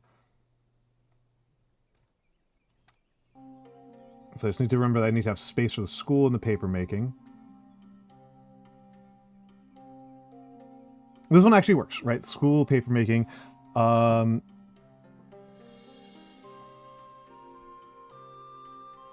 School, paper making. This rotates it slightly. This rotates it slightly, but it's not like a big deal. This should work. This should work. So, right, like,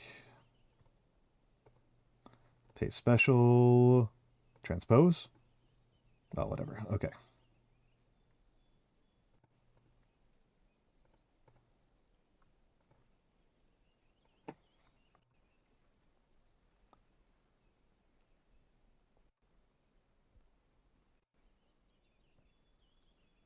Okay, so something like this should work.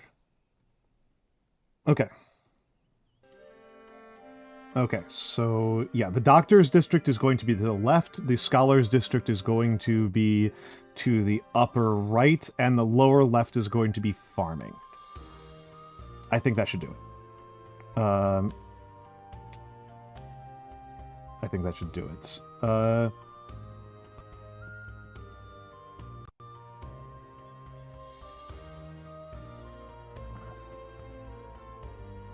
Just making sure I did this all right. So if that's a school, that's the paper makers, 2 scriptoriums, 2 studies. Okay. We're going to start off with knowledge.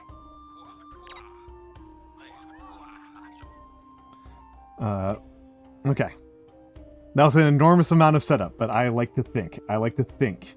So you guys get me thinking. Okay. And we're going to spend that on going for the large study.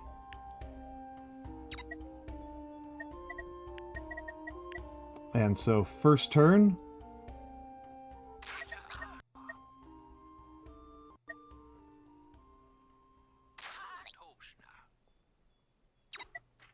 Let me make sure we're on fast speed. I wonder if I can check that. We are on fast speed. Okay. We're on fast speed. Okay. So normally I would put all 4 cabins at the corners, but the studies caused me to build differently. The studies caused me to build slightly differently. Okay. Houses get built. We got some health. Hold on a second here. Oh, yeah. I got the large study there. I just accidentally canceled that. I didn't mean to. Okay, we're going to turn the speed back to I'm going to turn the speed up to 2. I had the speed set at 5 for when I was playing solo, but like here it's a little bit disorienting while I'm streaming. If I'm just playing by myself, it's like a little bit different. And now we're going to do the most important part of the early game. Everybody gets laid. Okay, so strawberries are a gather. Strawberries are a gathering site. Okay. Everybody gets laid for the first 2 turns.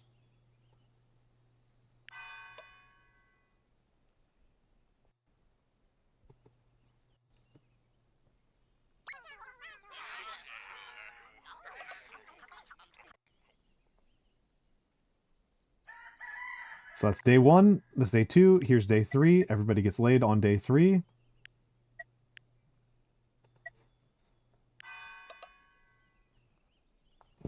Okay. And now we have consequences, right? Now it's time for consequences. Wait, what?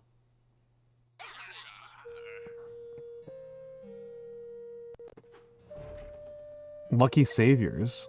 New pips are welcome to the village. Oh, now we're in trouble. People are going to start starving. I was not expecting that. I was not expecting that. Okay. We're going to have some starvation in the early game. I wish I could say I didn't predict that, but I did.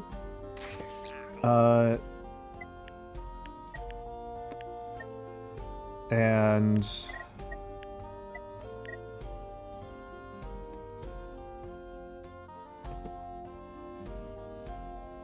We gotta get some wood going.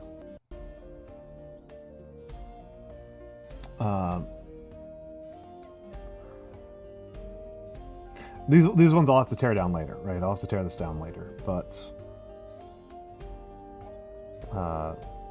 study, scholarship, scriptorium, papermaker. Yeah. I'll have to tear that down later.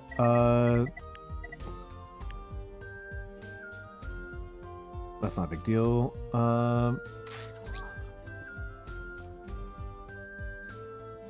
I should tear that down relatively soon. If I'm honest, I will have to tear that one down relatively soon. I got 3 people who aren't working right now. Holy crap. How are we doing on wood? We're at 4 wood. You need to dip? Yes, please, Xanadu, get some rest. Please, Xanadu, get rest. Please, Xanadu, get the rested. Get the rested.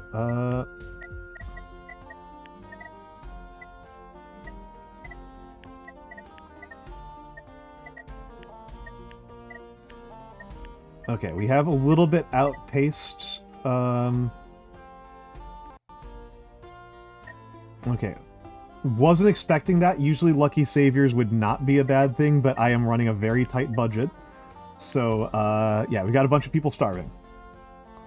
We got a bunch of people starving, and I may as well just build the study right here. I don't have a lot I can do, buddy.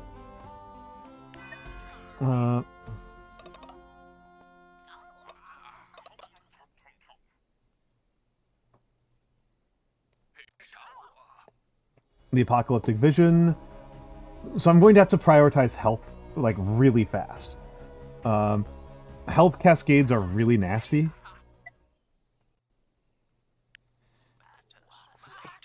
The vision came to me.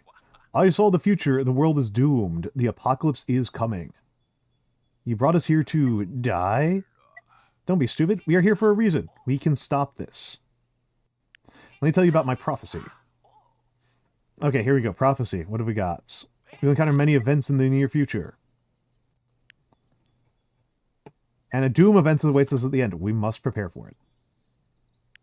Okay, so just heat and fear. We just have heat and fear. Okay, we just have heat and fear. That's fine. You said we'd find a new life here. Disrespectful fool, are you calling me a liar? Work hard and the dooms can be defeated. This is what I saw. Now you all know about the prophecy. We need to work hard to survive. Yeah, we do gotta work hard to survive. Okay, so definitely don't need... So first things first...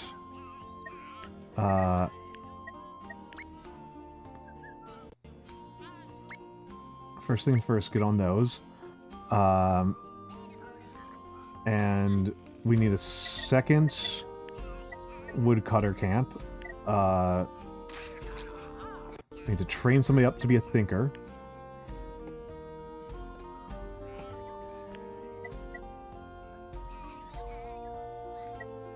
Okay, so we will just barely make enough if we do this. Okay, there we go. We'll be getting close to we'll be at population 12 very soon. Oh, that's Siwa's like signature thing. He has this crime fighting hat. He has a special signature crime. It's a special crime fighting hat. That's like his thing.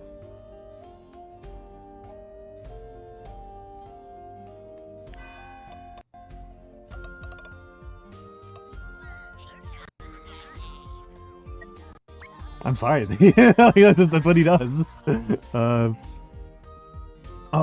alright. Now it's time to get back on researching. Okay, so food... we have become cursed. An omen is coming for us. Something bad is going to happen. Right, okay. Okay. I don't need the shared study for now. I do need the fan. I need to do the fan. Early priorities are going to be fan, remedy rug, and food, of course. Food is always an early priority.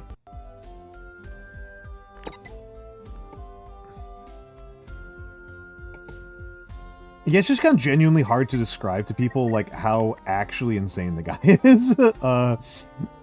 Like, really knocking out of the park here in my city. To another wood pile.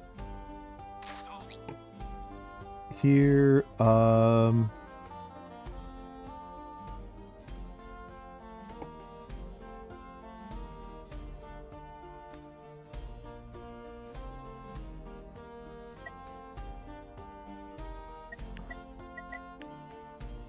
there we go. And I don't know what to do with this last person who's idle.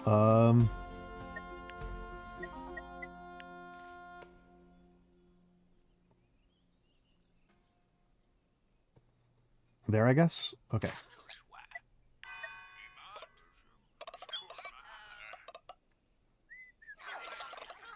Okay, so I got to a water location, but I don't really need it because I'm on fans, which I've never had before. I don't think fans change things a ton. Fans require watchers. They hate to be obstructed.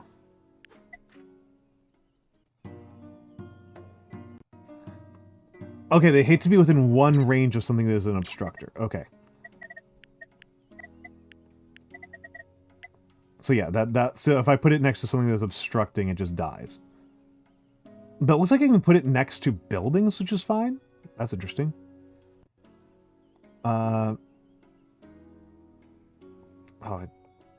You need to be on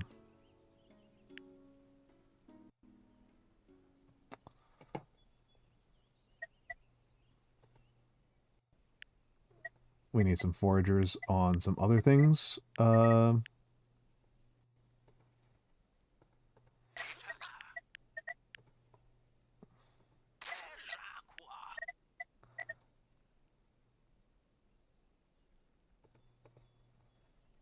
And let's get a fan. Oh, I can't build that yet. So let's may as well build the fan. May as well build the next fan, the next forager. Okay, so I need those running, and I'll need the well sooner or later, but I should get the remedy rug relatively early. Oh, I'm sorry, I didn't see your message. Oh, okay. Oh, I'm sorry, I didn't see it. See, I feel dumb. What's the difference between calligraphy, cursive, and hand lettering? Okay. Cursive itself is a type of handwriting, right? Cursive itself is a type of handwriting, and it's the thing that kind of defines. It's just a thing that you can do with any pen, right? It's a thing you can do with basically any pen. Hand lettering is drawing things into the shapes of letters, and the distinction between hand lettering and calligraphy is. This might be a little bit abstract. I apologize if this is like a little bit too abstract. But the difference is that in calligraphy, you are relying on the limitations of the tool, whereas with hand lettering, you are drawing with normal drawing tools. So a calligraphic manuscript is actually really obvious what the reed or the stylus or the yeah, cursive is mostly for writing faster. And actually, this might be clarifying. I might want to, let me think about it, how much I want to do this.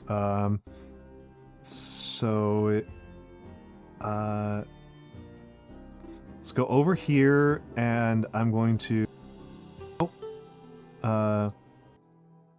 okay, so,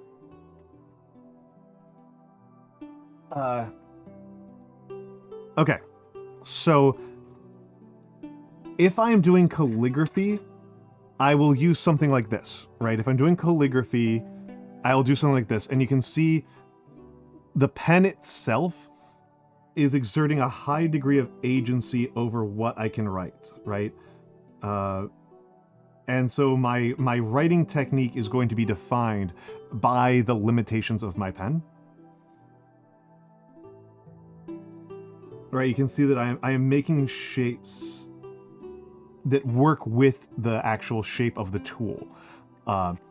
Whereas hand lettering would be more like...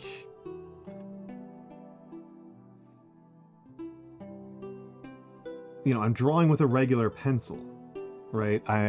Oh, that doesn't show through at all. That doesn't show through at all. Hold on, let me grab a black pen. Let me grab a black pen. I don't think I've got a black pen right now, but I think I've got an orange pen. So,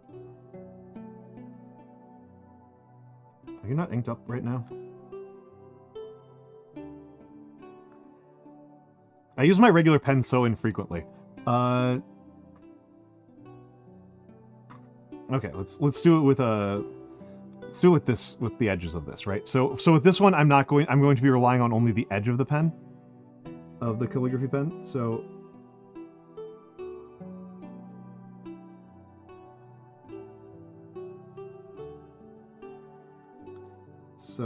and then I go like this.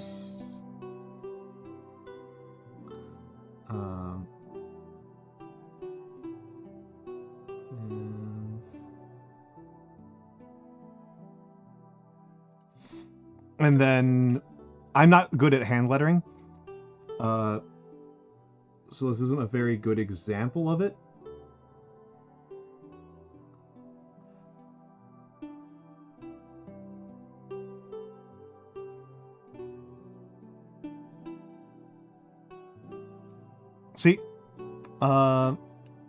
See, this I didn't draw. This was not dependent on the shape and limitations of my tool. This was dependent on my skills at freehand drawing.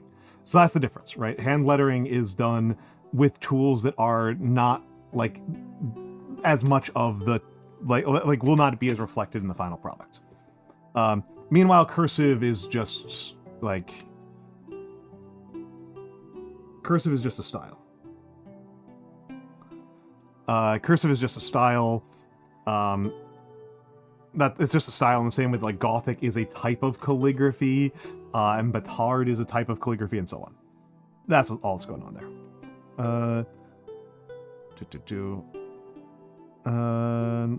Let's get back to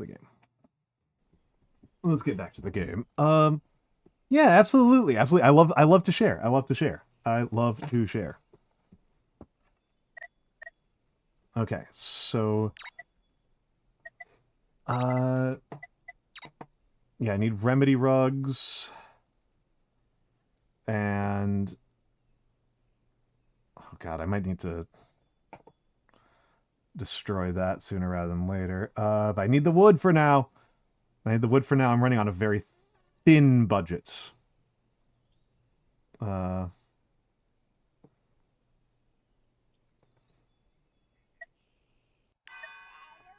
I do not have a lot of leeway here.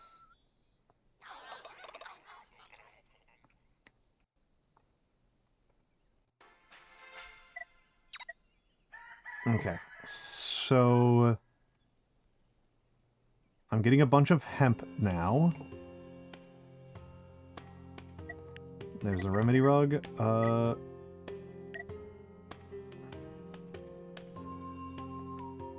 Don't think there's any good locations for it. This is the only good location for it at the moment.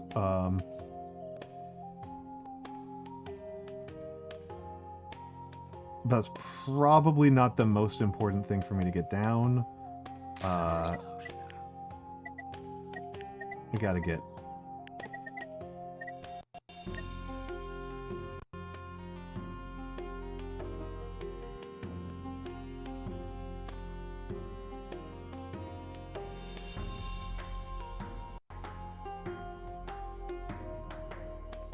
somewhere over here might be where I build a carpentry, but not for the moment.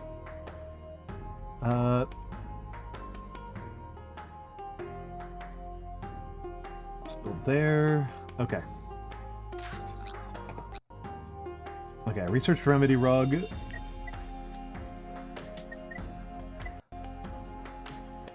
We'll probably want healer hut sooner rather than later, but let's get on...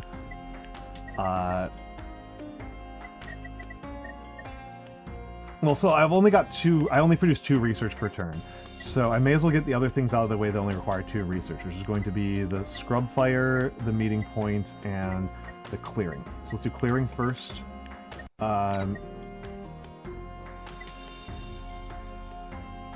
Do that one first. I don't know if I need all of these staffed at the same time. Let's get the large study built.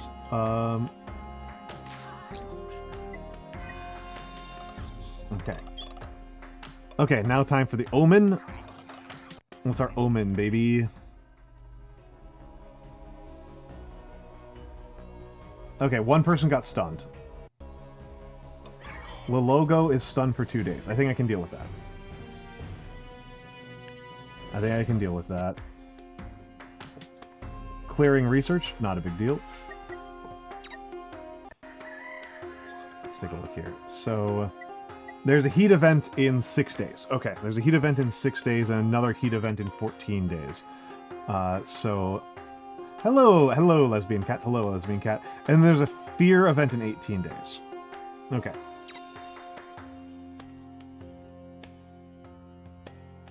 Oh, these things are weird. Okay.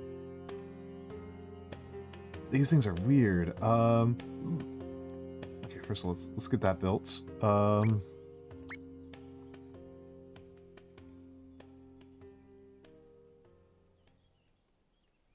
I need to be expanding the town faster. We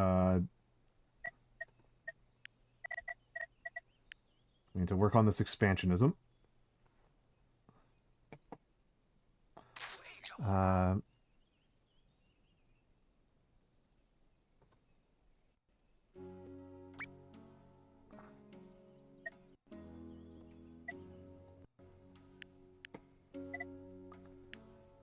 Okay.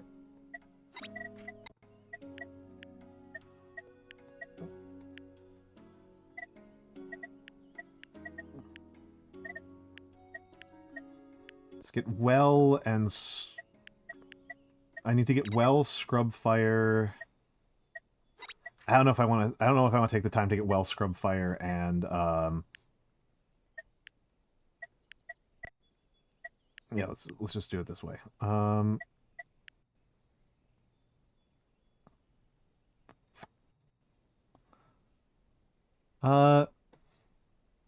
Roman Empire's collapse. I think it was primarily internal. I think that there is an external thing that matters quite a bit, but I think the internal factors are much more important. I think the internal factors are much more important. Let's do that first. Let's get a little bit more hemp, because I think we're going to be burning through hemp like crazy. I think the internal factors are much more important.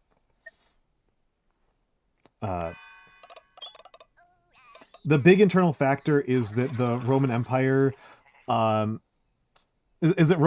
read primarily is that Roman elites, a reckoning event. Oh, come on! Okay. Okay. Sorry. Yeah, I primarily think that the reason why the Roman Empire collapsed in the way that it particularly did comes down to the Romans, the Roman elites and leadership figured out, I suppose, that there's just no way. There's no way. 2 turns, my people are going to get sick. There's no way around it. This is annoying. Sorry, I get real sickness files are very annoying. I'll be very, very, very annoyed if we basically just lose the game entirely, because we rolled a positive event. That will really get under my skin.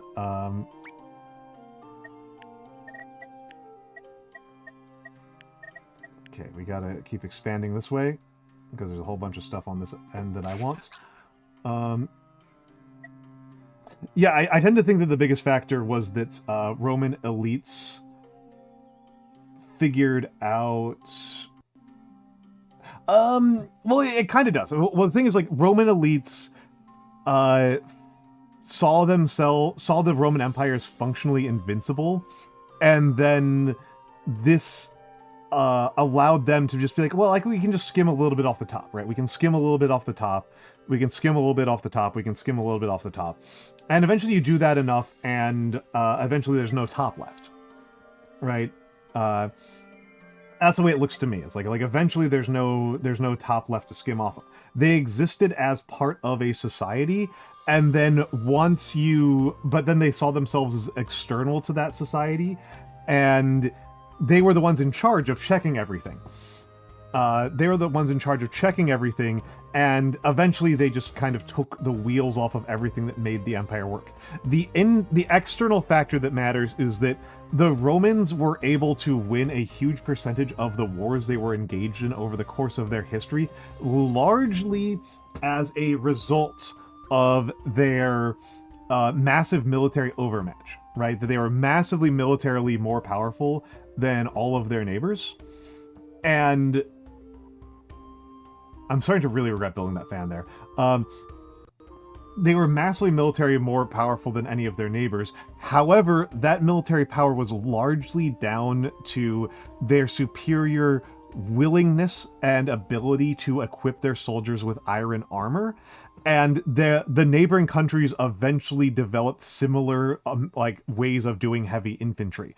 And so when you look at wars between the Romans versus their peer powers during the Republican era, the average Roman soldier is massively heavily equipped compared to the average Greek or Gaulish soldier. I would say Carthaginian, but we actually don't really know that much. But we do know that, like, compared to the Greeks that they were fighting and the Celtiberians and the Gauls that they were fighting, we can say with confidence that the average Roman soldier was massively more armored than any of them. And then if we compare that to the later Roman Republic during the Dominant era, the Roman infantryman is not nearly so differently equipped than his Germanic peers. Okay, I am almost certainly collecting too much hemp. We are almost certainly going to have a huge sickness event coming in, and in which case that will be slack in the system, right? That will be slack in the system. We're in trouble.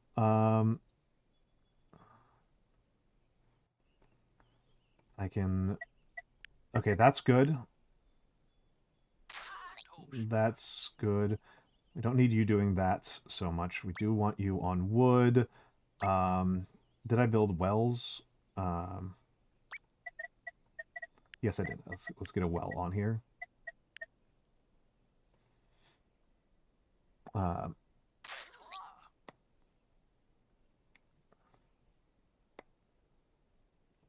Okay. And this sucks. This sucks.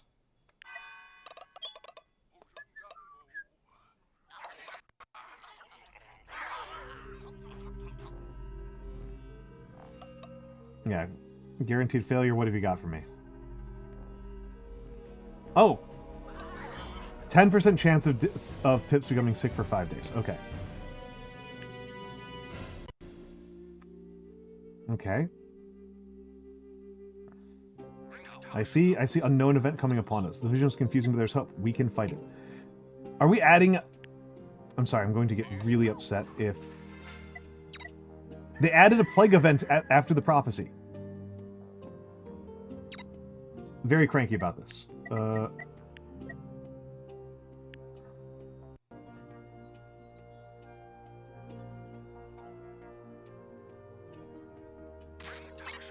Okay.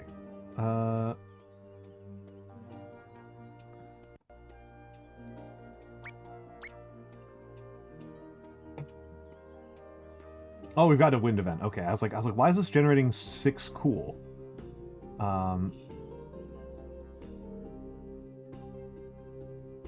Okay, and we don't need a water gatherer right now. We need to expand. We need to increase the road. No, it's all good. It's all good. It's all good. I don't mind at all. I am not so much trying to, like, win as I am to, like, stim, right? Like, this is,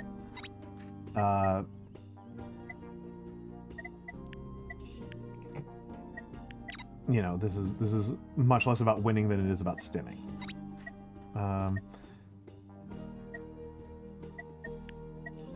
Okay, let's get tilled soil.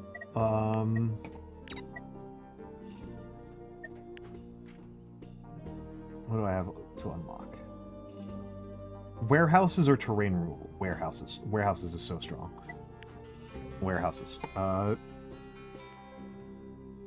then fruit orchards. If we can get fruit orchards before autumn, that would actually rock really hard.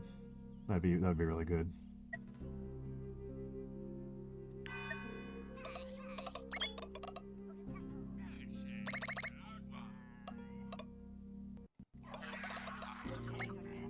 Okay.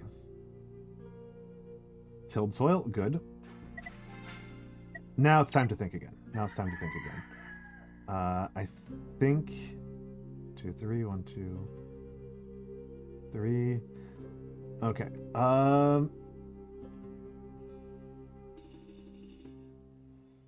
Yeah, ads are incoming. Okay.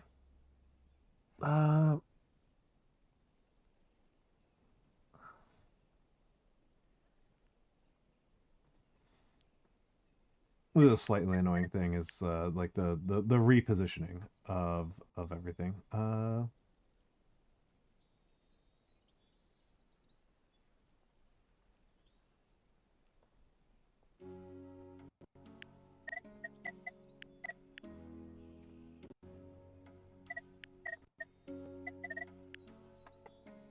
Let's think about this. Let's think about this a little bit.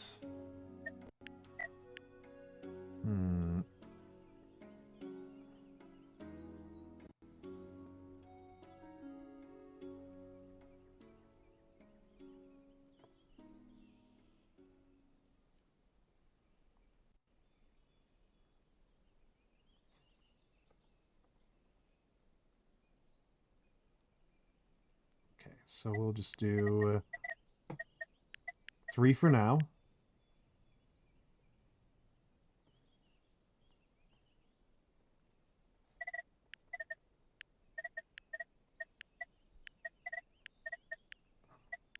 Terraform.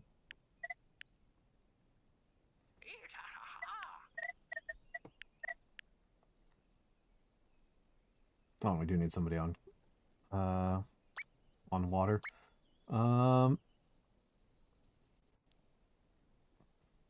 People are starving again. 2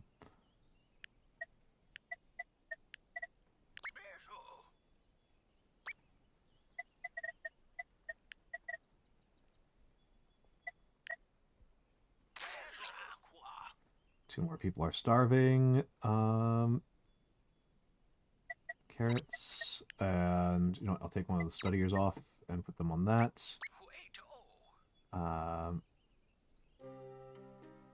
Okay. Okay.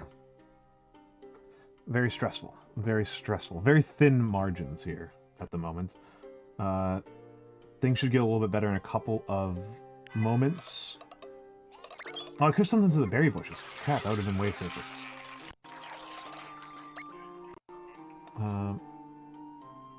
Carrot field.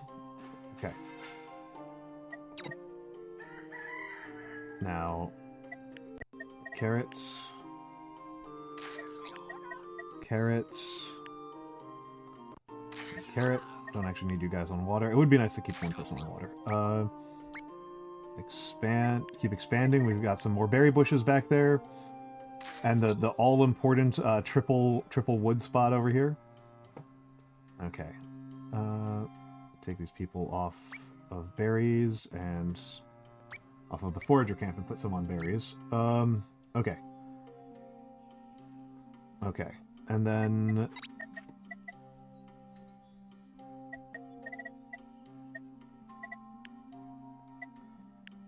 I'm researching 4 per turn.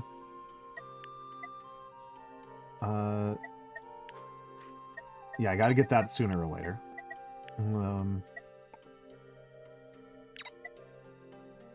Gotta get that one sooner or later.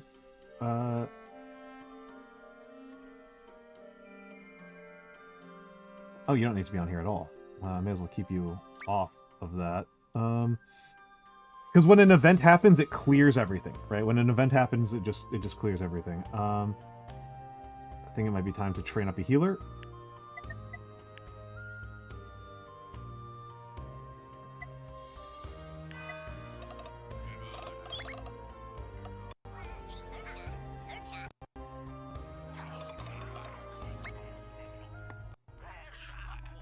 Okay, we're winning this event.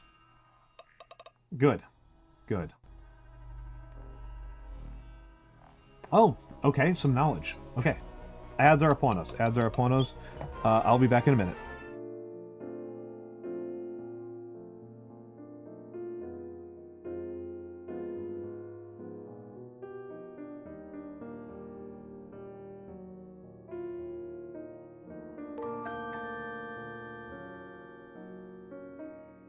Sustaining out subscribed.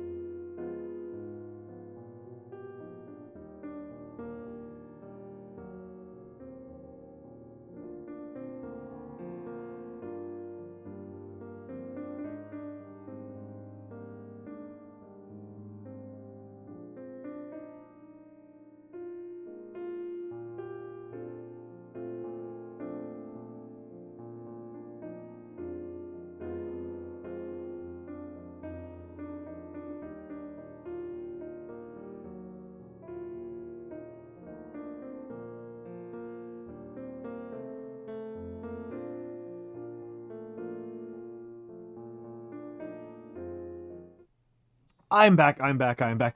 Just hanging out. First of all, thank you for the gift sub. As you may know, we are in a subathon, so that's actually extremely helpful right now.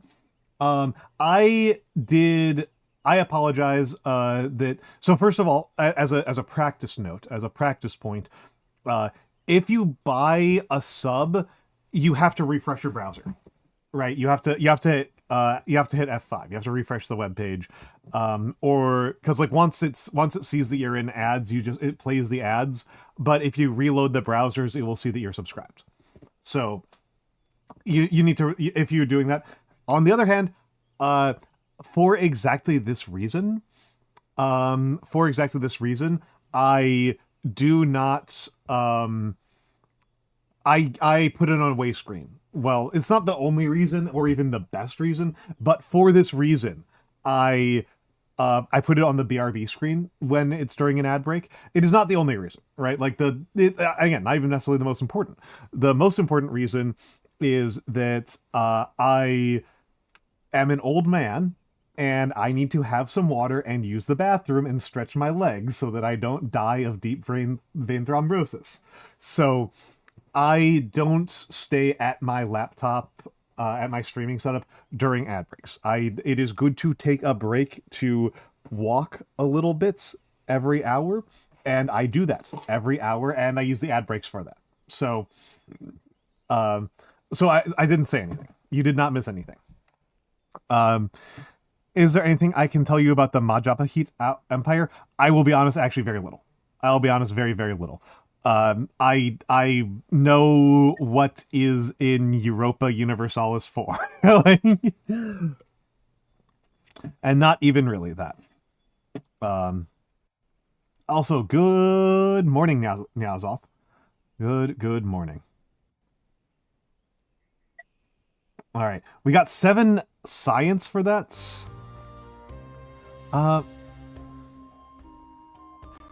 Yeah, I have a fair amount of knowledge. It is worth saying that I was not actually a history professor.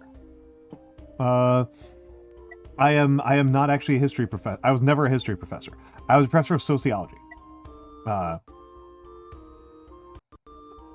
Okay, we got carrots growing. Let me think about this for a second. Carrots are growing. They take 2 turns to mature. And then they collect 6 food. That should be 6 food per, or 5 food per. We're about to find out. I might need to build some more carrot fields. Might want to get on that like immediately.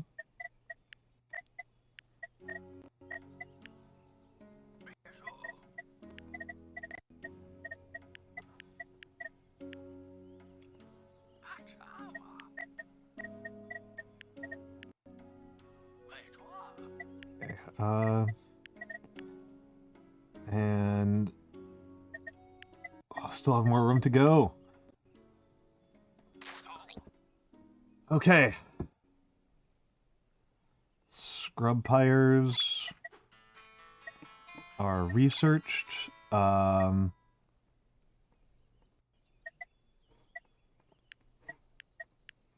need to work on getting tools up and ready.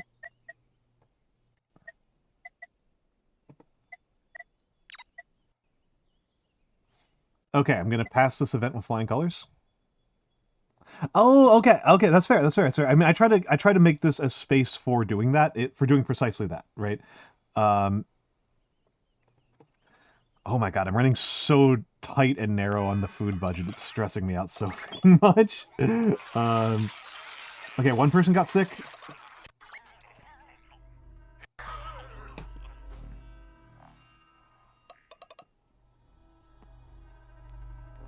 Did you seriously give me another person?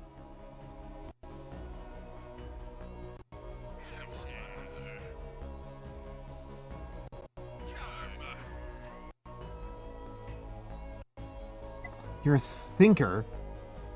Could actually use a thinker. I could actually use a thinker.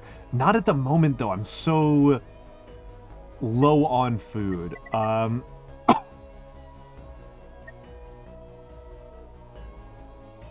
I could actually use the basic tools. Goodbye. I need the tools more than I need a person. Person's actually kind of a liability, but tools are actually really valuable.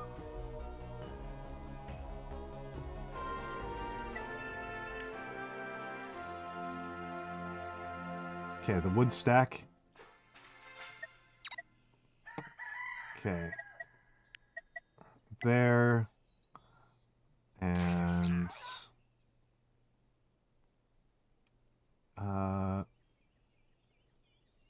let's get you guys off of berries for the moment. Okay.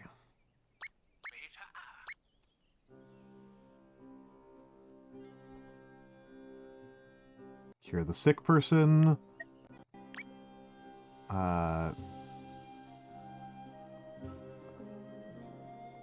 Fruit orchards, heck yeah, heck yeah, heck yeah.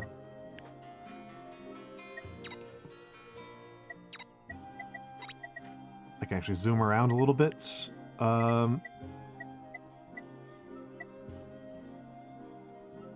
We need hemp and barley.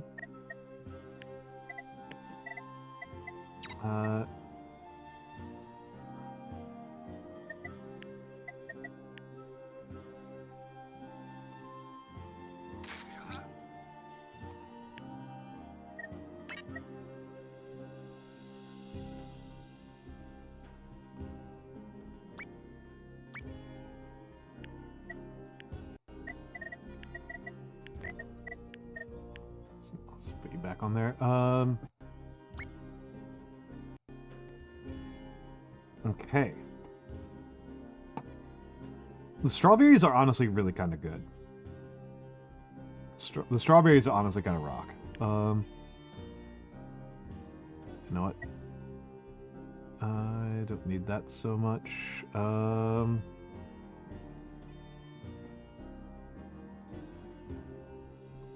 May as well collect those 6 cool while I'm thinking about it, because the next that might make enough of a difference to just clear this. I shouldn't do too much more because, like, I think if I'm understanding correctly, the season event will clear everything anyway, so I won't be able to carry the cool forward into summer. But 6 should get me pretty far. Okay. So we healed the sick.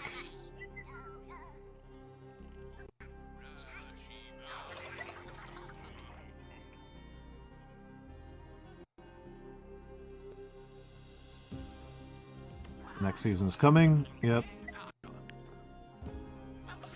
Okay.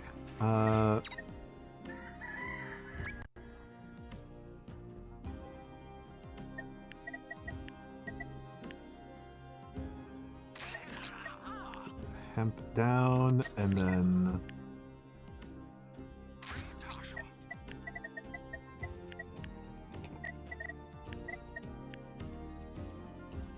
get the barley next.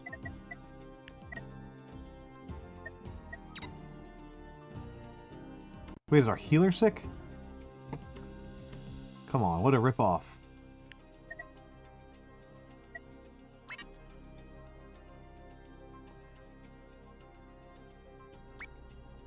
What a ripoff.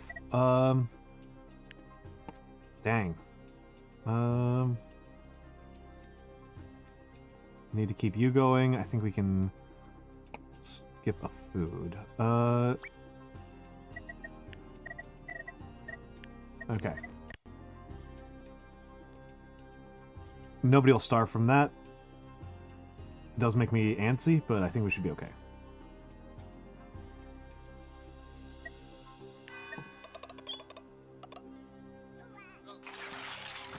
Okay, we do need somebody back on water shortly.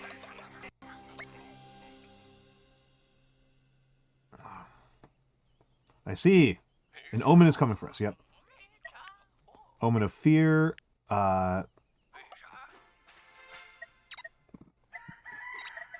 start getting some of those running. Okay, perfect. And then let's put down 2 barleys. Oh, yeah, we're out of water. down another barley. Get back on berries. It's annoying. Okay.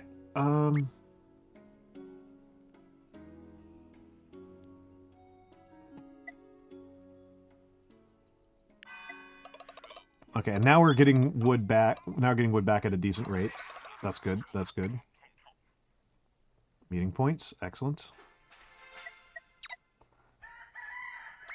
Okay, and replant all of those. Gotta send some... Gotta get foraging seeds sooner rather than later. Cure the sick. And blow that up. And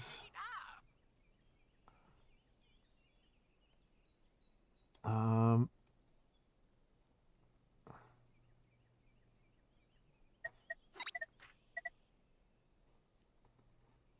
right. Yeah, get you in there. We're getting pretty close to needing to upgrade over to shared. Okay, let's think about this for a second. So I need relaxing stands, shared table, meeting points, and there's some shenanigans here. There's some shenanigans here. The shenanigan is the hut. Requires leisure within 2 for the hut. And the shared table needs social within 2. The shared table is like 1,000,000 times more valuable than the meeting point. Meeting point basically just exists in order to create a space to put down shared tables.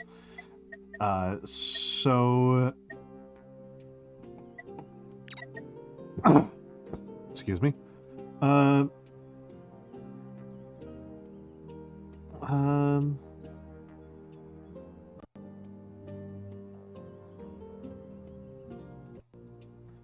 So then you put a meeting point there and then a shared table there.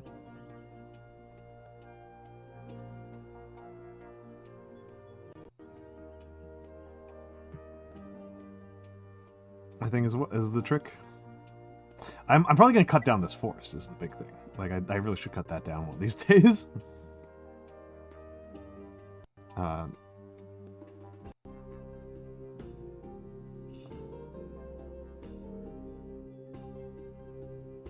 Alright.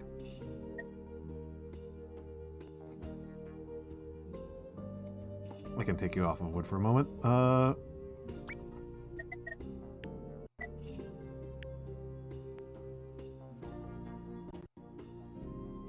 Meeting points.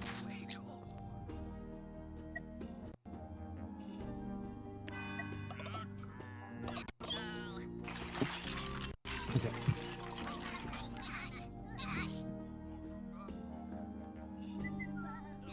Oh, okay. So we do have some of these mature. Okay, good. Seasonal threat sets +1. Okay. So it looks like I did retain the cool from that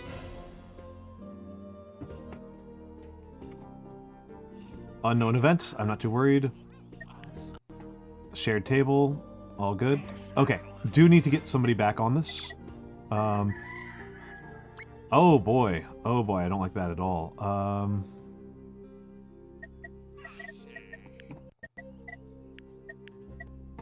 Gotta build another one of these.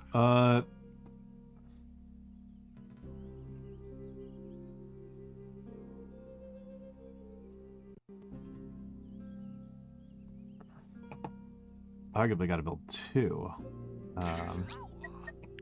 So I won't have a lot of time to get them up and running.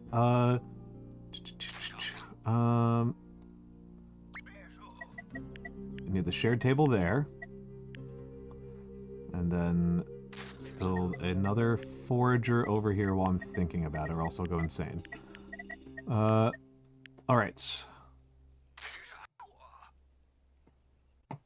I think we're okay on water, so time to train up farmers. There we go. Okay. There we go. I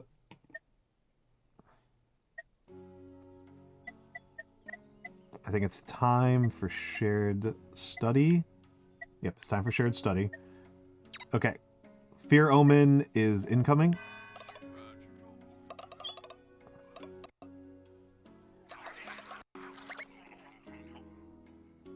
What's our Fear Omen? Okay. Did you see a ghost? Stunned! Boo! Well, okay.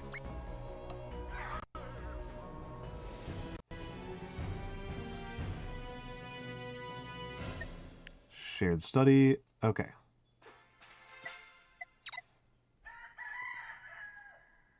Oh, I can't do the shared study without stone. Boo! I'm a moron.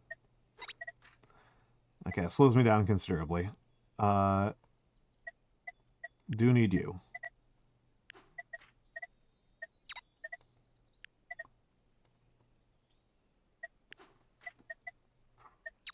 That's pretty brutal. That's a loss right there. Okay, so... Okay, I'm good on seeds. Get 2 people training for that. Okay. That'll collect 3 this turn. I think. I don't know. I might not be understanding this correctly.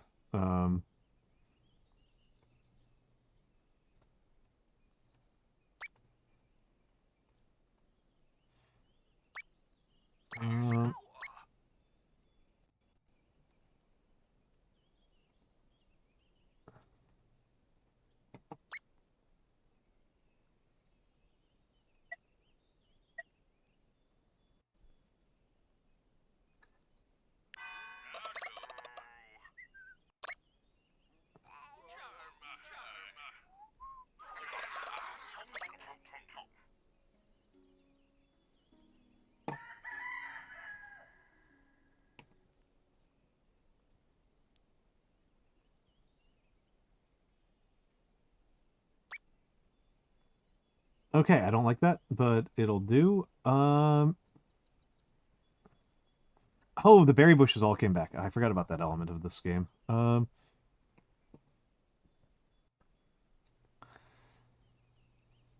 leave that alone for now. I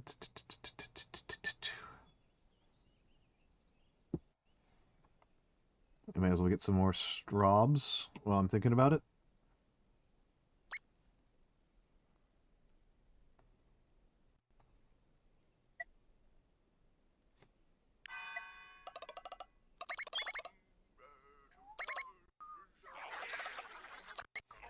Okay. Good. Good. Good. Cleared that. Oh, come on. Goofy. Goofy. I don't need hemp. Or those barley. I don't need them either way. I don't need them either way.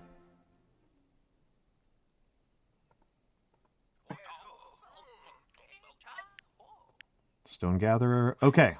So now... actual challenging stuff here.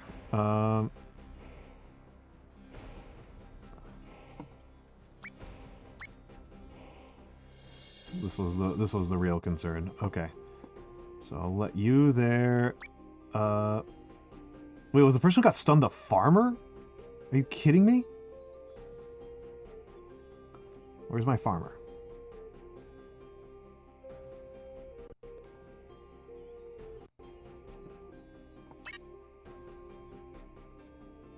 Oh my god, they stunned the person out of farming training.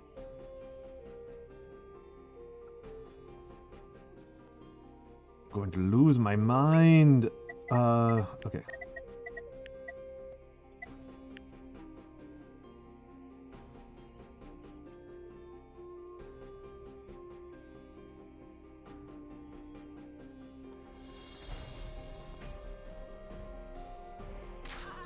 Okay. And... It broke the tools, too? pretty mad about that one. Pretty mad about that one. Oh my goodness. Okay. Get somebody on some water here.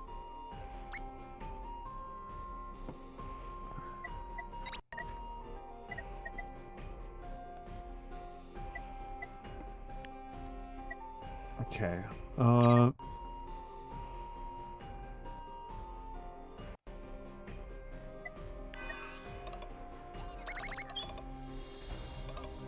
I think we should clear the Doom events.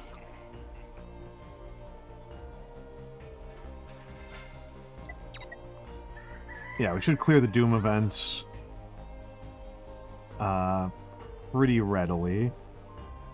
I'm not a huge fan of by how little, but we should. Okay. Upgrade that. Okay, pear tree.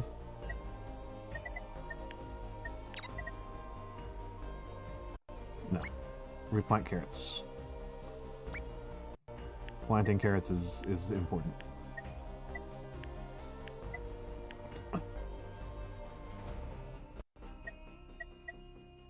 I definitely feel like I need the large fan. These fans feel really inefficient to me compared to regular fans. Pear trees, awesome.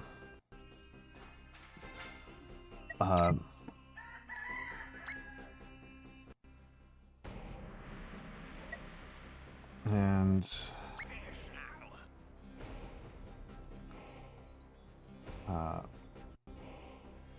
no thinker available. What are you talking about?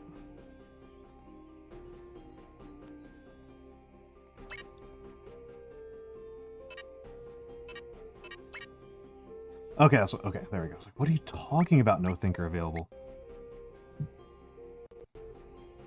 Okay. 6. So we're going to be researching one tech per turn for a minute here.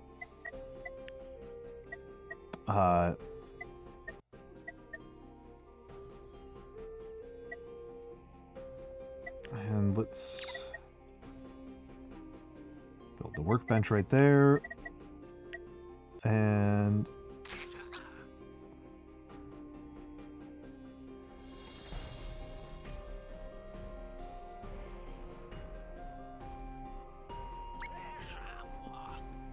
continue to work on getting those done. Okay. All right. And we're going to have a warehouse this next turn. Which is good. I like to have warehouses.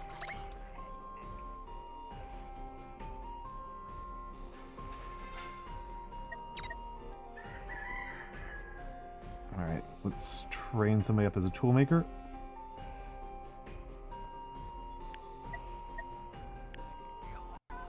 Because the lack of tools is a problem.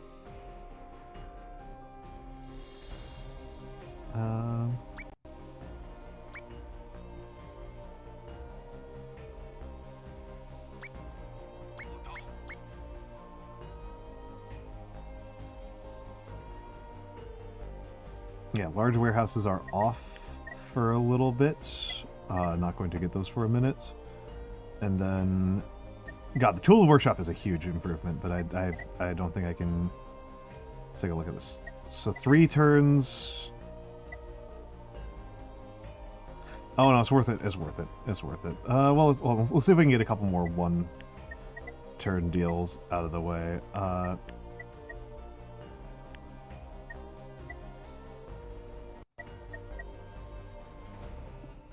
Okay, large fan kind of sucks.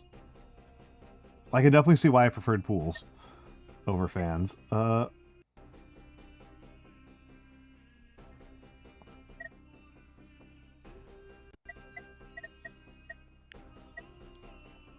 And...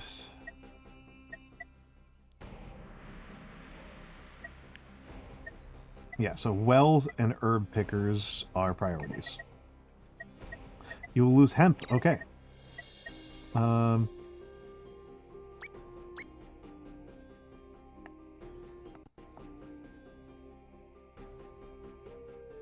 Okay, and let's see. Will I... Nope, I need to keep them on there if I want to survive this. So, Doom event. Doom me a Doom.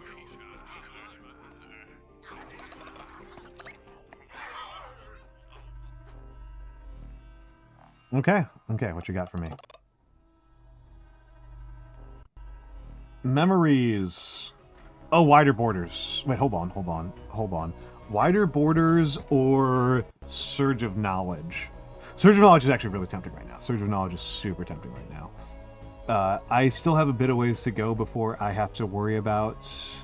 Strongwood I almost never care about. Strongwood's a very low one for my priorities. Wider borders would have been higher priority if it wasn't for the fact that I... Actually, I think I might do wider borders. I've gotten most of the territory claimed I want to, but it makes it easier for me to shuffle around signposts. And it makes houses expand things by 2 tiles, which is like huge. That's actually really good. Without the Doom, my sense this is not the end.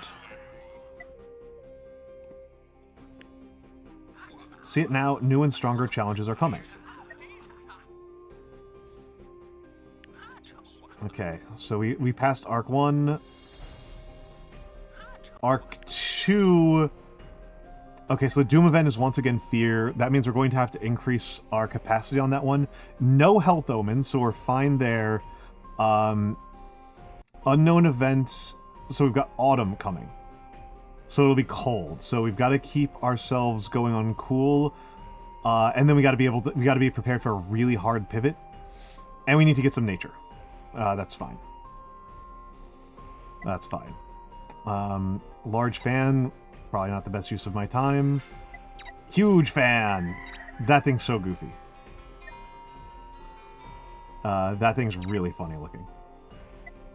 Huge fan. But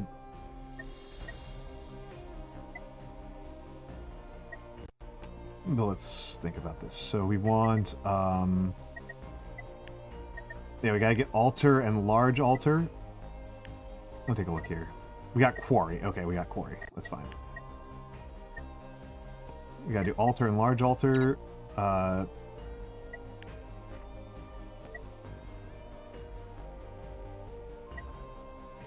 don't need terrain removal for the moment. Temples are not the most exciting.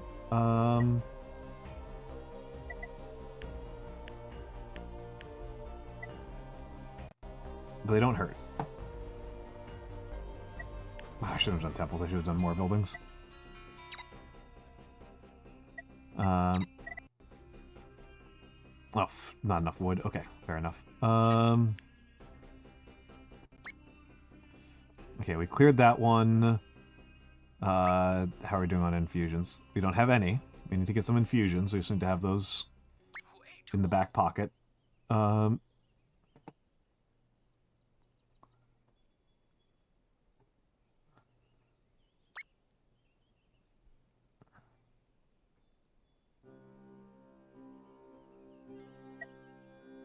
Oh, I might be dicked in a way that I was not expecting to be.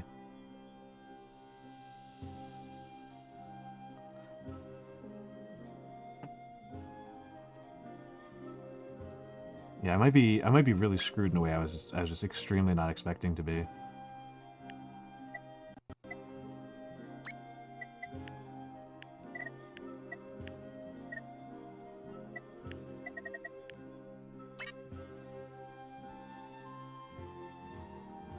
Oh, I don't need you doing that at all. It's a total waste of time.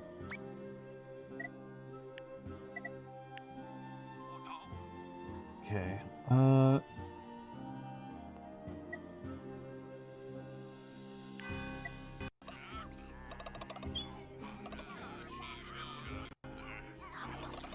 Yeah, this run might be lost. I might have lost this run already. That's stressful. Okay.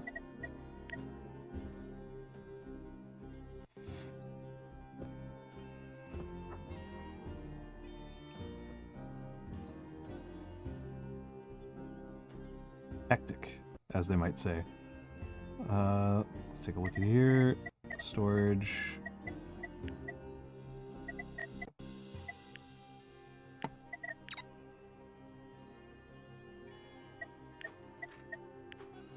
Large altar. Let's take a look here. Let's take a look here. So, no disease omen, no disease catastrophes this time, but I do have another fear one. Oh, we're going into autumn. We're going to autumn. For a second, I thought we were going into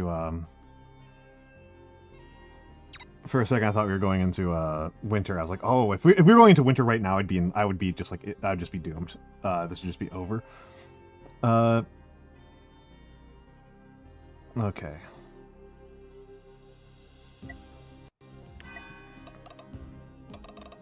Okay. But yeah, I do want a warehouse. A large altar, I'm not too worried about that. But I should build it.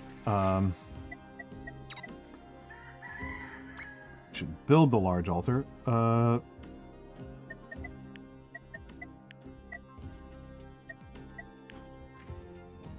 A single large altar should carry me through the entire event.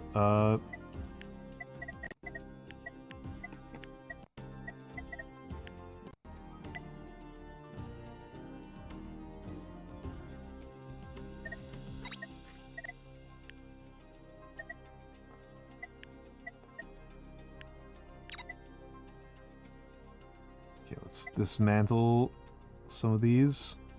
Okay, yeah, we're about to... Wait, hold on. Do that, and we got 2 infusions. That should be fine. Plant. I don't need that nearly so much as I need to build a warehouse. No. Remove plants. Don't build that. Need to... Yeah, build a warehouse and then train up the farmer.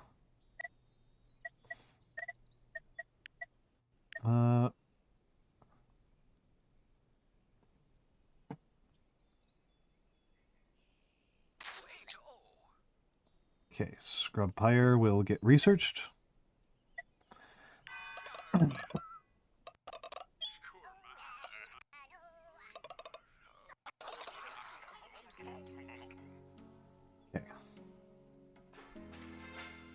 Alright, and...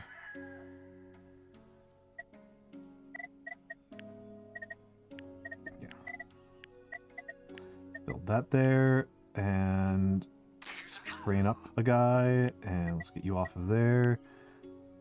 And... let's think about this. What do I need? What do I need? Yeah, fear is the big one, so...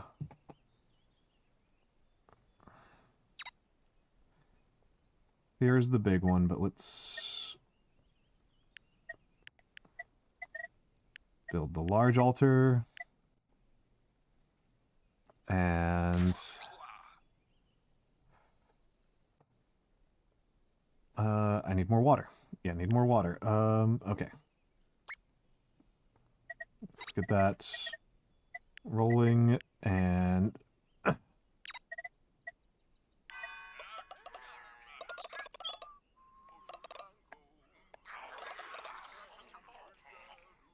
okay. The better well is produced. Oh, come on.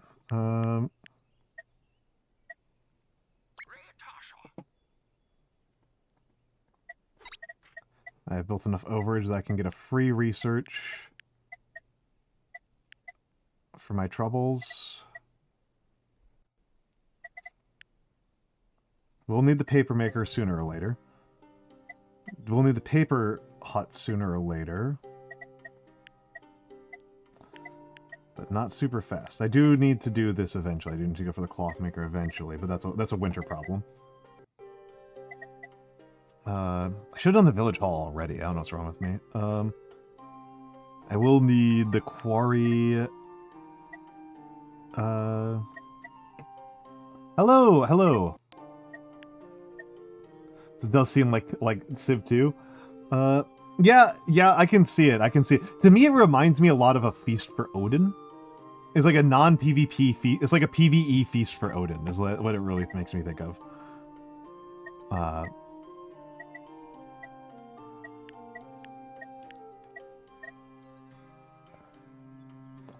I do need this eventually. That might actually be the one to go for.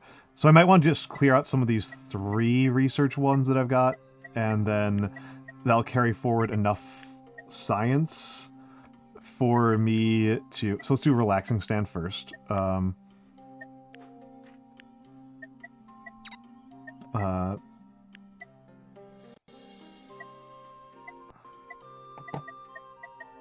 Barley is over the cap.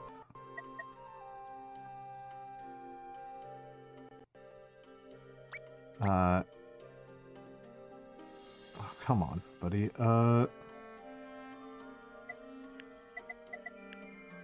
Okay, and then let's see.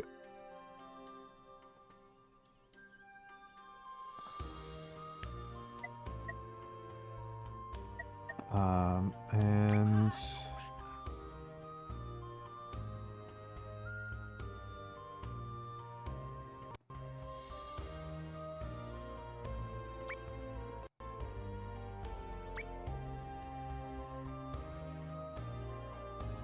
get those rolling.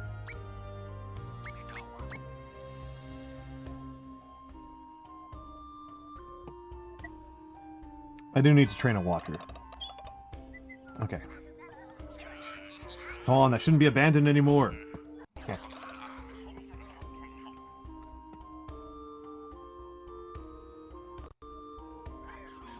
An omen of disaster. A relaxing stand. I don't need that for the moment. Do need to train somebody up as a watcher. And then...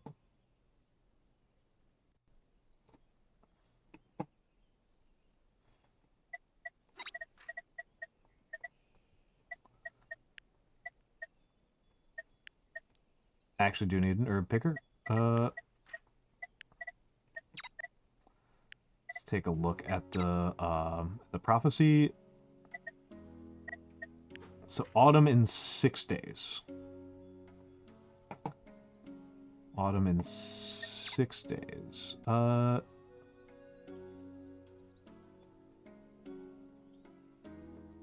make sure I don't run out of water. No, I still want somebody on food.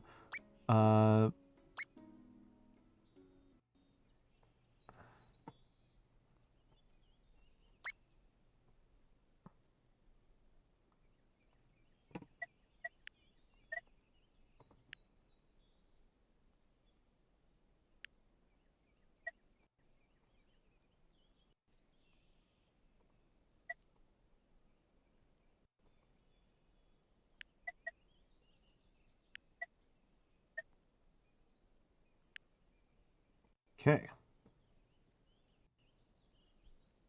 Carrots.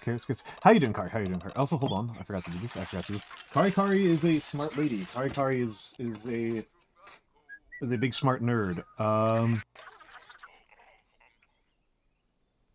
Kari is a big smart nerd. I am always grateful to be friends with Kari.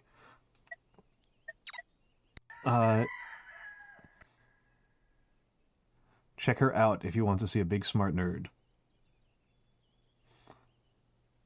Hemp is going to be over capacity. Oh yeah, hemp is going to be over capacity.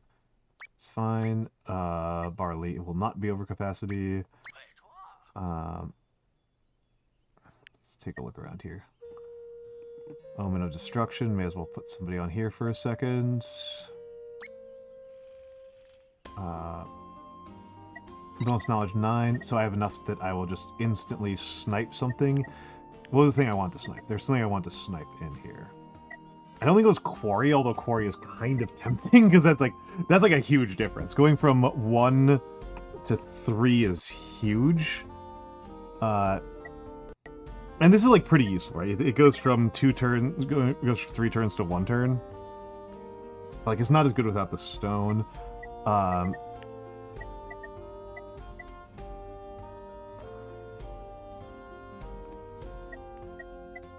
Okay, hold on. Let's think about this. I can do pretty much whatever I want at this point. I think windmill. I think it's windmill.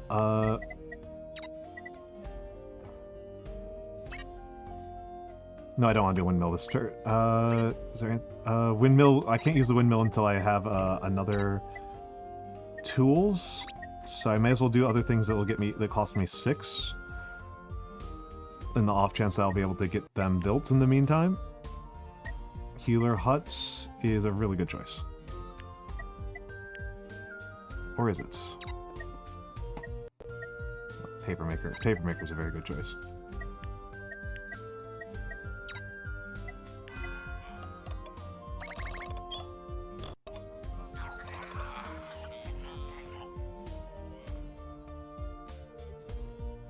I see an unknown events.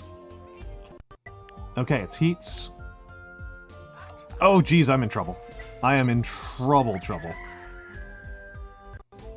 I underestimated this one enormously. I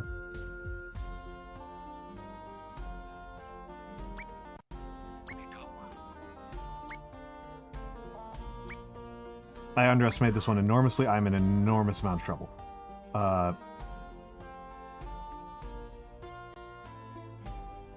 Oh wait, oh, no, okay. I'm not in an enormous amount of trouble. Holy crap.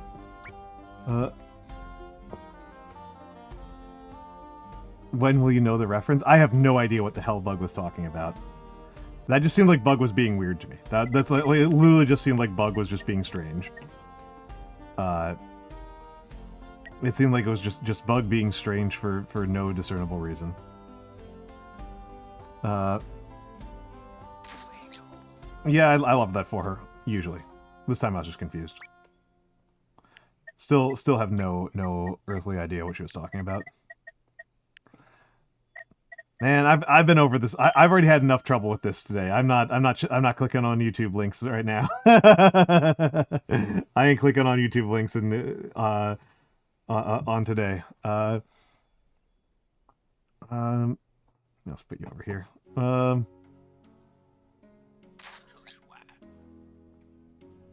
Okay, and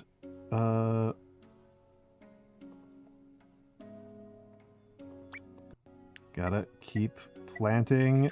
So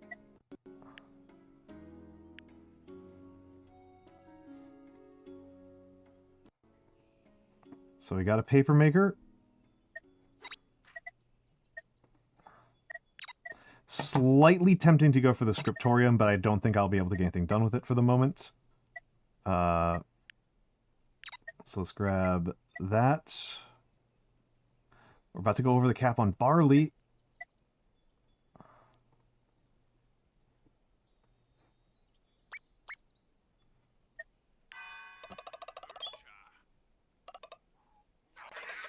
Oh, of course. Of course. Of course, yeah. Building's on fire, whatever. Whatever, it's a pyre. Bug, it's okay, just, Also, hold on, I missed this. Eric Plays Bass. Thank you for the follow. Thank you for the follow. I hope that you're being nice to those bass.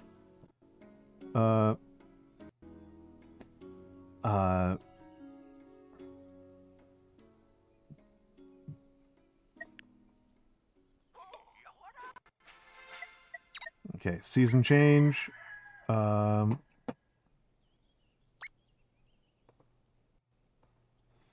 mods, put that out.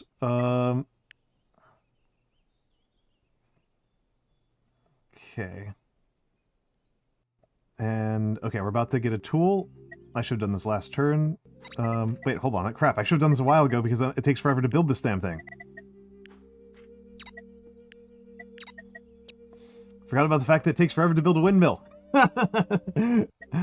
Played myself like a fool. Thought the windmill would take only 1 turn to build. And it's like, no, it doesn't. What am I talking about? It takes like 3 turns to build.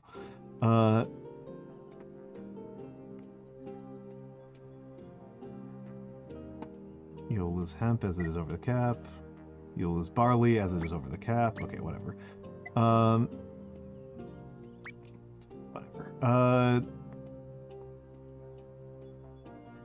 clear these things out because they're an eyesore.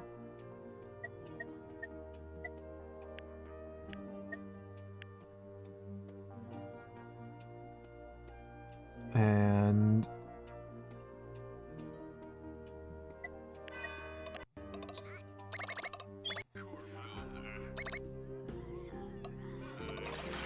gotta remember to keep on pushing for those carrots.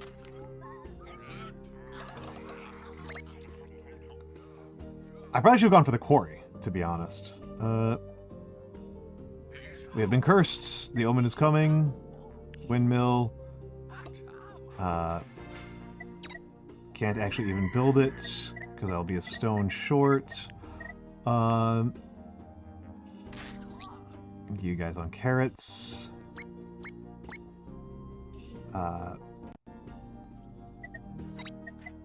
How much science? I'm on 6 science per turn right now. Do need to eventually get the cloth maker sooner rather than later. May as well pick up chicken pen. Yeah, because I can't just go for cloth maker.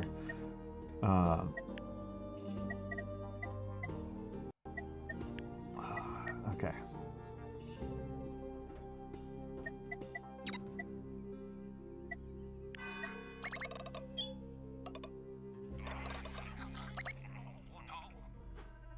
Okay, easy victory. Easy victory over the Sun. Victory of the Sun's a good band. Victory of the Sun's a good band. Please tell me you found... Okay, hemp, come on. Oh my god, I can't even use that. Little bastard. If you had found berries or pears, I would have been so happy. But you didn't, so I'm not. Okay. Unknown events is coming. Cataclysm related. Oh, I can almost safely ignore that. I can do literally like 1 turn. That rocks. That rocks. That turned out fantastically from my perspective. Oh, lol. Okay, it's like... I was like, what are you talking about? No, this thing doesn't have hate or anything. So let's think about this. So 15... It has each pear tree has 15 times 4. Have I unlocked seed extractor? Do I have access to seed extractor? No, I don't. I don't have access. I might get it during this game, but I don't at the moment. If I had access to seed extractor, that would change my opinions here, but I don't.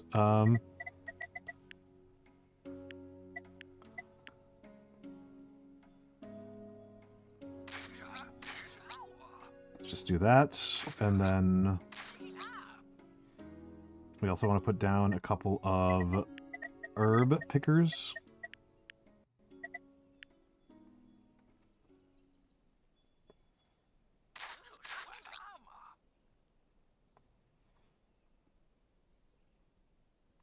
Okay, definitely clean all these people off. All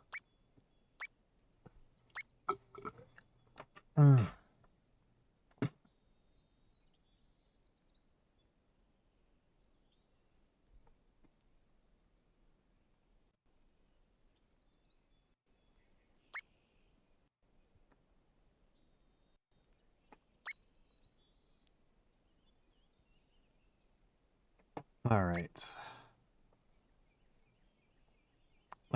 Bonus knowledge 3.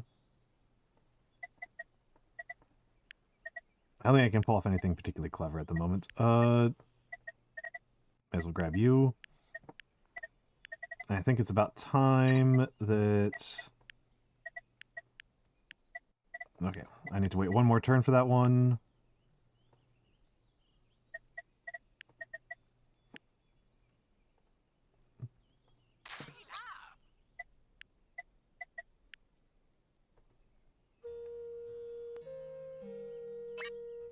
Okay, a lot of tasks available for the villagers once they clear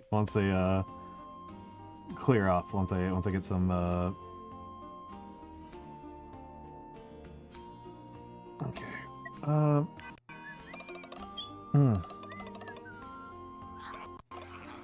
Okay, awesome. Season change, I pretty much nailed it. These herb pickers are really valuable from a health perspective. Cold domain is enabled. We are going, I think, on the note of going to winter, of going to autumn. I think that's a good time for me to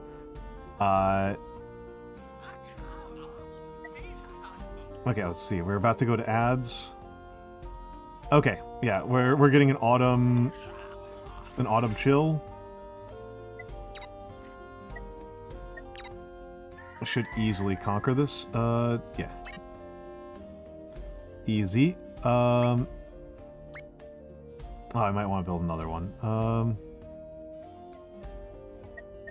Let's see, I don't really need everybody collecting there. I think we're... no. Train as a watcher, and... let's do one more thing on here while I'm thinking about it. Oh, okay. Oh, whatever. Stick to there.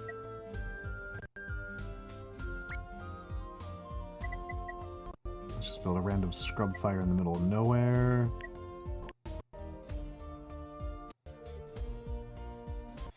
Okay. On that note, we're going to ads. I'll be back in a few moments.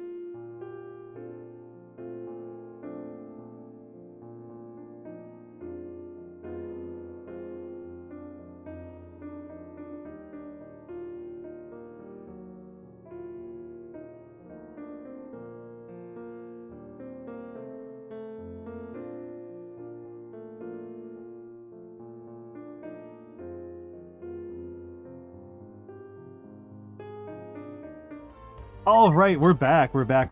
Hello, Michan, and thank you for the watch streak. Hello. Sorry I didn't say hi to you earlier. Sorry, that's what I was apologizing for. I was like, oh no, I miss Michan coming in. Okay, we need more people. That's what we need. We need more people. Not a ton more people, so the village hall should be enough. But we do need more people. So...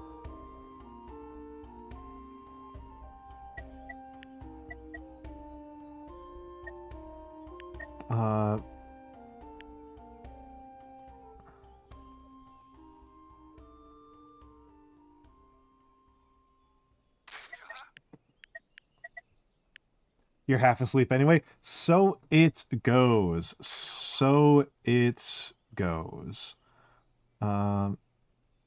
You know, these are more important to get up than the paper maker, if we're honest. I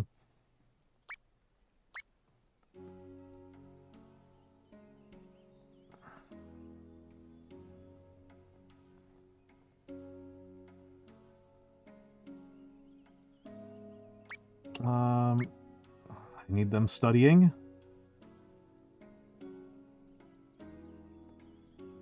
That's good. Wait, no, hold on. I'm making my life really confusing right now. My life is really confusing right now. I'm pretty good on food for the moment, so I should...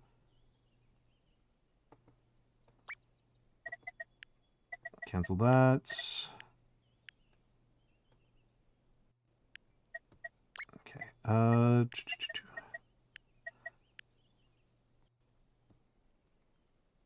you kind of want to put pyres next to... Alright, Cheshire Bones, have a good night. You kind of want to put pyres away from any actual buildings that can light on fire, because they tend to light on fire. Alright,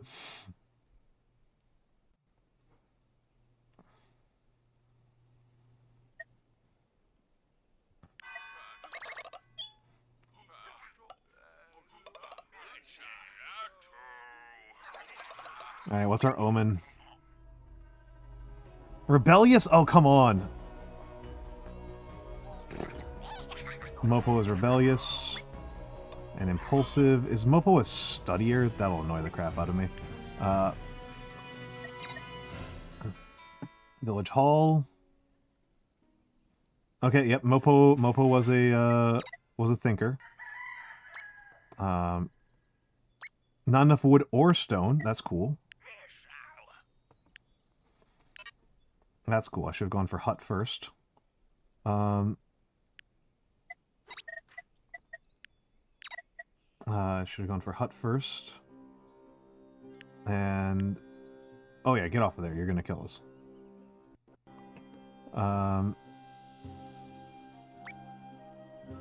You're gonna get us killed. We don't need the tools right now. We need... the nature... okay. Yeah, I absolutely need more people. I need more people. This is really becoming a stressful limiting factor on my productivity.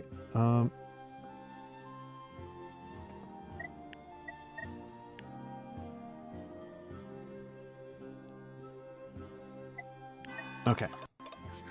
I mean, that's the good news, right? Is that, so I did a clearing before huts became available. So I did manage to make that smooth and clean.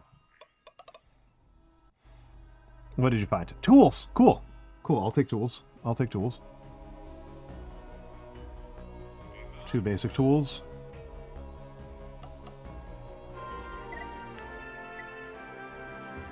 Alright.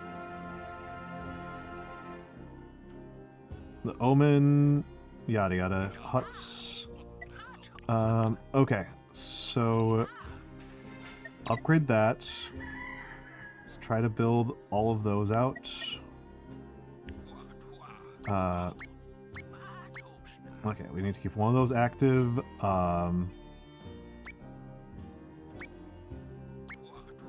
Okay.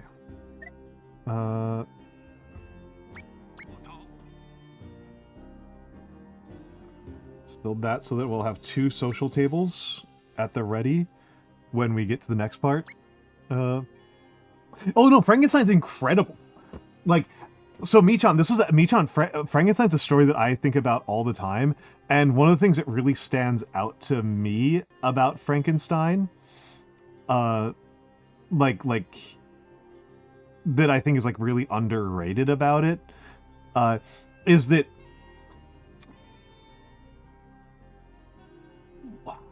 how do I say this? Oh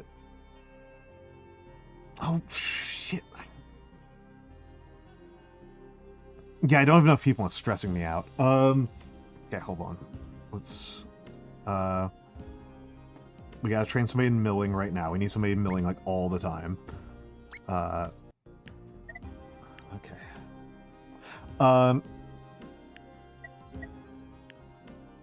God. Okay, more buildings. Okay, none of these things work. None of these things matter for me right now. So one of those things that like really is like really staggering about Frankenstein, I should say that I find really interesting. That I find really interesting about Frankenstein is that Mary Shelley has a political project that I find entirely offensive. Like, Mary Shelley's actual politics are that it is basically evil to try and improve the world.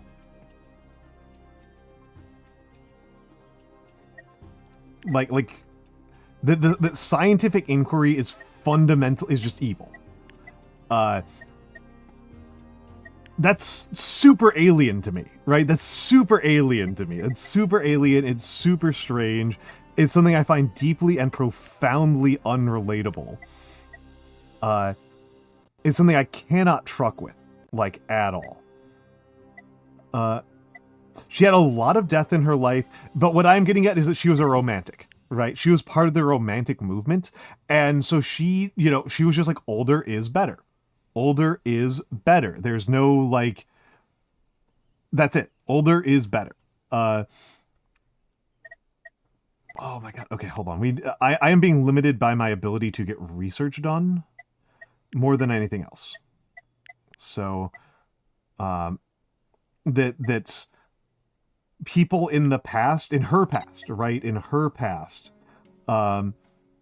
were more intelligent and had lived better lives. And that the whole thing about what Victor Frankenstein is doing in it is he's just using chemistry. He's just using chemistry to, like, do the divine spark of life, right? In usurpation of the natural order of things. That's the reason why what he's doing is wrong. Oh, I'll take 3 happy over 3 apples.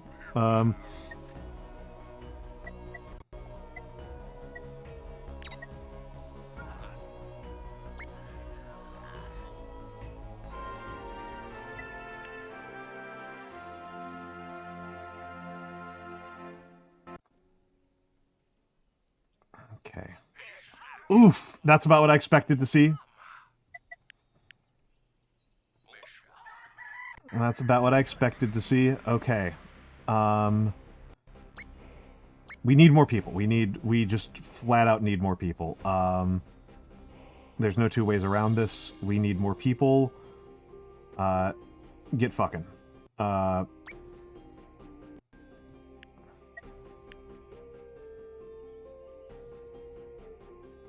There's just no way around this. We need more people. You're training.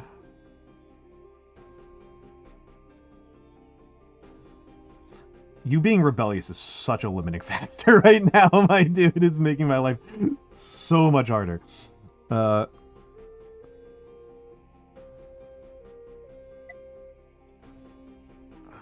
let's put in a clearing.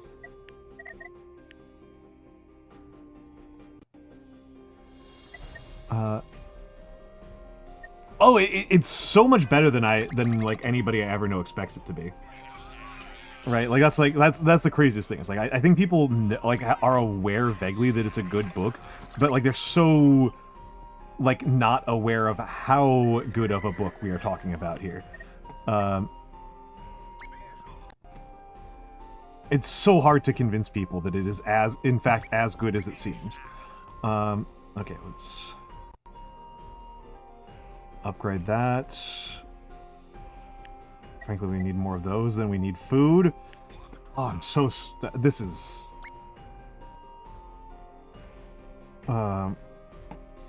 No, you know what? We need more than that. We need to upgrade... No, we can't upgrade that because we don't have enough wood. Need more wood.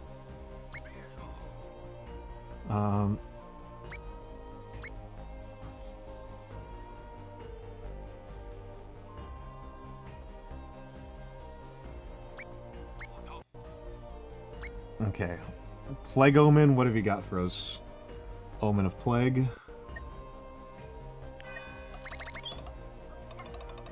Stunned? Ugh, asymptomatic? Boo. Okay. At least the sickness surveillance is pretty weak.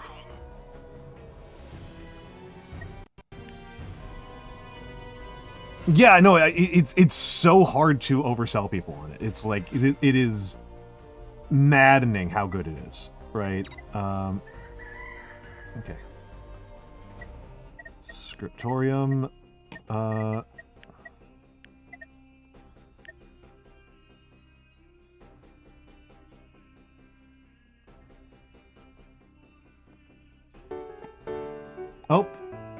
Wig donation fund. Thank you, Archibald. Genuinely, am I supposed to be bald? Like, is that, like, actually, like, am I supposed to be bald? Like, I didn't think I was bald, but am I supposed to be?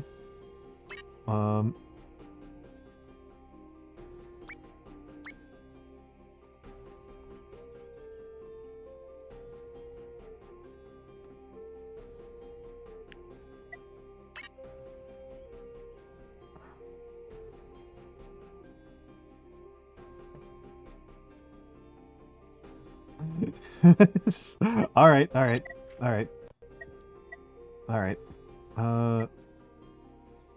I think I'm just going to lose a turn or two of research, which sucks, but...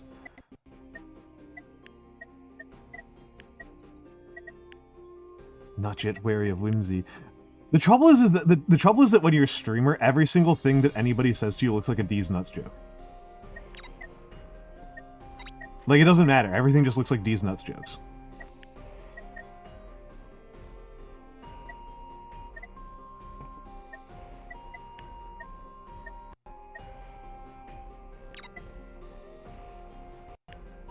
Okay, hold on. Hello, Dr. Loudy. Hello, hello, hello.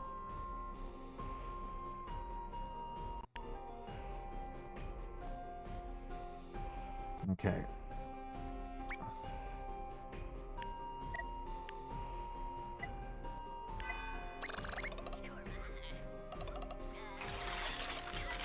Okay.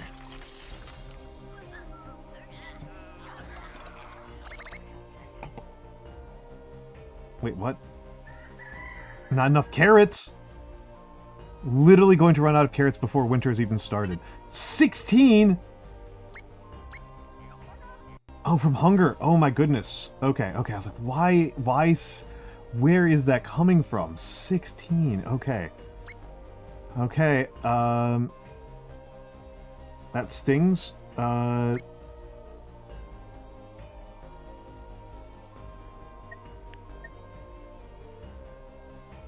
Another scriptorium. That output is spoken for.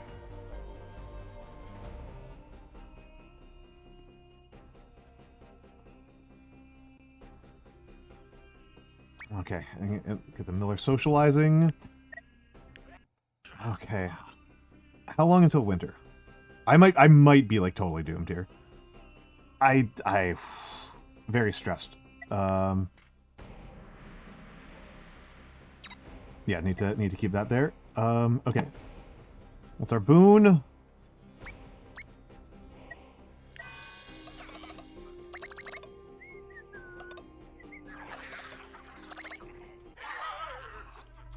What is our boon?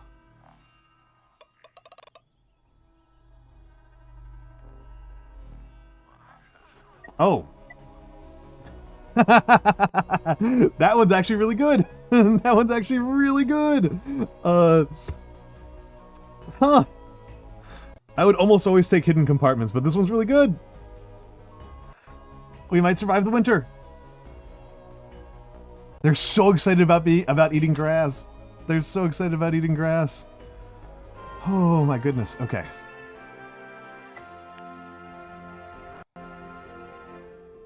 Well done. Last doom was a breeze to avoid. That's not true.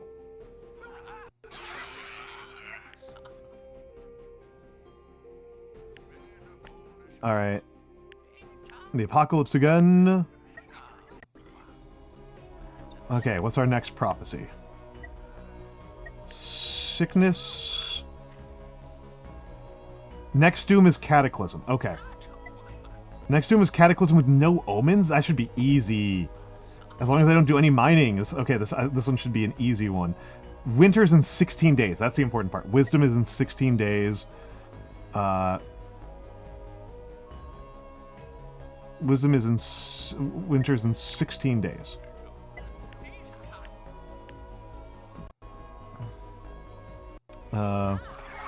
Winter's in 16 days. Let's upgrade you. Have sex. Have sex. Send the farmers back.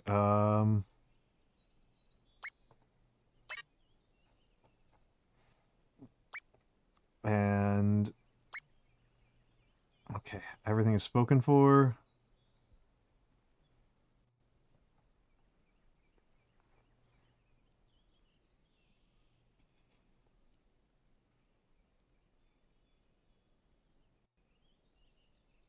All right.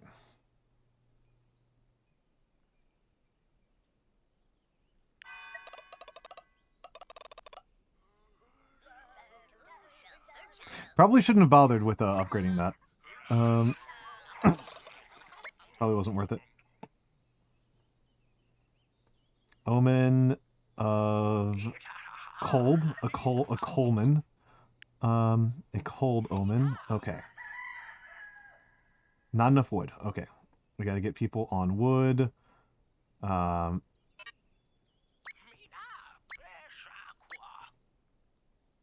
Okay. That stinks. Okay.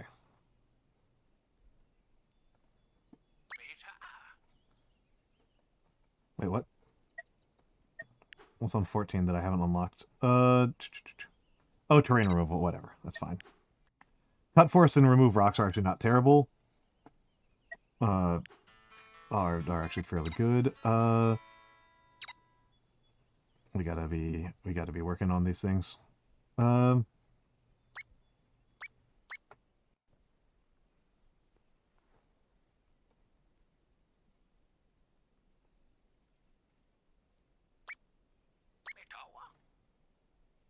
You'll lose barley as you are over the cap. Okay, hold on. Not enough water. Crap. Crap. So much crap to keep track of.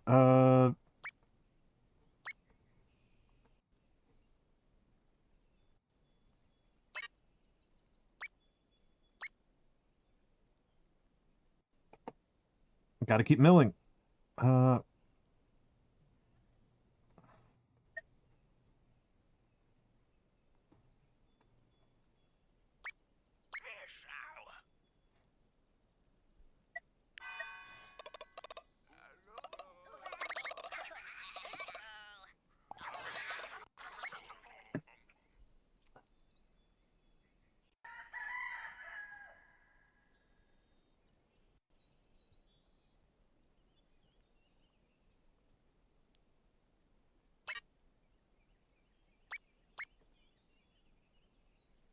Okay.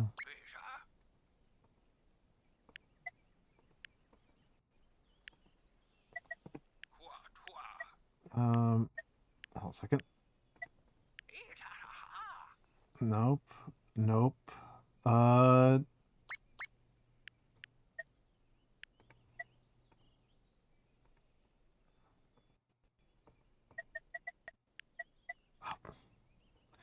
Okay. And get over here, get some more hemp.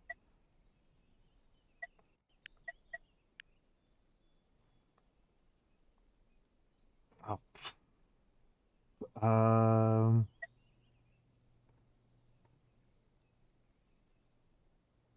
Okay.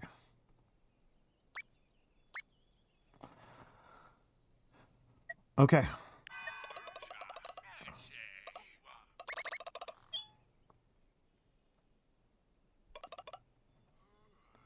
Let's see, what do you got for me? Please, please, food. Please, food. Any kind of food. Apples, bananas, pears. No, you know what? Healthy, it's fine. That's fine. Healthy is fine. That's fine. Not the most exciting thing on the planet, but it's fine.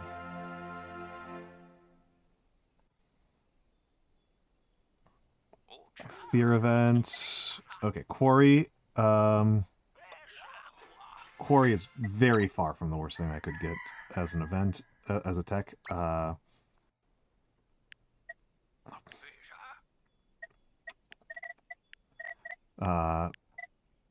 Did not plan that out well. Okay. Make baby. Make baby. We gotta get that quarry off of the ground as soon as possible.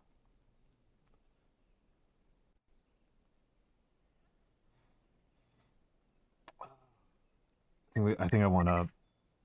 Yeah, I think I want to get woodcutter hut next. It's a while before I will be getting the next level of education. That's going to be a minute.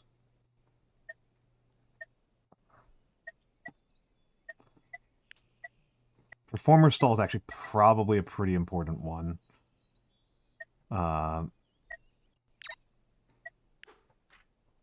We got 2 fear events upcoming. Oh, crap.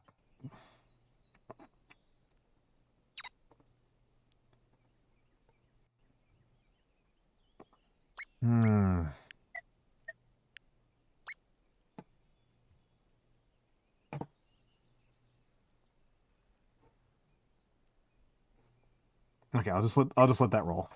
I'll just let that roll.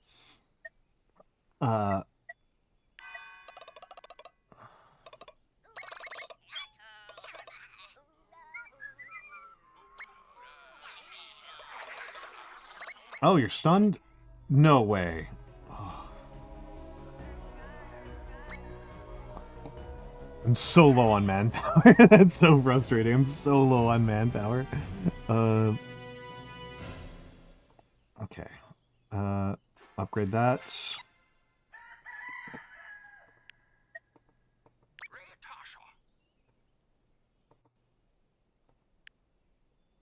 So desperately, desperately low on manpower.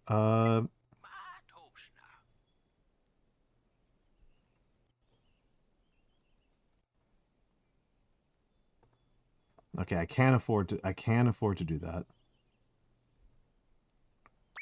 Which means I can afford to.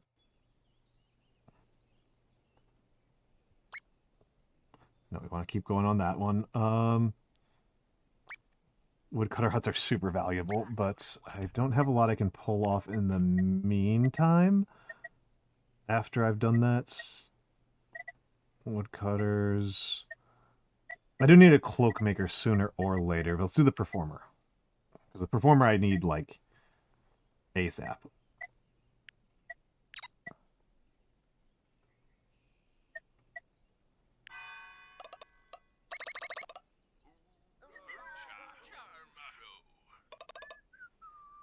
That's one I can work with, right? Plant that. Okay.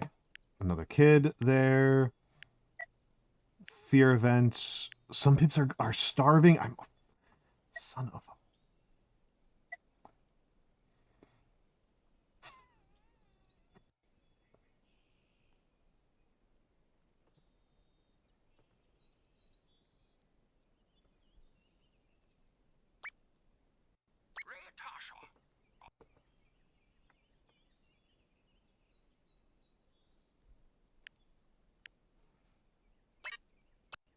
Oh.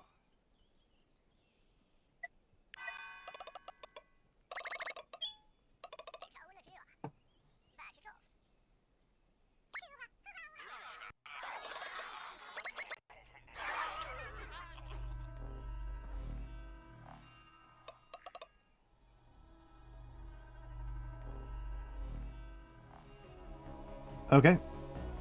Okay, that's really good actually. The village gains 10 hope. Okay, I can 10 hope is quite a bit. 10 hope is quite a bit at this stage of the game. That's a decent amount of buffer. Unknown event. Weather. Oh, son of a beach. Not enough hemp.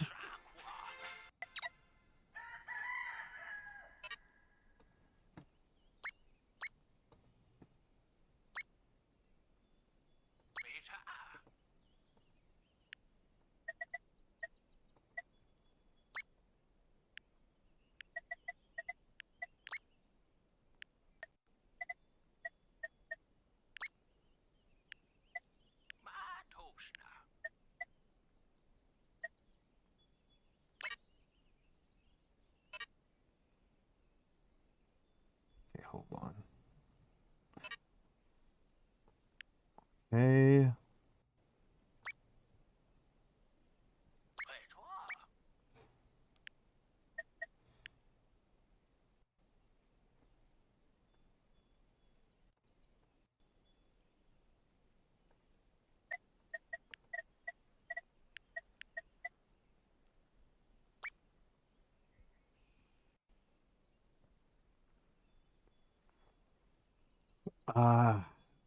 This is bad. I think bad is the word I'm looking for here. Bad.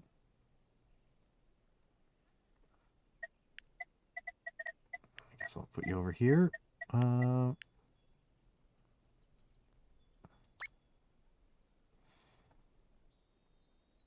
That produces... No, hold on. There we go.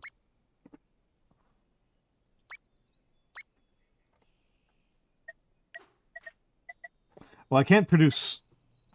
There's no point in worrying about that until I have advanced tools. There's no point in worrying about that until I have advanced tools. So I may as well start slowly but surely working my way towards getting advanced tools.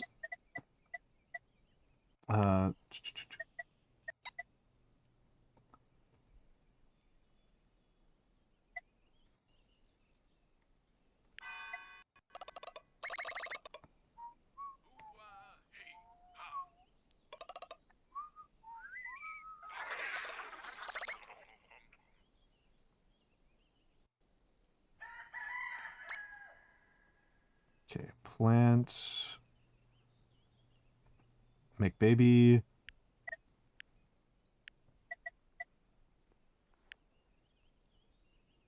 How many turns do I have left until the winter? Oh, I think I'm just dead. I think I'm like literally just dead. I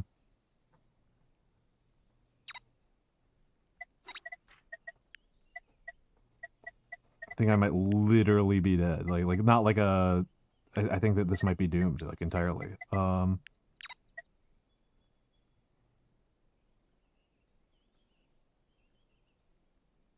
don't need as much water.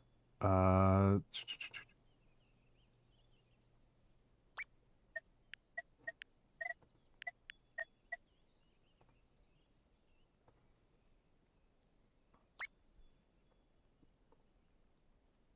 just not producing food quickly enough. I do have a good stockpile of flour. That I got that going for me, but like that's not a lot.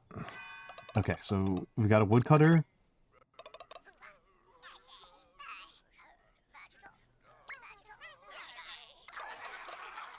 Okay.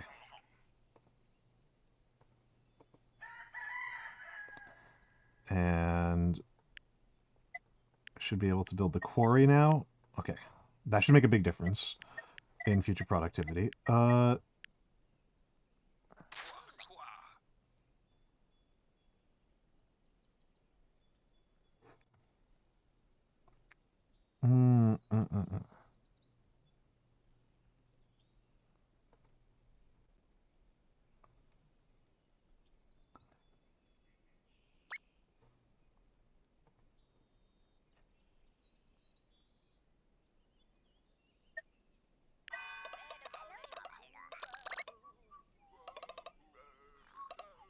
Okay. Beat that one. Sun looks down at me in anger or joy. Oh, yeah, enjoy. Temperature, threat level temporarily decreased by 1. Okay. Who boy. Who boy.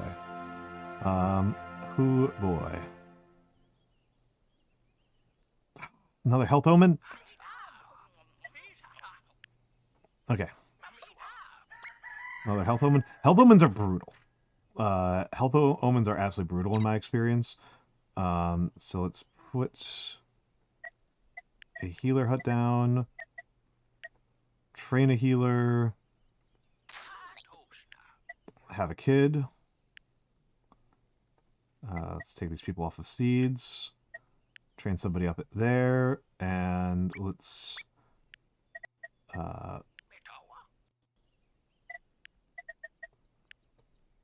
let's expand that direction. Okay.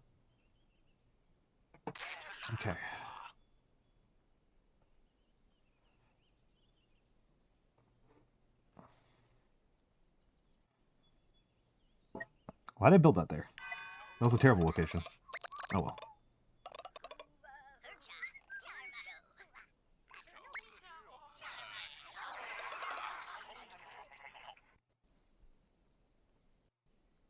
You see an unknown event. Okay.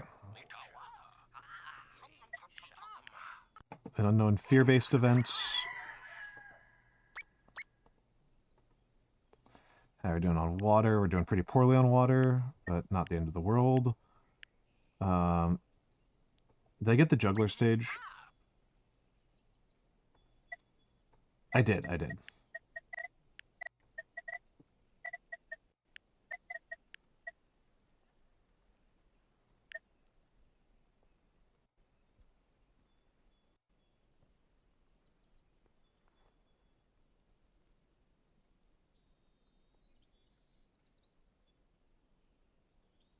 Okay, I don't really want to build an might be the best place to build the entertainment district is up there, but I don't know about that.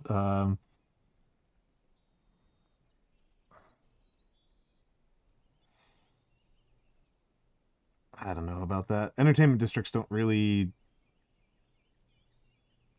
I kind of want to make this the mill. The milling region, the milling zone.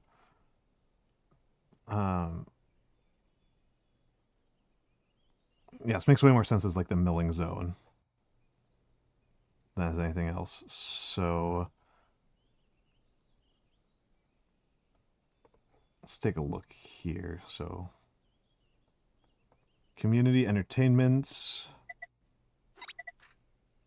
+5 of cobblestone path to dwelling. Okay. Honestly, like right here is actually a really good area for it. For an entertainment district. Although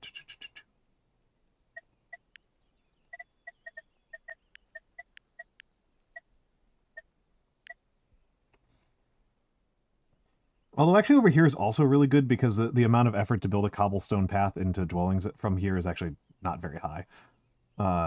So, like, that's the big thing. It's like the building of the cobblestone dwellings.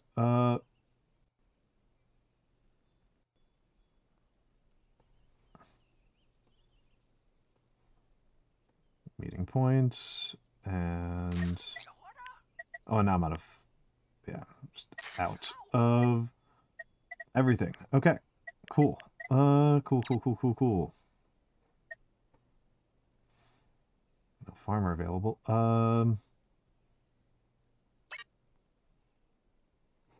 Sure. All right, hold on. I don't need heat. I need...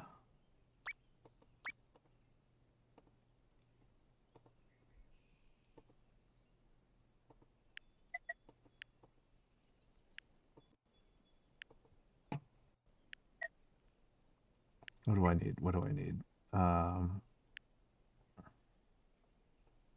Get some water and put down a shared table.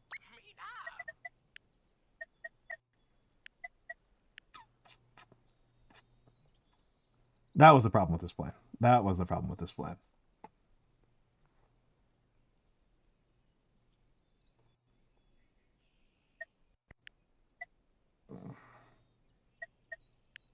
That was the problem with this plan. Okay.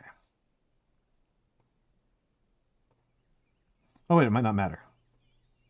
Might not matter. Okay.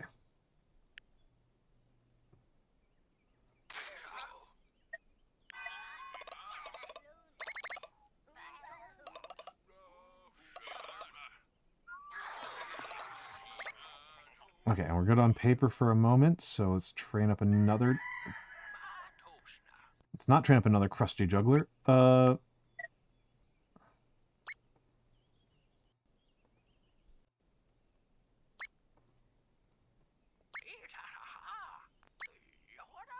Okay.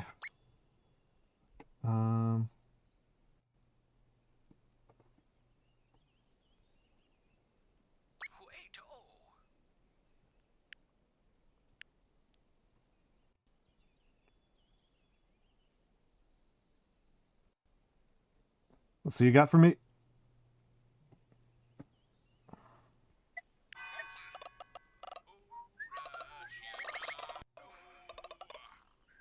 Sick.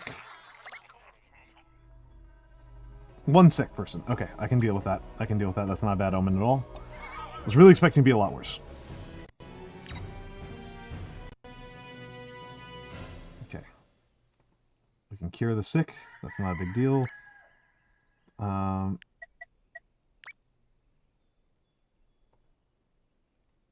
Oh, here's the one who was sick. Boo. Okay.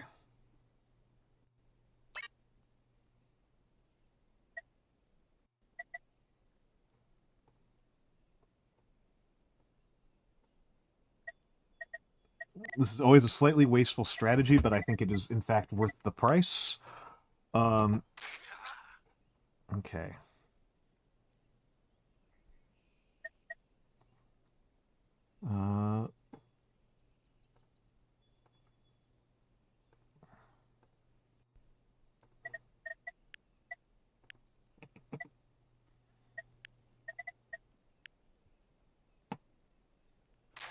Oh, wow, I skyrocketed past that one. Okay.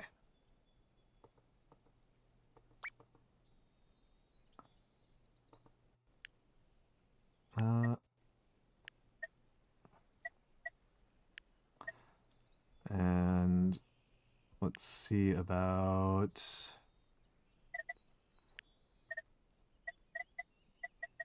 You know what? No. Make a baby there, and then... Oh, dang it. Not enough.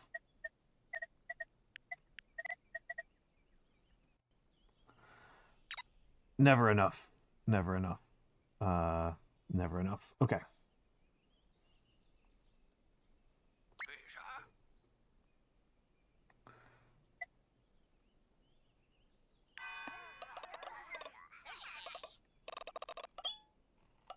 Okay.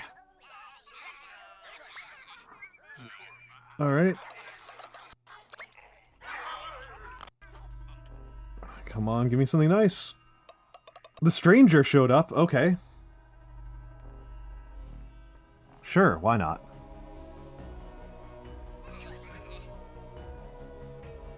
Stranger Pip is funny.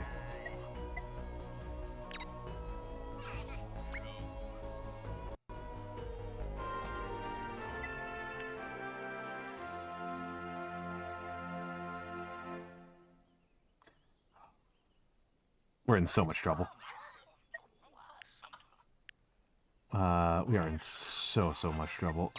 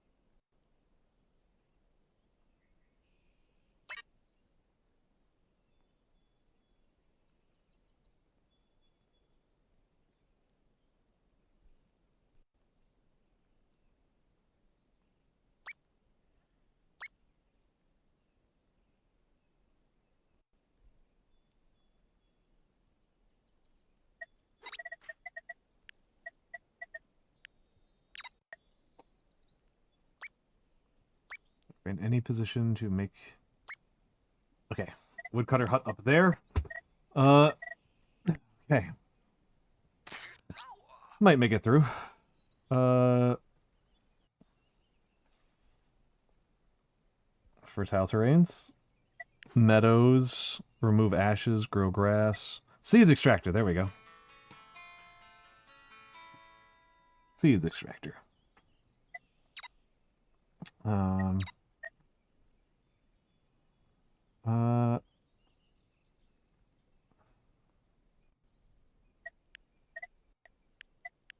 Three turns left until winter. I am very dubious about our ability to survive the winter.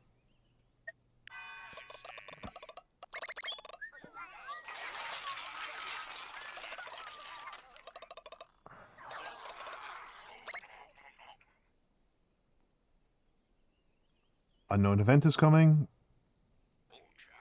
Bakery.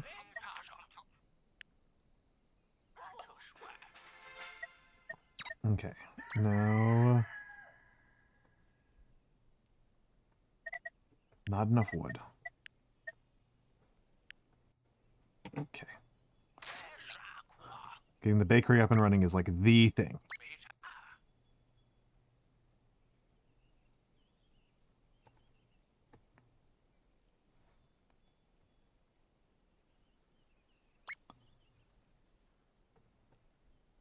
It's being used by other buildings. Okay. Nope. And let's put down... Yeah, you know what? Sure. Seed extractor can go in the middle of there.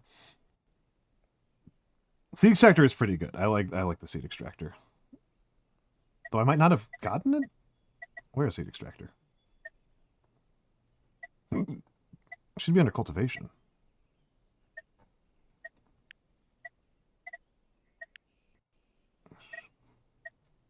Should be like right here. Because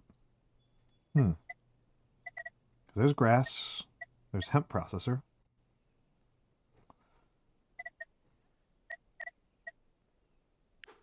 Turns vegetables. Oh, +1 for each vegetable within one. Okay.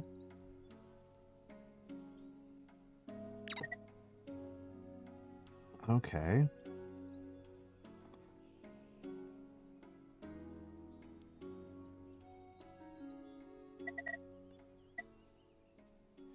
We're not getting it. We're not getting it. Get it? Okay.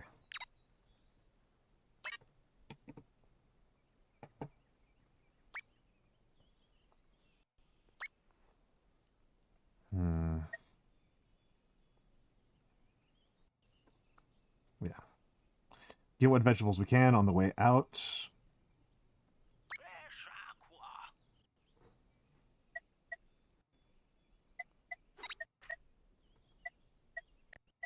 Okay, might make sense to forbid the eating of vegetables.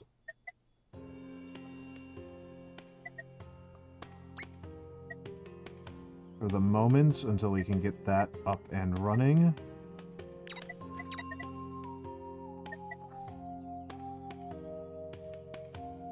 Okay. I don't care.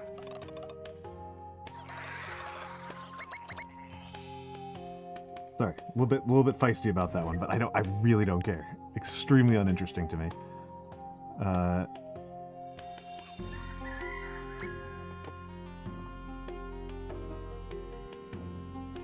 Okay, last grasp. Oh,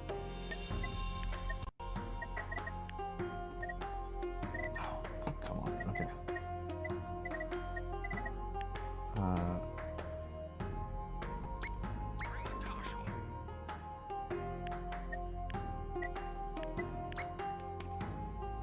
Not as important as getting this executed on.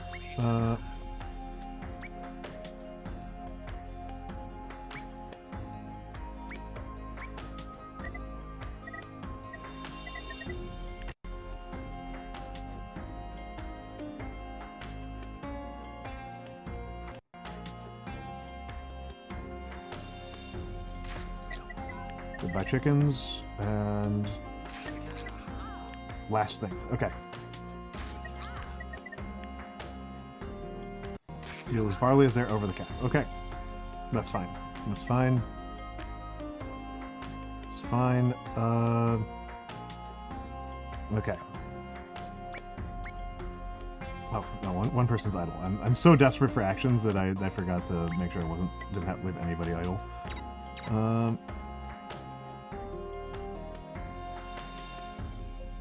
Let's work on making sure I get more capacity.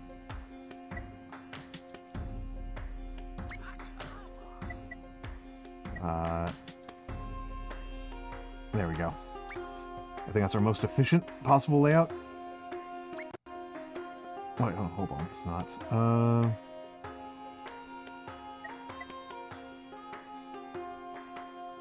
And how am I doing on seeds? Okay, I can't spare.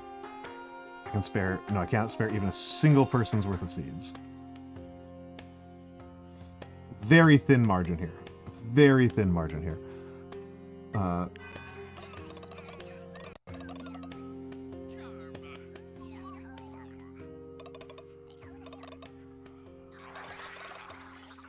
Okay.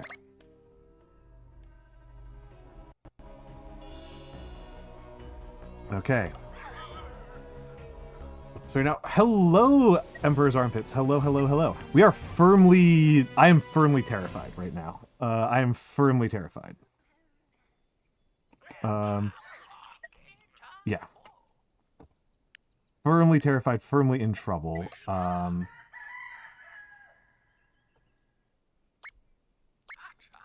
Okay. Okay, we're okay on food for now. Let's get a miller going. Yeah, no. I am spooked. I am spooked. I am definitely spooked right now.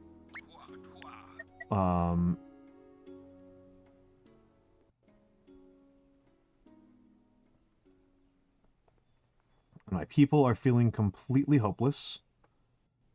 I've got 22 people, so that means I can pretty safely socialize with bread.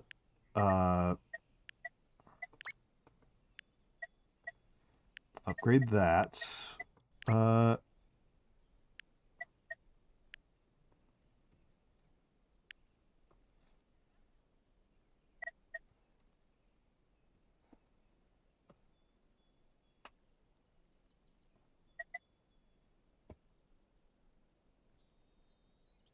Oh yeah, I'm in trouble. I'm in trouble.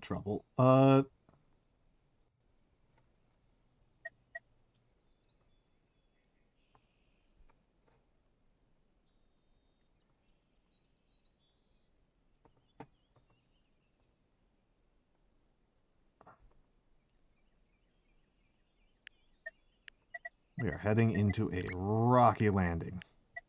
Let's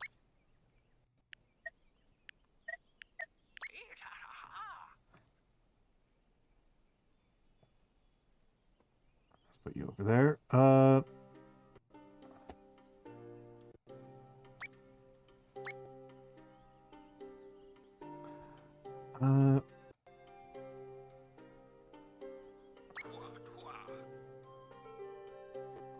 Let's think about this. I got 3 infusion, that's alright. Let's do what I can do research-wise. Oh. Yeah, we're heading into a very, very dangerous winter right now.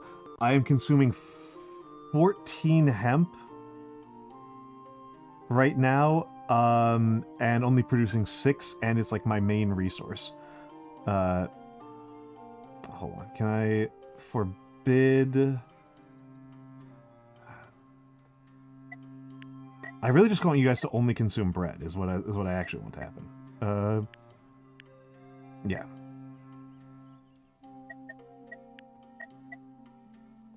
That makes me feel a lot better. Okay, that now I'm not nearly as worried.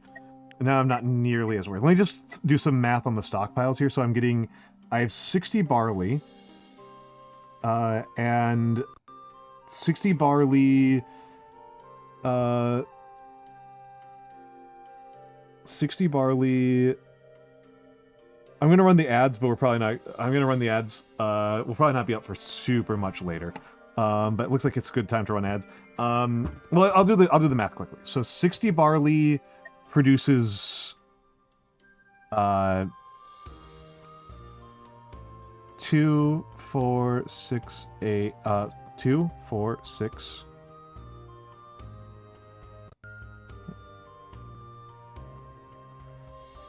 Yeah, that's what I thought. 2, 4, 6. So 6 barley. So 60 barley turns into 60 flour.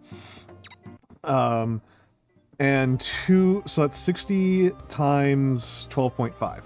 60 times 12.5 is what I've got. Okay, so I might be okay on food. I might be okay on food as long as I keep my population.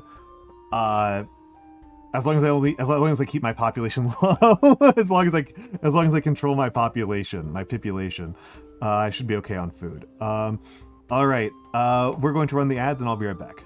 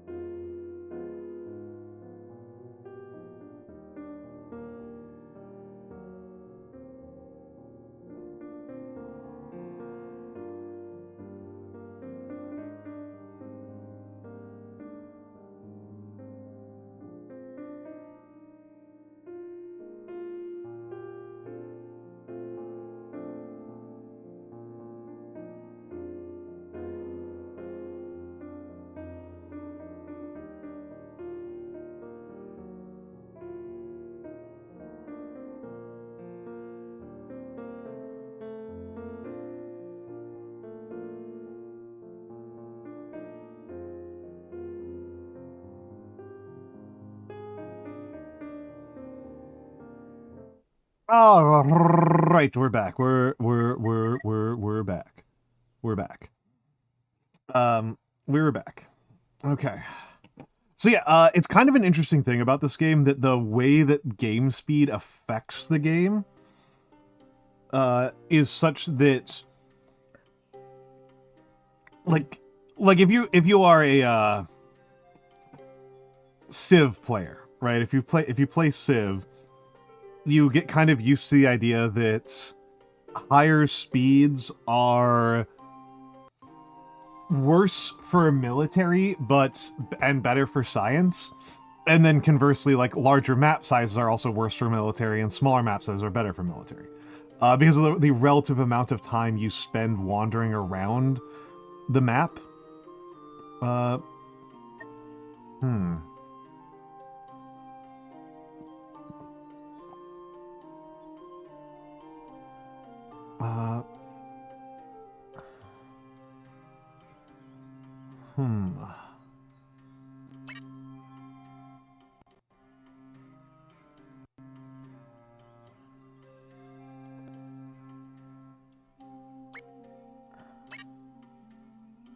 Yeah, you spend relatively more time wandering around the map, so your margin of error is different.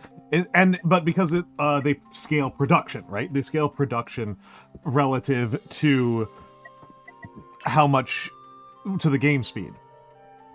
Whereas in this, they don't scale production to game speed, but they do scale.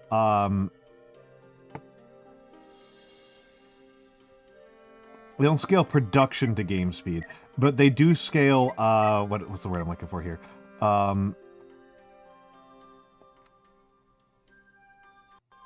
How much time you have left to respond to threats scales with game speed. And so, the amount of time you have scales with game speed, so your warning on when a problem is coming is like way narrower. You have way less warning.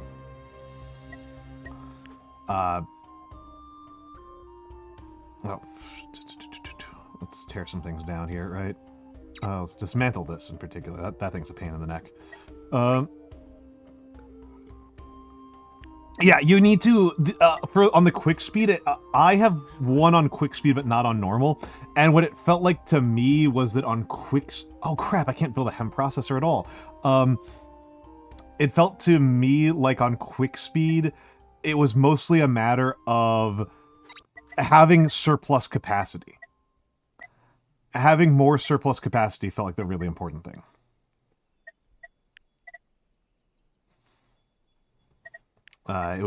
You need to be like over prepared for everything. Yeah. Yeah.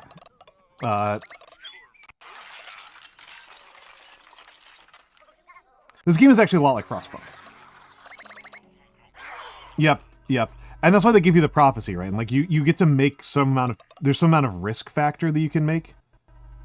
I'll take it. The Pips found a lost child in the forest. Will we welcome the child? The answer's named Svava. I'll take Svava. I might be looking at having some homeless Pips in the near future. Copper mine.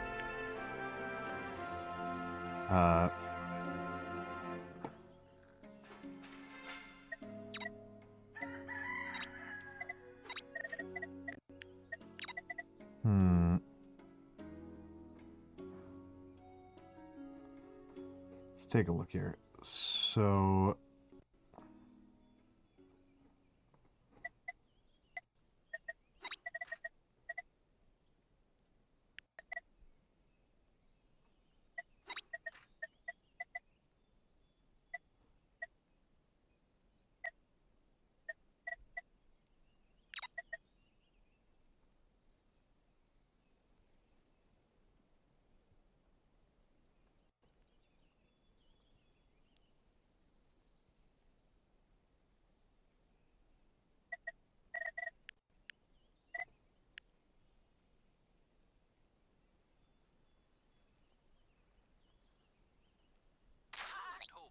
know what? Cancel that. take a look at this. Okay, so you are +2 of a social buildings is within 1. Okay, so let's build the relaxing stand there and build former stall there. Let's just tear all this stuff over here down. This is wasteful. And how many homeless pips do I have? Settling homeless. I do already have a homeless pip.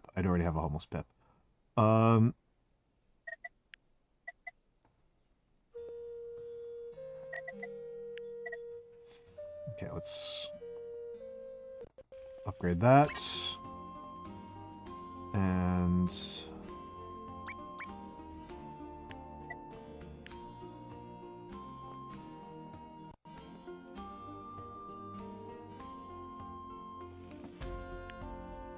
just demolish some more of this stuff over here. It's hold on. Let's leave that. Let's just leave that alone on the off chance it turns out to be useful at some point in the future.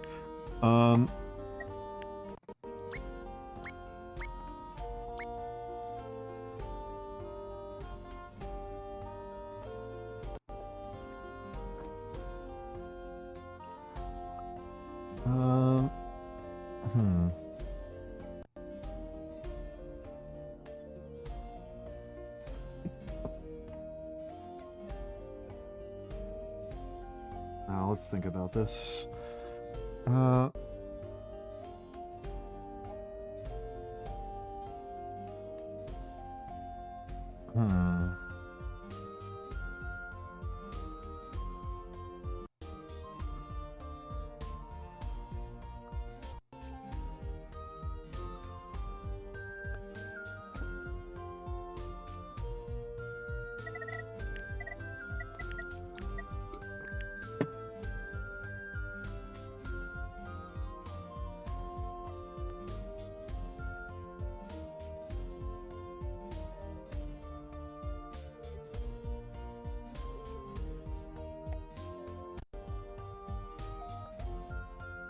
Literally just giving myself a headache trying to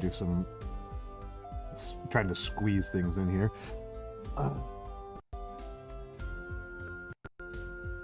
All the copper locations are terrible.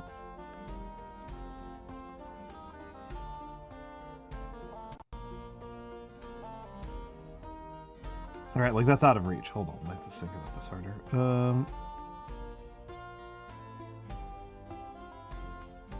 Okay, that one's just fully out of reach. That's not in question. That one is going to be really challenging to reach, but this one's actually in reach. I just need to...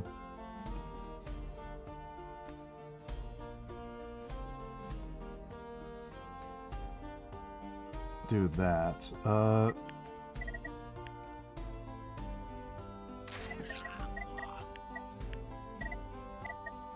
And Jenna may as well get some more water.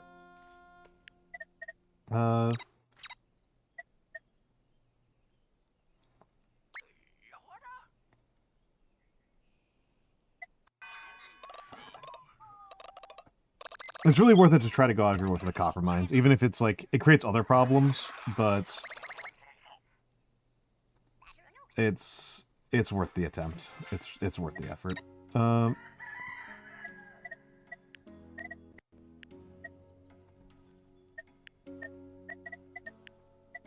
Building is unreachable. That's what I thought was going to happen.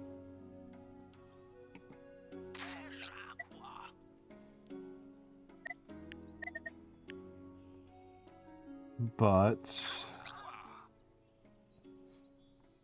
take a look here. Smeltery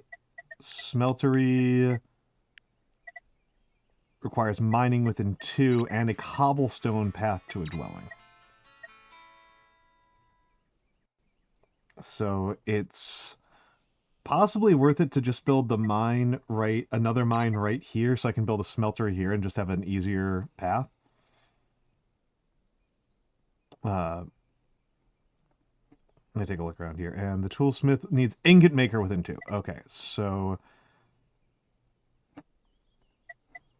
needs an ingot maker within 2 and a clear path to the dwellings. So it might actually be best to do a mine right here.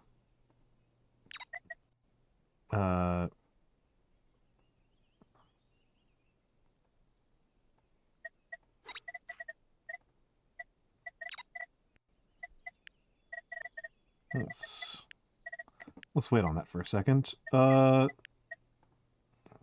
do a quick sacrifice there. Oh, hey, I can stop that. That's wonderful.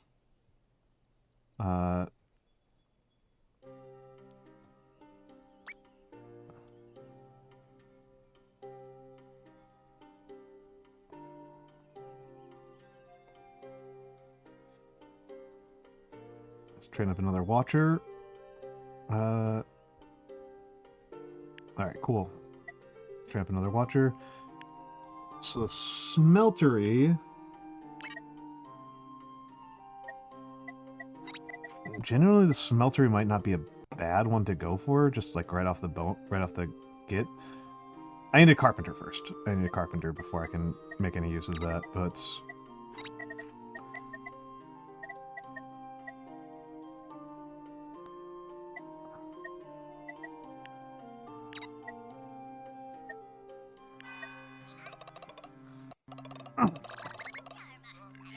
Oh, crap. I was sloppy. I'm safe. I'm safe. Still, that stressed the crap out of me. Another person? Come on. Okay, I'll take you, but, like... This is ridiculous. I actually probably could use the 5 fabric more than I could use the person. Oh, I should have kicked them. I should have kicked them. It just occurred to me how much I should have kicked them. How much I should have just killed them.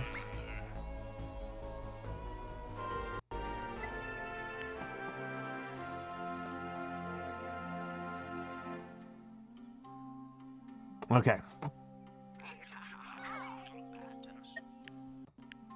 Oh, building is actually unreachable over here. Never mind. Spent all that time worrying about that, and I can't do anything about it. What a wasted bunch of effort.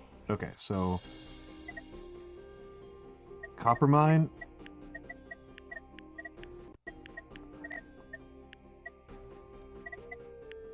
And...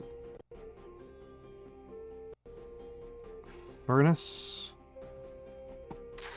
And...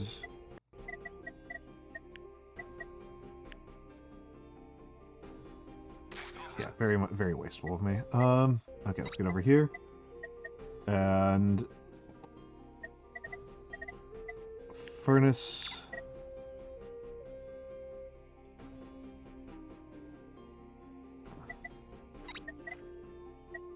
So let's get those clearings in. Actually, may as well just do the stone pavings, right?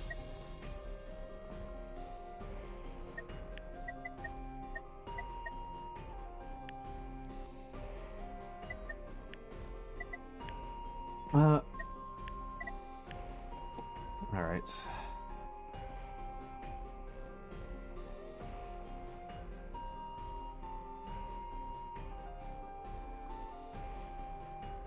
Certainly don't need you guys there. Okay.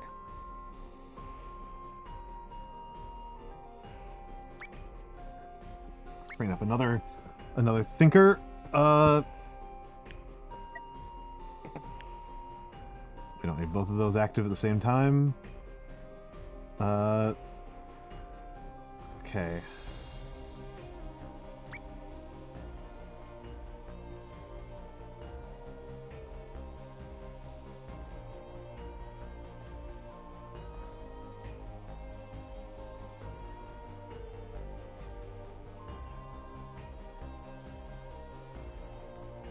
Okay, another lumberjack? Good.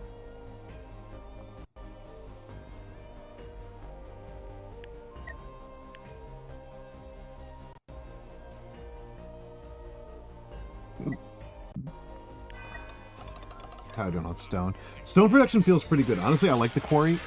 I think the quarry is better than the other option I have, the Mason's Workshop. I genuinely think the quarry is pretty good.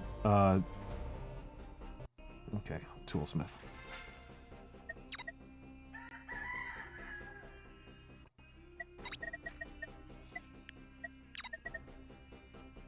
Okay, let's train. Oh, no, that's not gonna work anyway.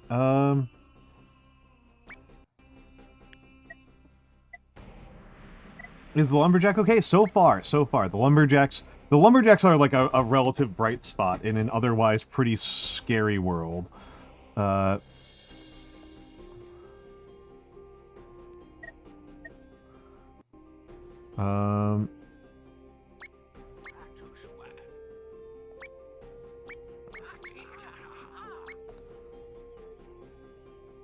wish I could, like, specifically make it so that they eat primarily bread. Like, that is kind of getting a little bit under my skin. No,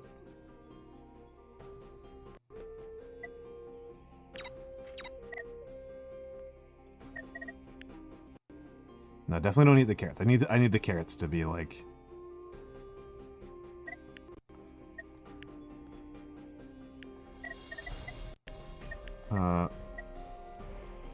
Okay.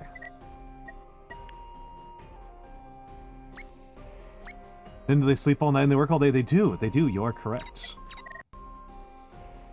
You are correct.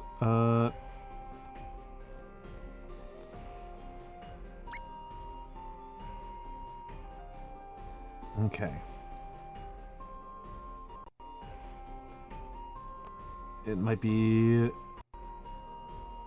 time to think about...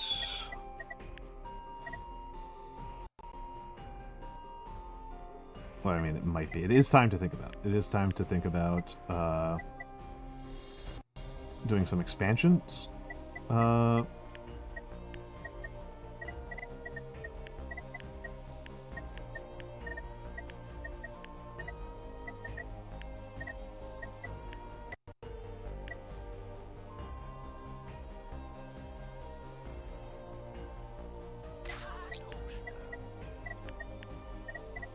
The quarry is super... Doing this is super unnecessary, but it'll allow me to clear this out and give myself a little bit more breathing room up here.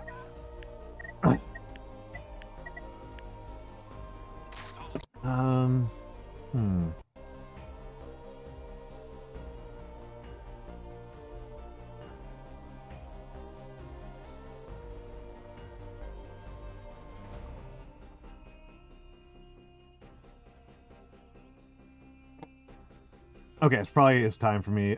How far out am I from summer? From spring? Okay, this is age 3, so age 4, I think we'll clear into spring. Winter tends to be pretty short on fast mode. So it's a bit of a gamble, but I can probably think somewhat seriously about let's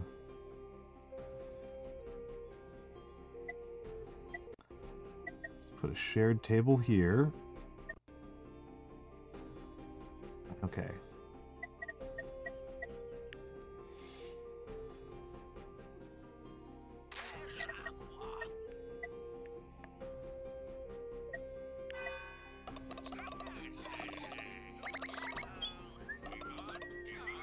Toolsmith. Okay. Good. The toolsmith is what I really wanted.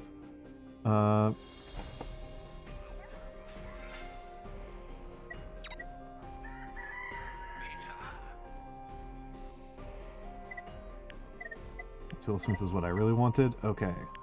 And...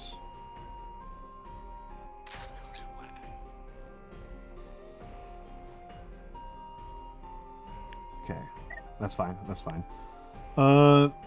That's fine. Let's put you over there, and let's just tear this stuff down over here. Give myself some more breathing room. Okay.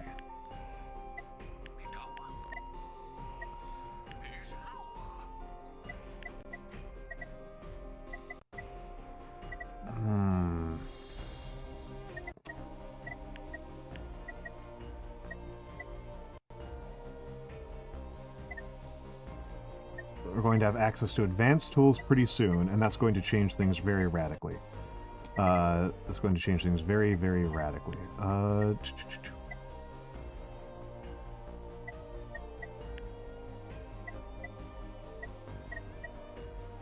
Let's think about this. Let's kind of think about this. Okay, I think I'm okay on food. I do need to think about getting the cottage sooner rather than later.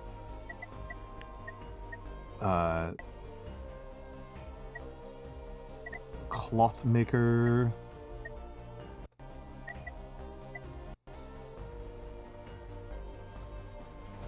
The clothier. So hold on. The order I want to go is... I'm going to take a look at my prophecy for a moment here, because the prophecy usually the way the prophecy kind of works, it kind of...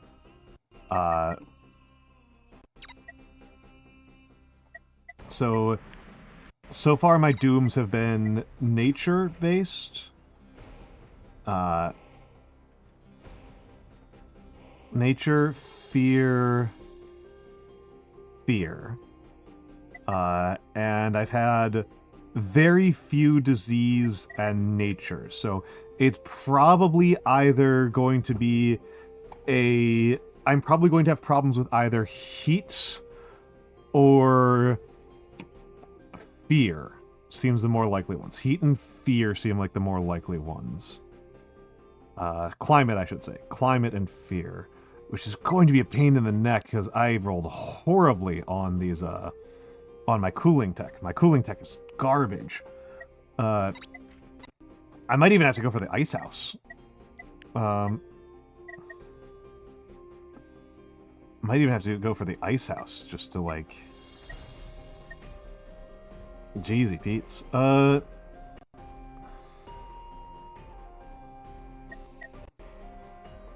That's scary. I've never gotten much utility out of the ice house. Okay, so let's think about this. I don't think I'm going to bother with the bathhouse this time. The cloakmaker is the cloakmaker line is kind of useless until I can get the cloutier up. Education, I'm about as good as I'm going to get. Disease has not been particularly challenging so far. It's not like a hard and fast roll, but disease is usually if disease is going to be a challenge, it's a challenge from an early get-go. I definitely want actors, I definitely want scholars. Okay, so we're working towards getting advanced tools as is. May as well go for the smelter. By the time the smelter is up and running, I will probably have a smith trained up.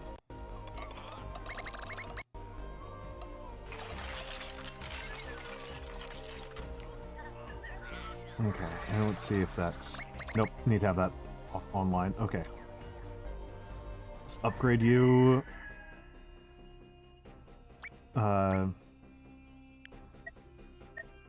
And let's slap down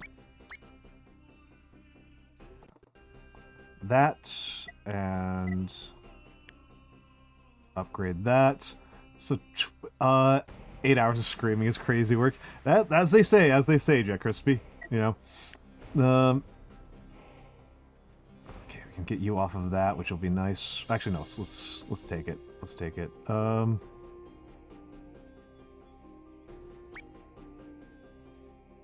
Let's take it. Okay.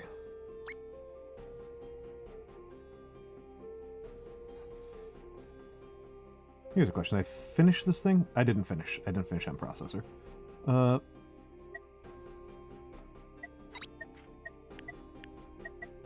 Okay.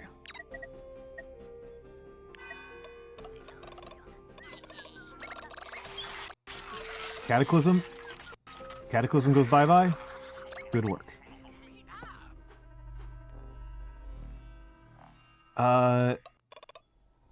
Closeness useless.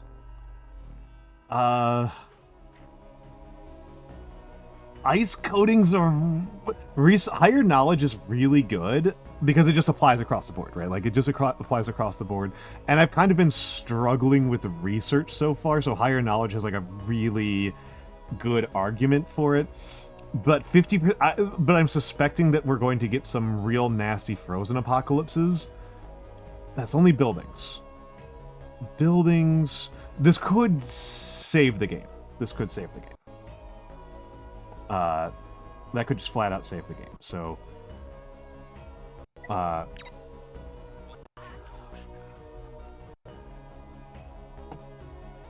have nearly lost the game because of buildings freezing at inopportune moments.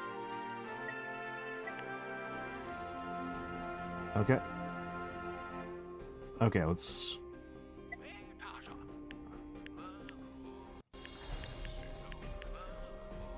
Okay, yep, this is the remainder of winter. Winter, okay, we'll be in spring in 3 days. Come on, man, I was reading that.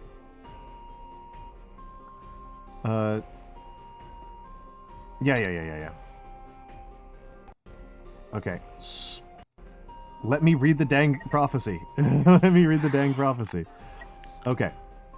Spring in 3 days. Fear in 4.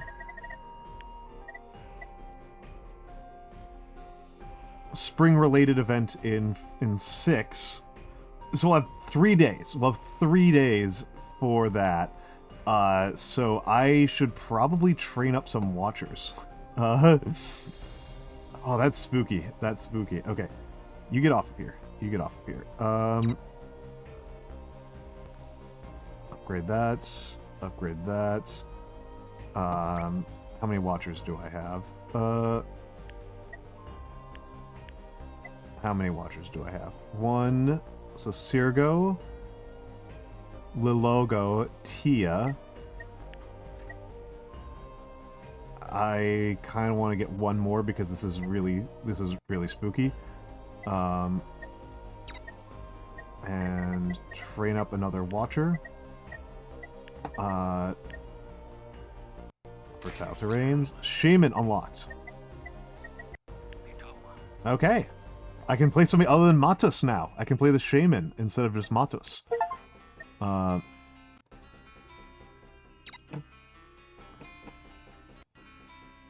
Okay, now let's get over here. Yeah, research that. And...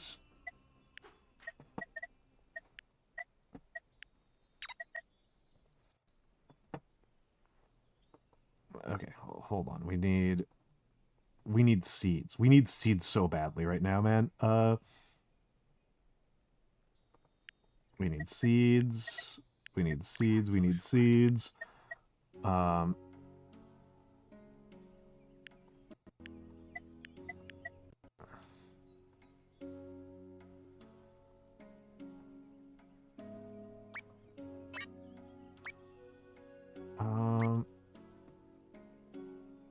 No, stick to your guns.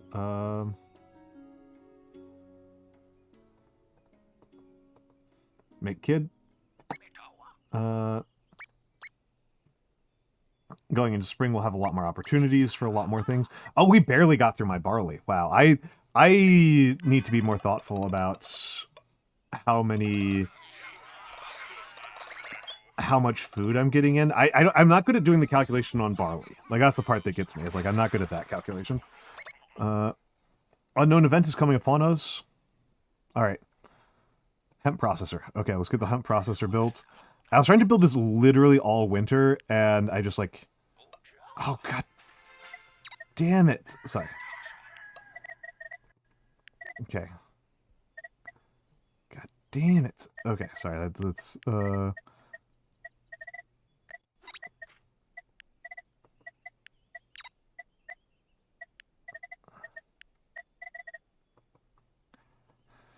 Okay. Stone is actually really cheap for me now because of the fact that I've got these quarries of rock. So stone's actually really cheap as far as I'm concerned. I might even I might do something very unusual and make a second tool shop. Just because they've just been so reliably cheap for me. Okay, what else can I even construct in the go into in spring? What should I... You know what? Fuck it. Fuck it. Let's just build up a health buffer.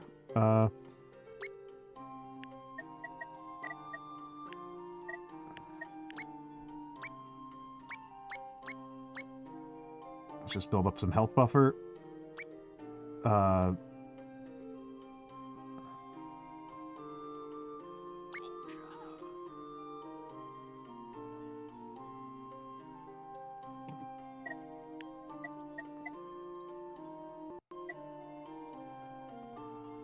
Demolish that. So I can put a theater there when the time comes.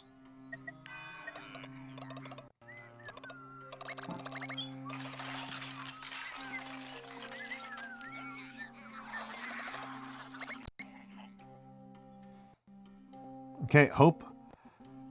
Okay, I'm glad that I just kind of had people sitting around socializing for forever, because it looks like that's going to be what's going to get me through this next hope event.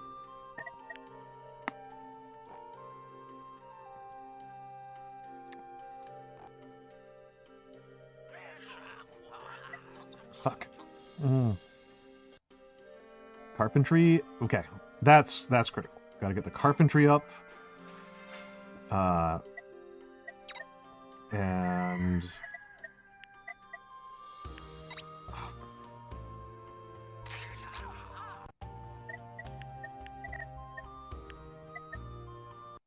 Right, there's no catastrophe over looming right now, so I should just get some copper while I'm thinking about it.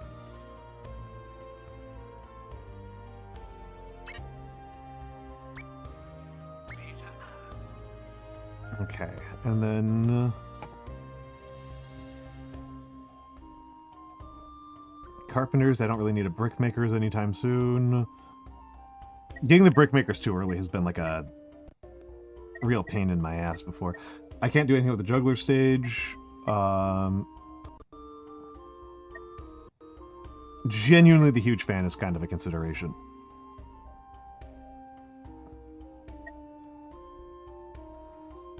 Yeah, huge fan. We're going for huge fan. I'm a huge fan. Okay.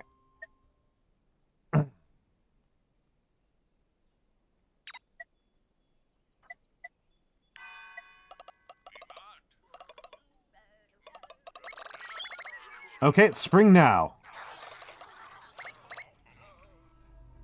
Heat domain is enabled.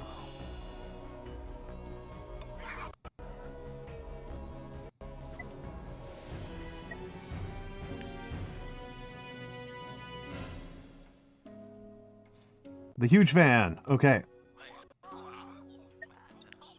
Okay, hold on. We gotta...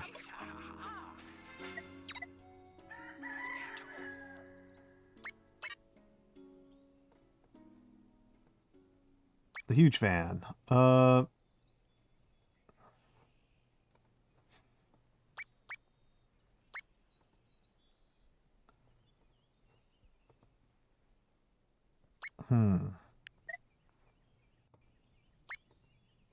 The huge fan.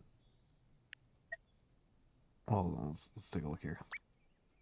Okay, even without the huge fan, I should narrowly pull it off. But the huge fan would be not narrow at all. I do think I need another paper maker.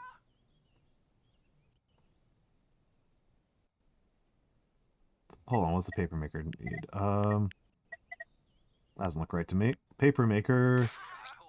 Oh, one of clearing. Yeah, needs a clearing. Okay. I think we'll be okay. Clearing. Okay. Okay, we're gonna clear this fear event.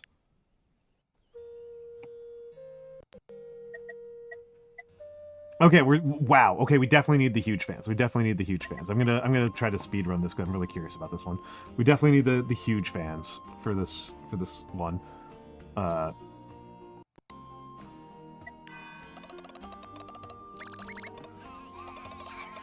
This will be a simple one.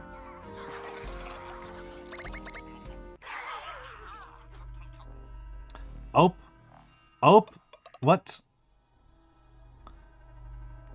Becomes a random good VIP? Hold on here. The Stranger Pip becomes a random good VIP. The Bard. What's the Bard do? I've never seen this before. We always listen to... The Bard cannot work, eat simple food, adds +6 hope. This rocks. Okay, that's super good. That's super good. That's super, super good. Actually, I don't know if that's super, super good. That is good though. 6 hope for nothing is 6 hope for nothing is pretty good. I don't know if super, super good is the right way to put it, but it's definitely not bad. So yeah. Okay, so the huge fan does the magic. Does the magic. Let's upgrade another one.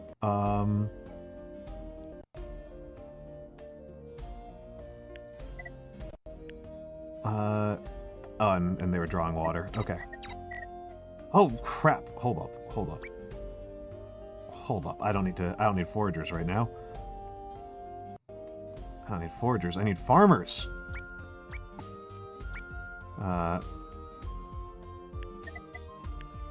And I need... I'm gonna start building some more housing.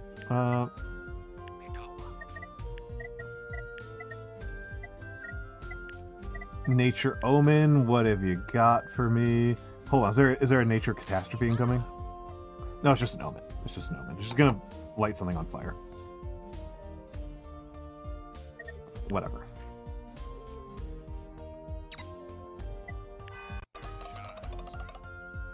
What have you got for me? Oh! Okay. Interesting.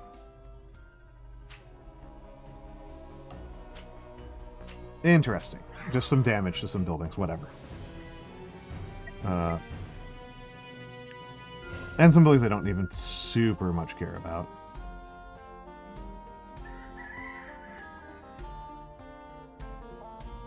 Okay, so... And now we get to build the smelter.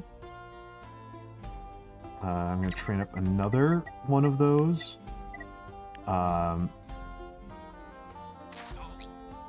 Let's plant as much as I can.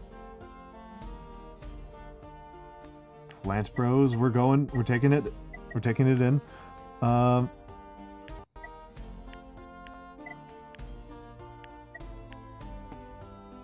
Make a kid. Okay. Okay. Oh, we're 1 food short. Interesting.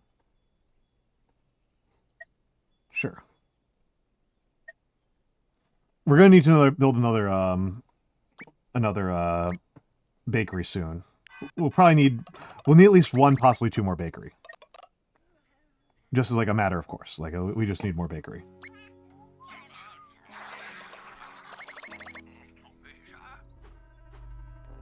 Boo! What? I usually hate the berry bush thing, but like, what the heck is this thing? Blueberries. Blueberry bushes. You didn't think the blueberries looked tasty. You guys are crazy. Pips are nuts.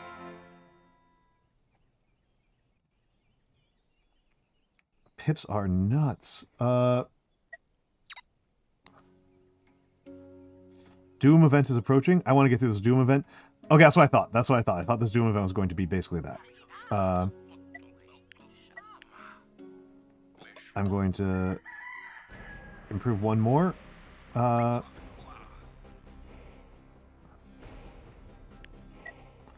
don't know how many watchers I have. Okay, I need 2 more watchers. So... Fortunately, I can train 2 more watchers pretty easily. No handyman available. Interesting. No handyman available.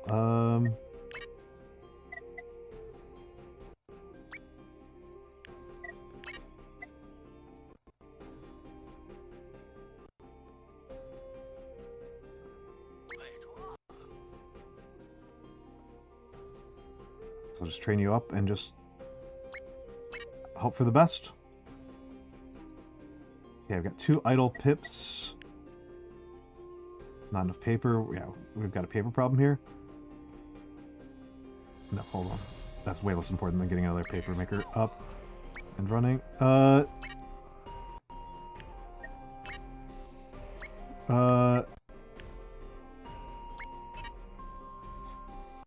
We can't do anything about the ice makers for the moment.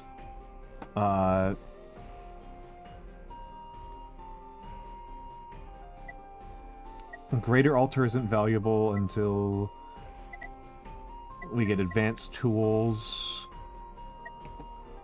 Doom events in 4. I do kind of want to worry about that. I know it's not like my biggest priority, but better safe than sorry on getting the medical stuff. On getting medical stuff checked out.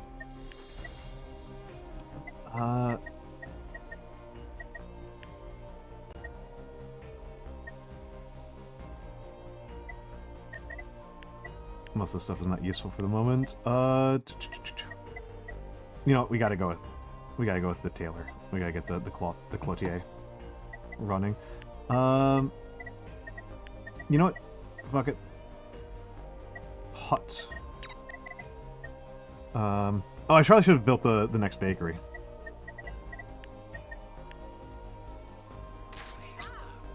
I don't think I need a 3rd or a 4th bakery, but a 2nd bakery would really not be remiss. Okay, clothier.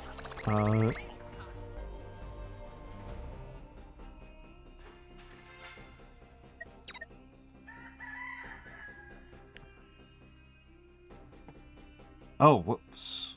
Don't do that. Forgot about that part of the game. I forgot about that part of the game that the smiths will increase heat. I forgot about that. Whoops. Let's think about this. Where does the cloth maker need to be? Requires social with 1 and a clearing path to...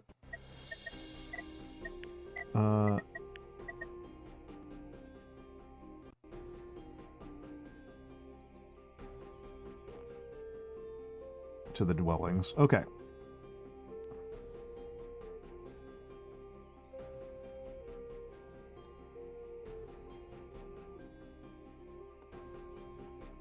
Get boning. I'll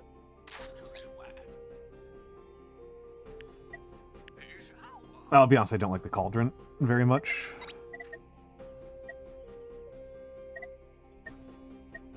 Cottage is probably not the most useful thing for me to worry about right now. Let's go on the bookmaker first.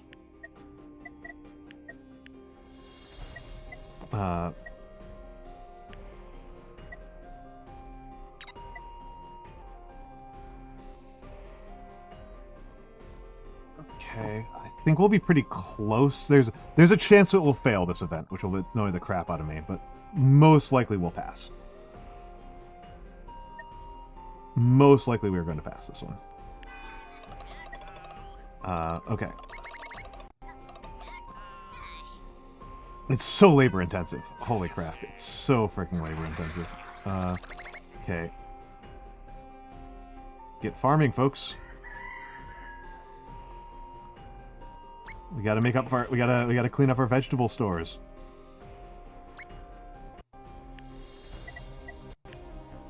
Okay, let's get you over here for the moment. How am I doing on tools? I got tons of tools. No handymans available. Okay, that's what I thought.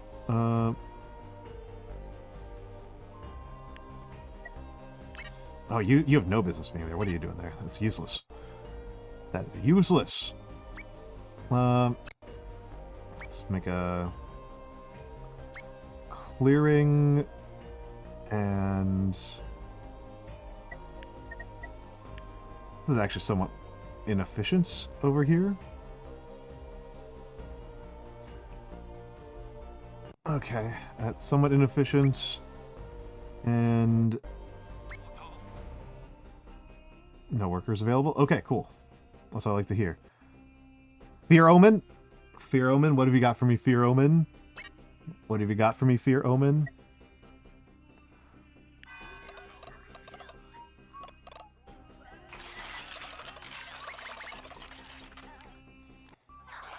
Wait, what? Oh, you're distressed. Okay, I thought you were... Distressed is annoying. Distressed is annoying, but I genuinely thought that person was going to be dead. Genuinely thought we were looking at a dead person. I was like, no, come on, man. Okay. Okay, we can't do that one because we don't have an available watcher. Yeah, we definitely don't have an available watcher. We really don't have an available watcher. Have some kids.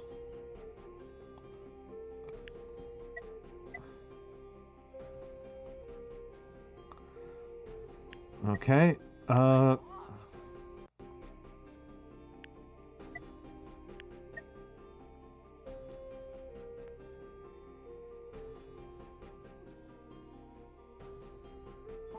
Requires a cobblestone path to dwelling. Okay. So let's make a cobblestone right there. We'll lose water as we're over. Okay, we're over on water. Yep, okay, that moves us off of 100%, so let's not do that. No lumberjack available.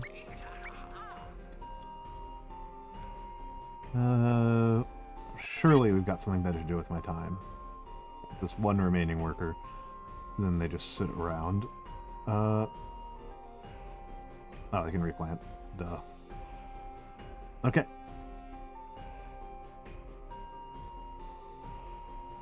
Actually, you know what?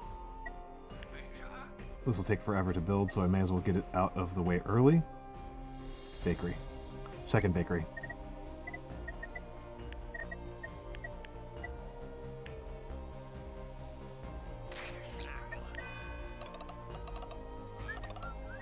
Okay.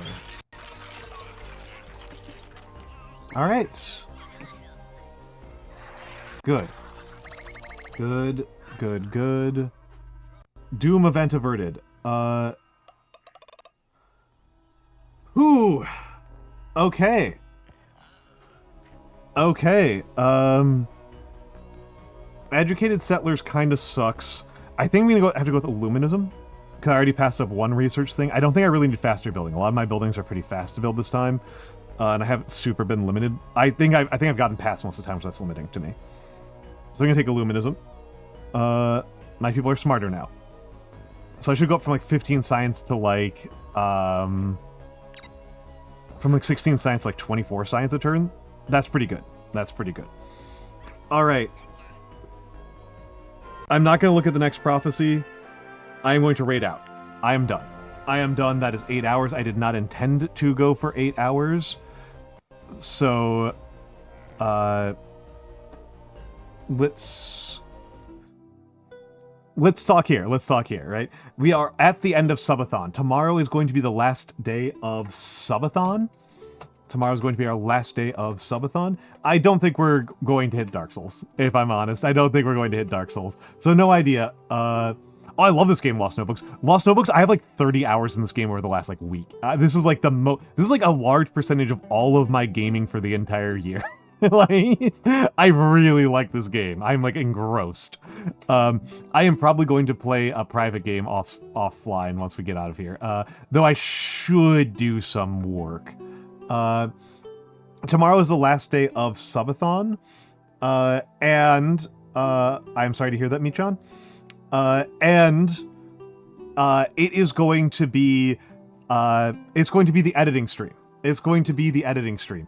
I do have some things to edit with me. I know I've got one thing from another person, but I also have some of my own articles to edit. And I mostly just kind of want to show people what it's like when I edit, right?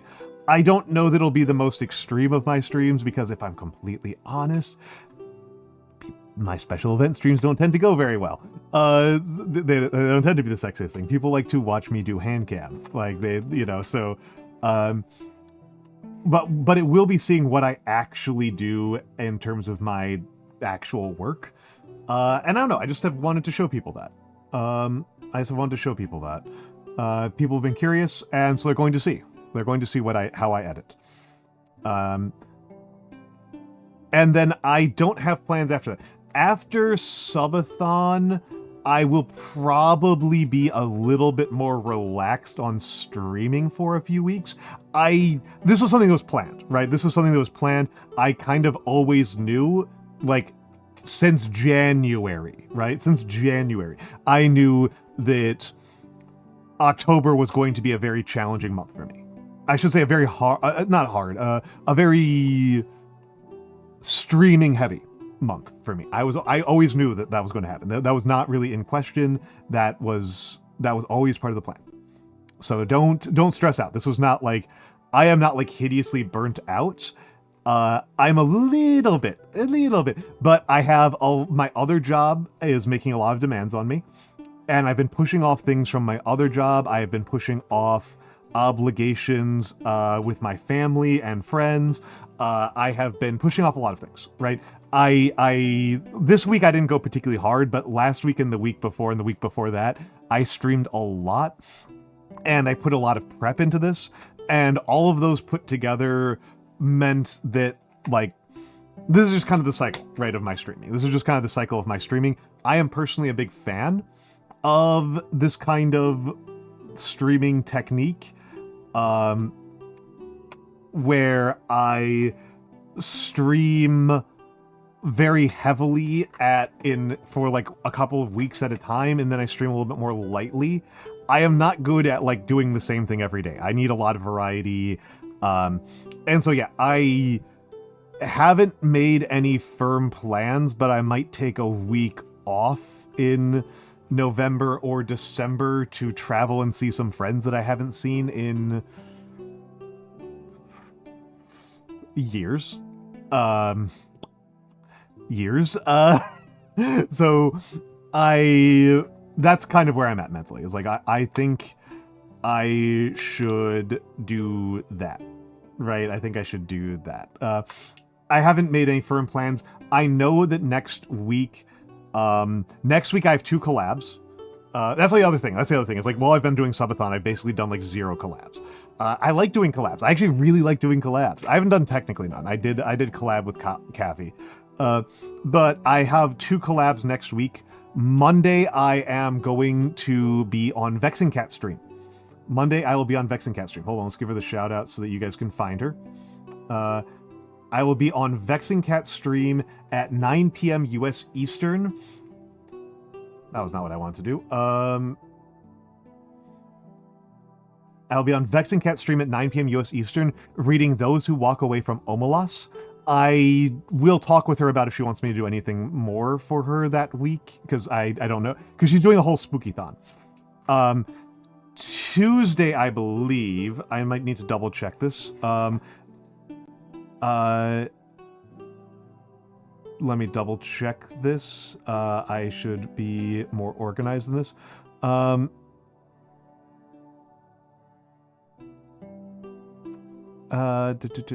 28th, 9 p.m. Bodega Rat will be on my stream. 28th at 9 p.m. Bodega Rat will be joining me.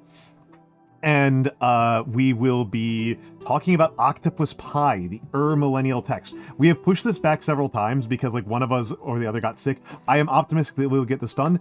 And I will be on if I don't fuck things up, which I might. You can never count that out. I will be doing a very goofy Ocarina. I will be doing Ocarina of Time for goofy reasons for Halloween. We'll be doing Ocarina of Time for goofy reasons on Halloween. In any event, those are the raid messages. Please be nice to Kari Kari. She is a dear, dear friend. One of the people who's most supported me in my journey as a VTuberino, as a VTuber, Vetiber. I just need to figure out where I was viewing myself. Okay, folks, have a lovely, lovely night. Thank you all for being here, and I will see you on, 10 p.m. tomorrow. Goodbye.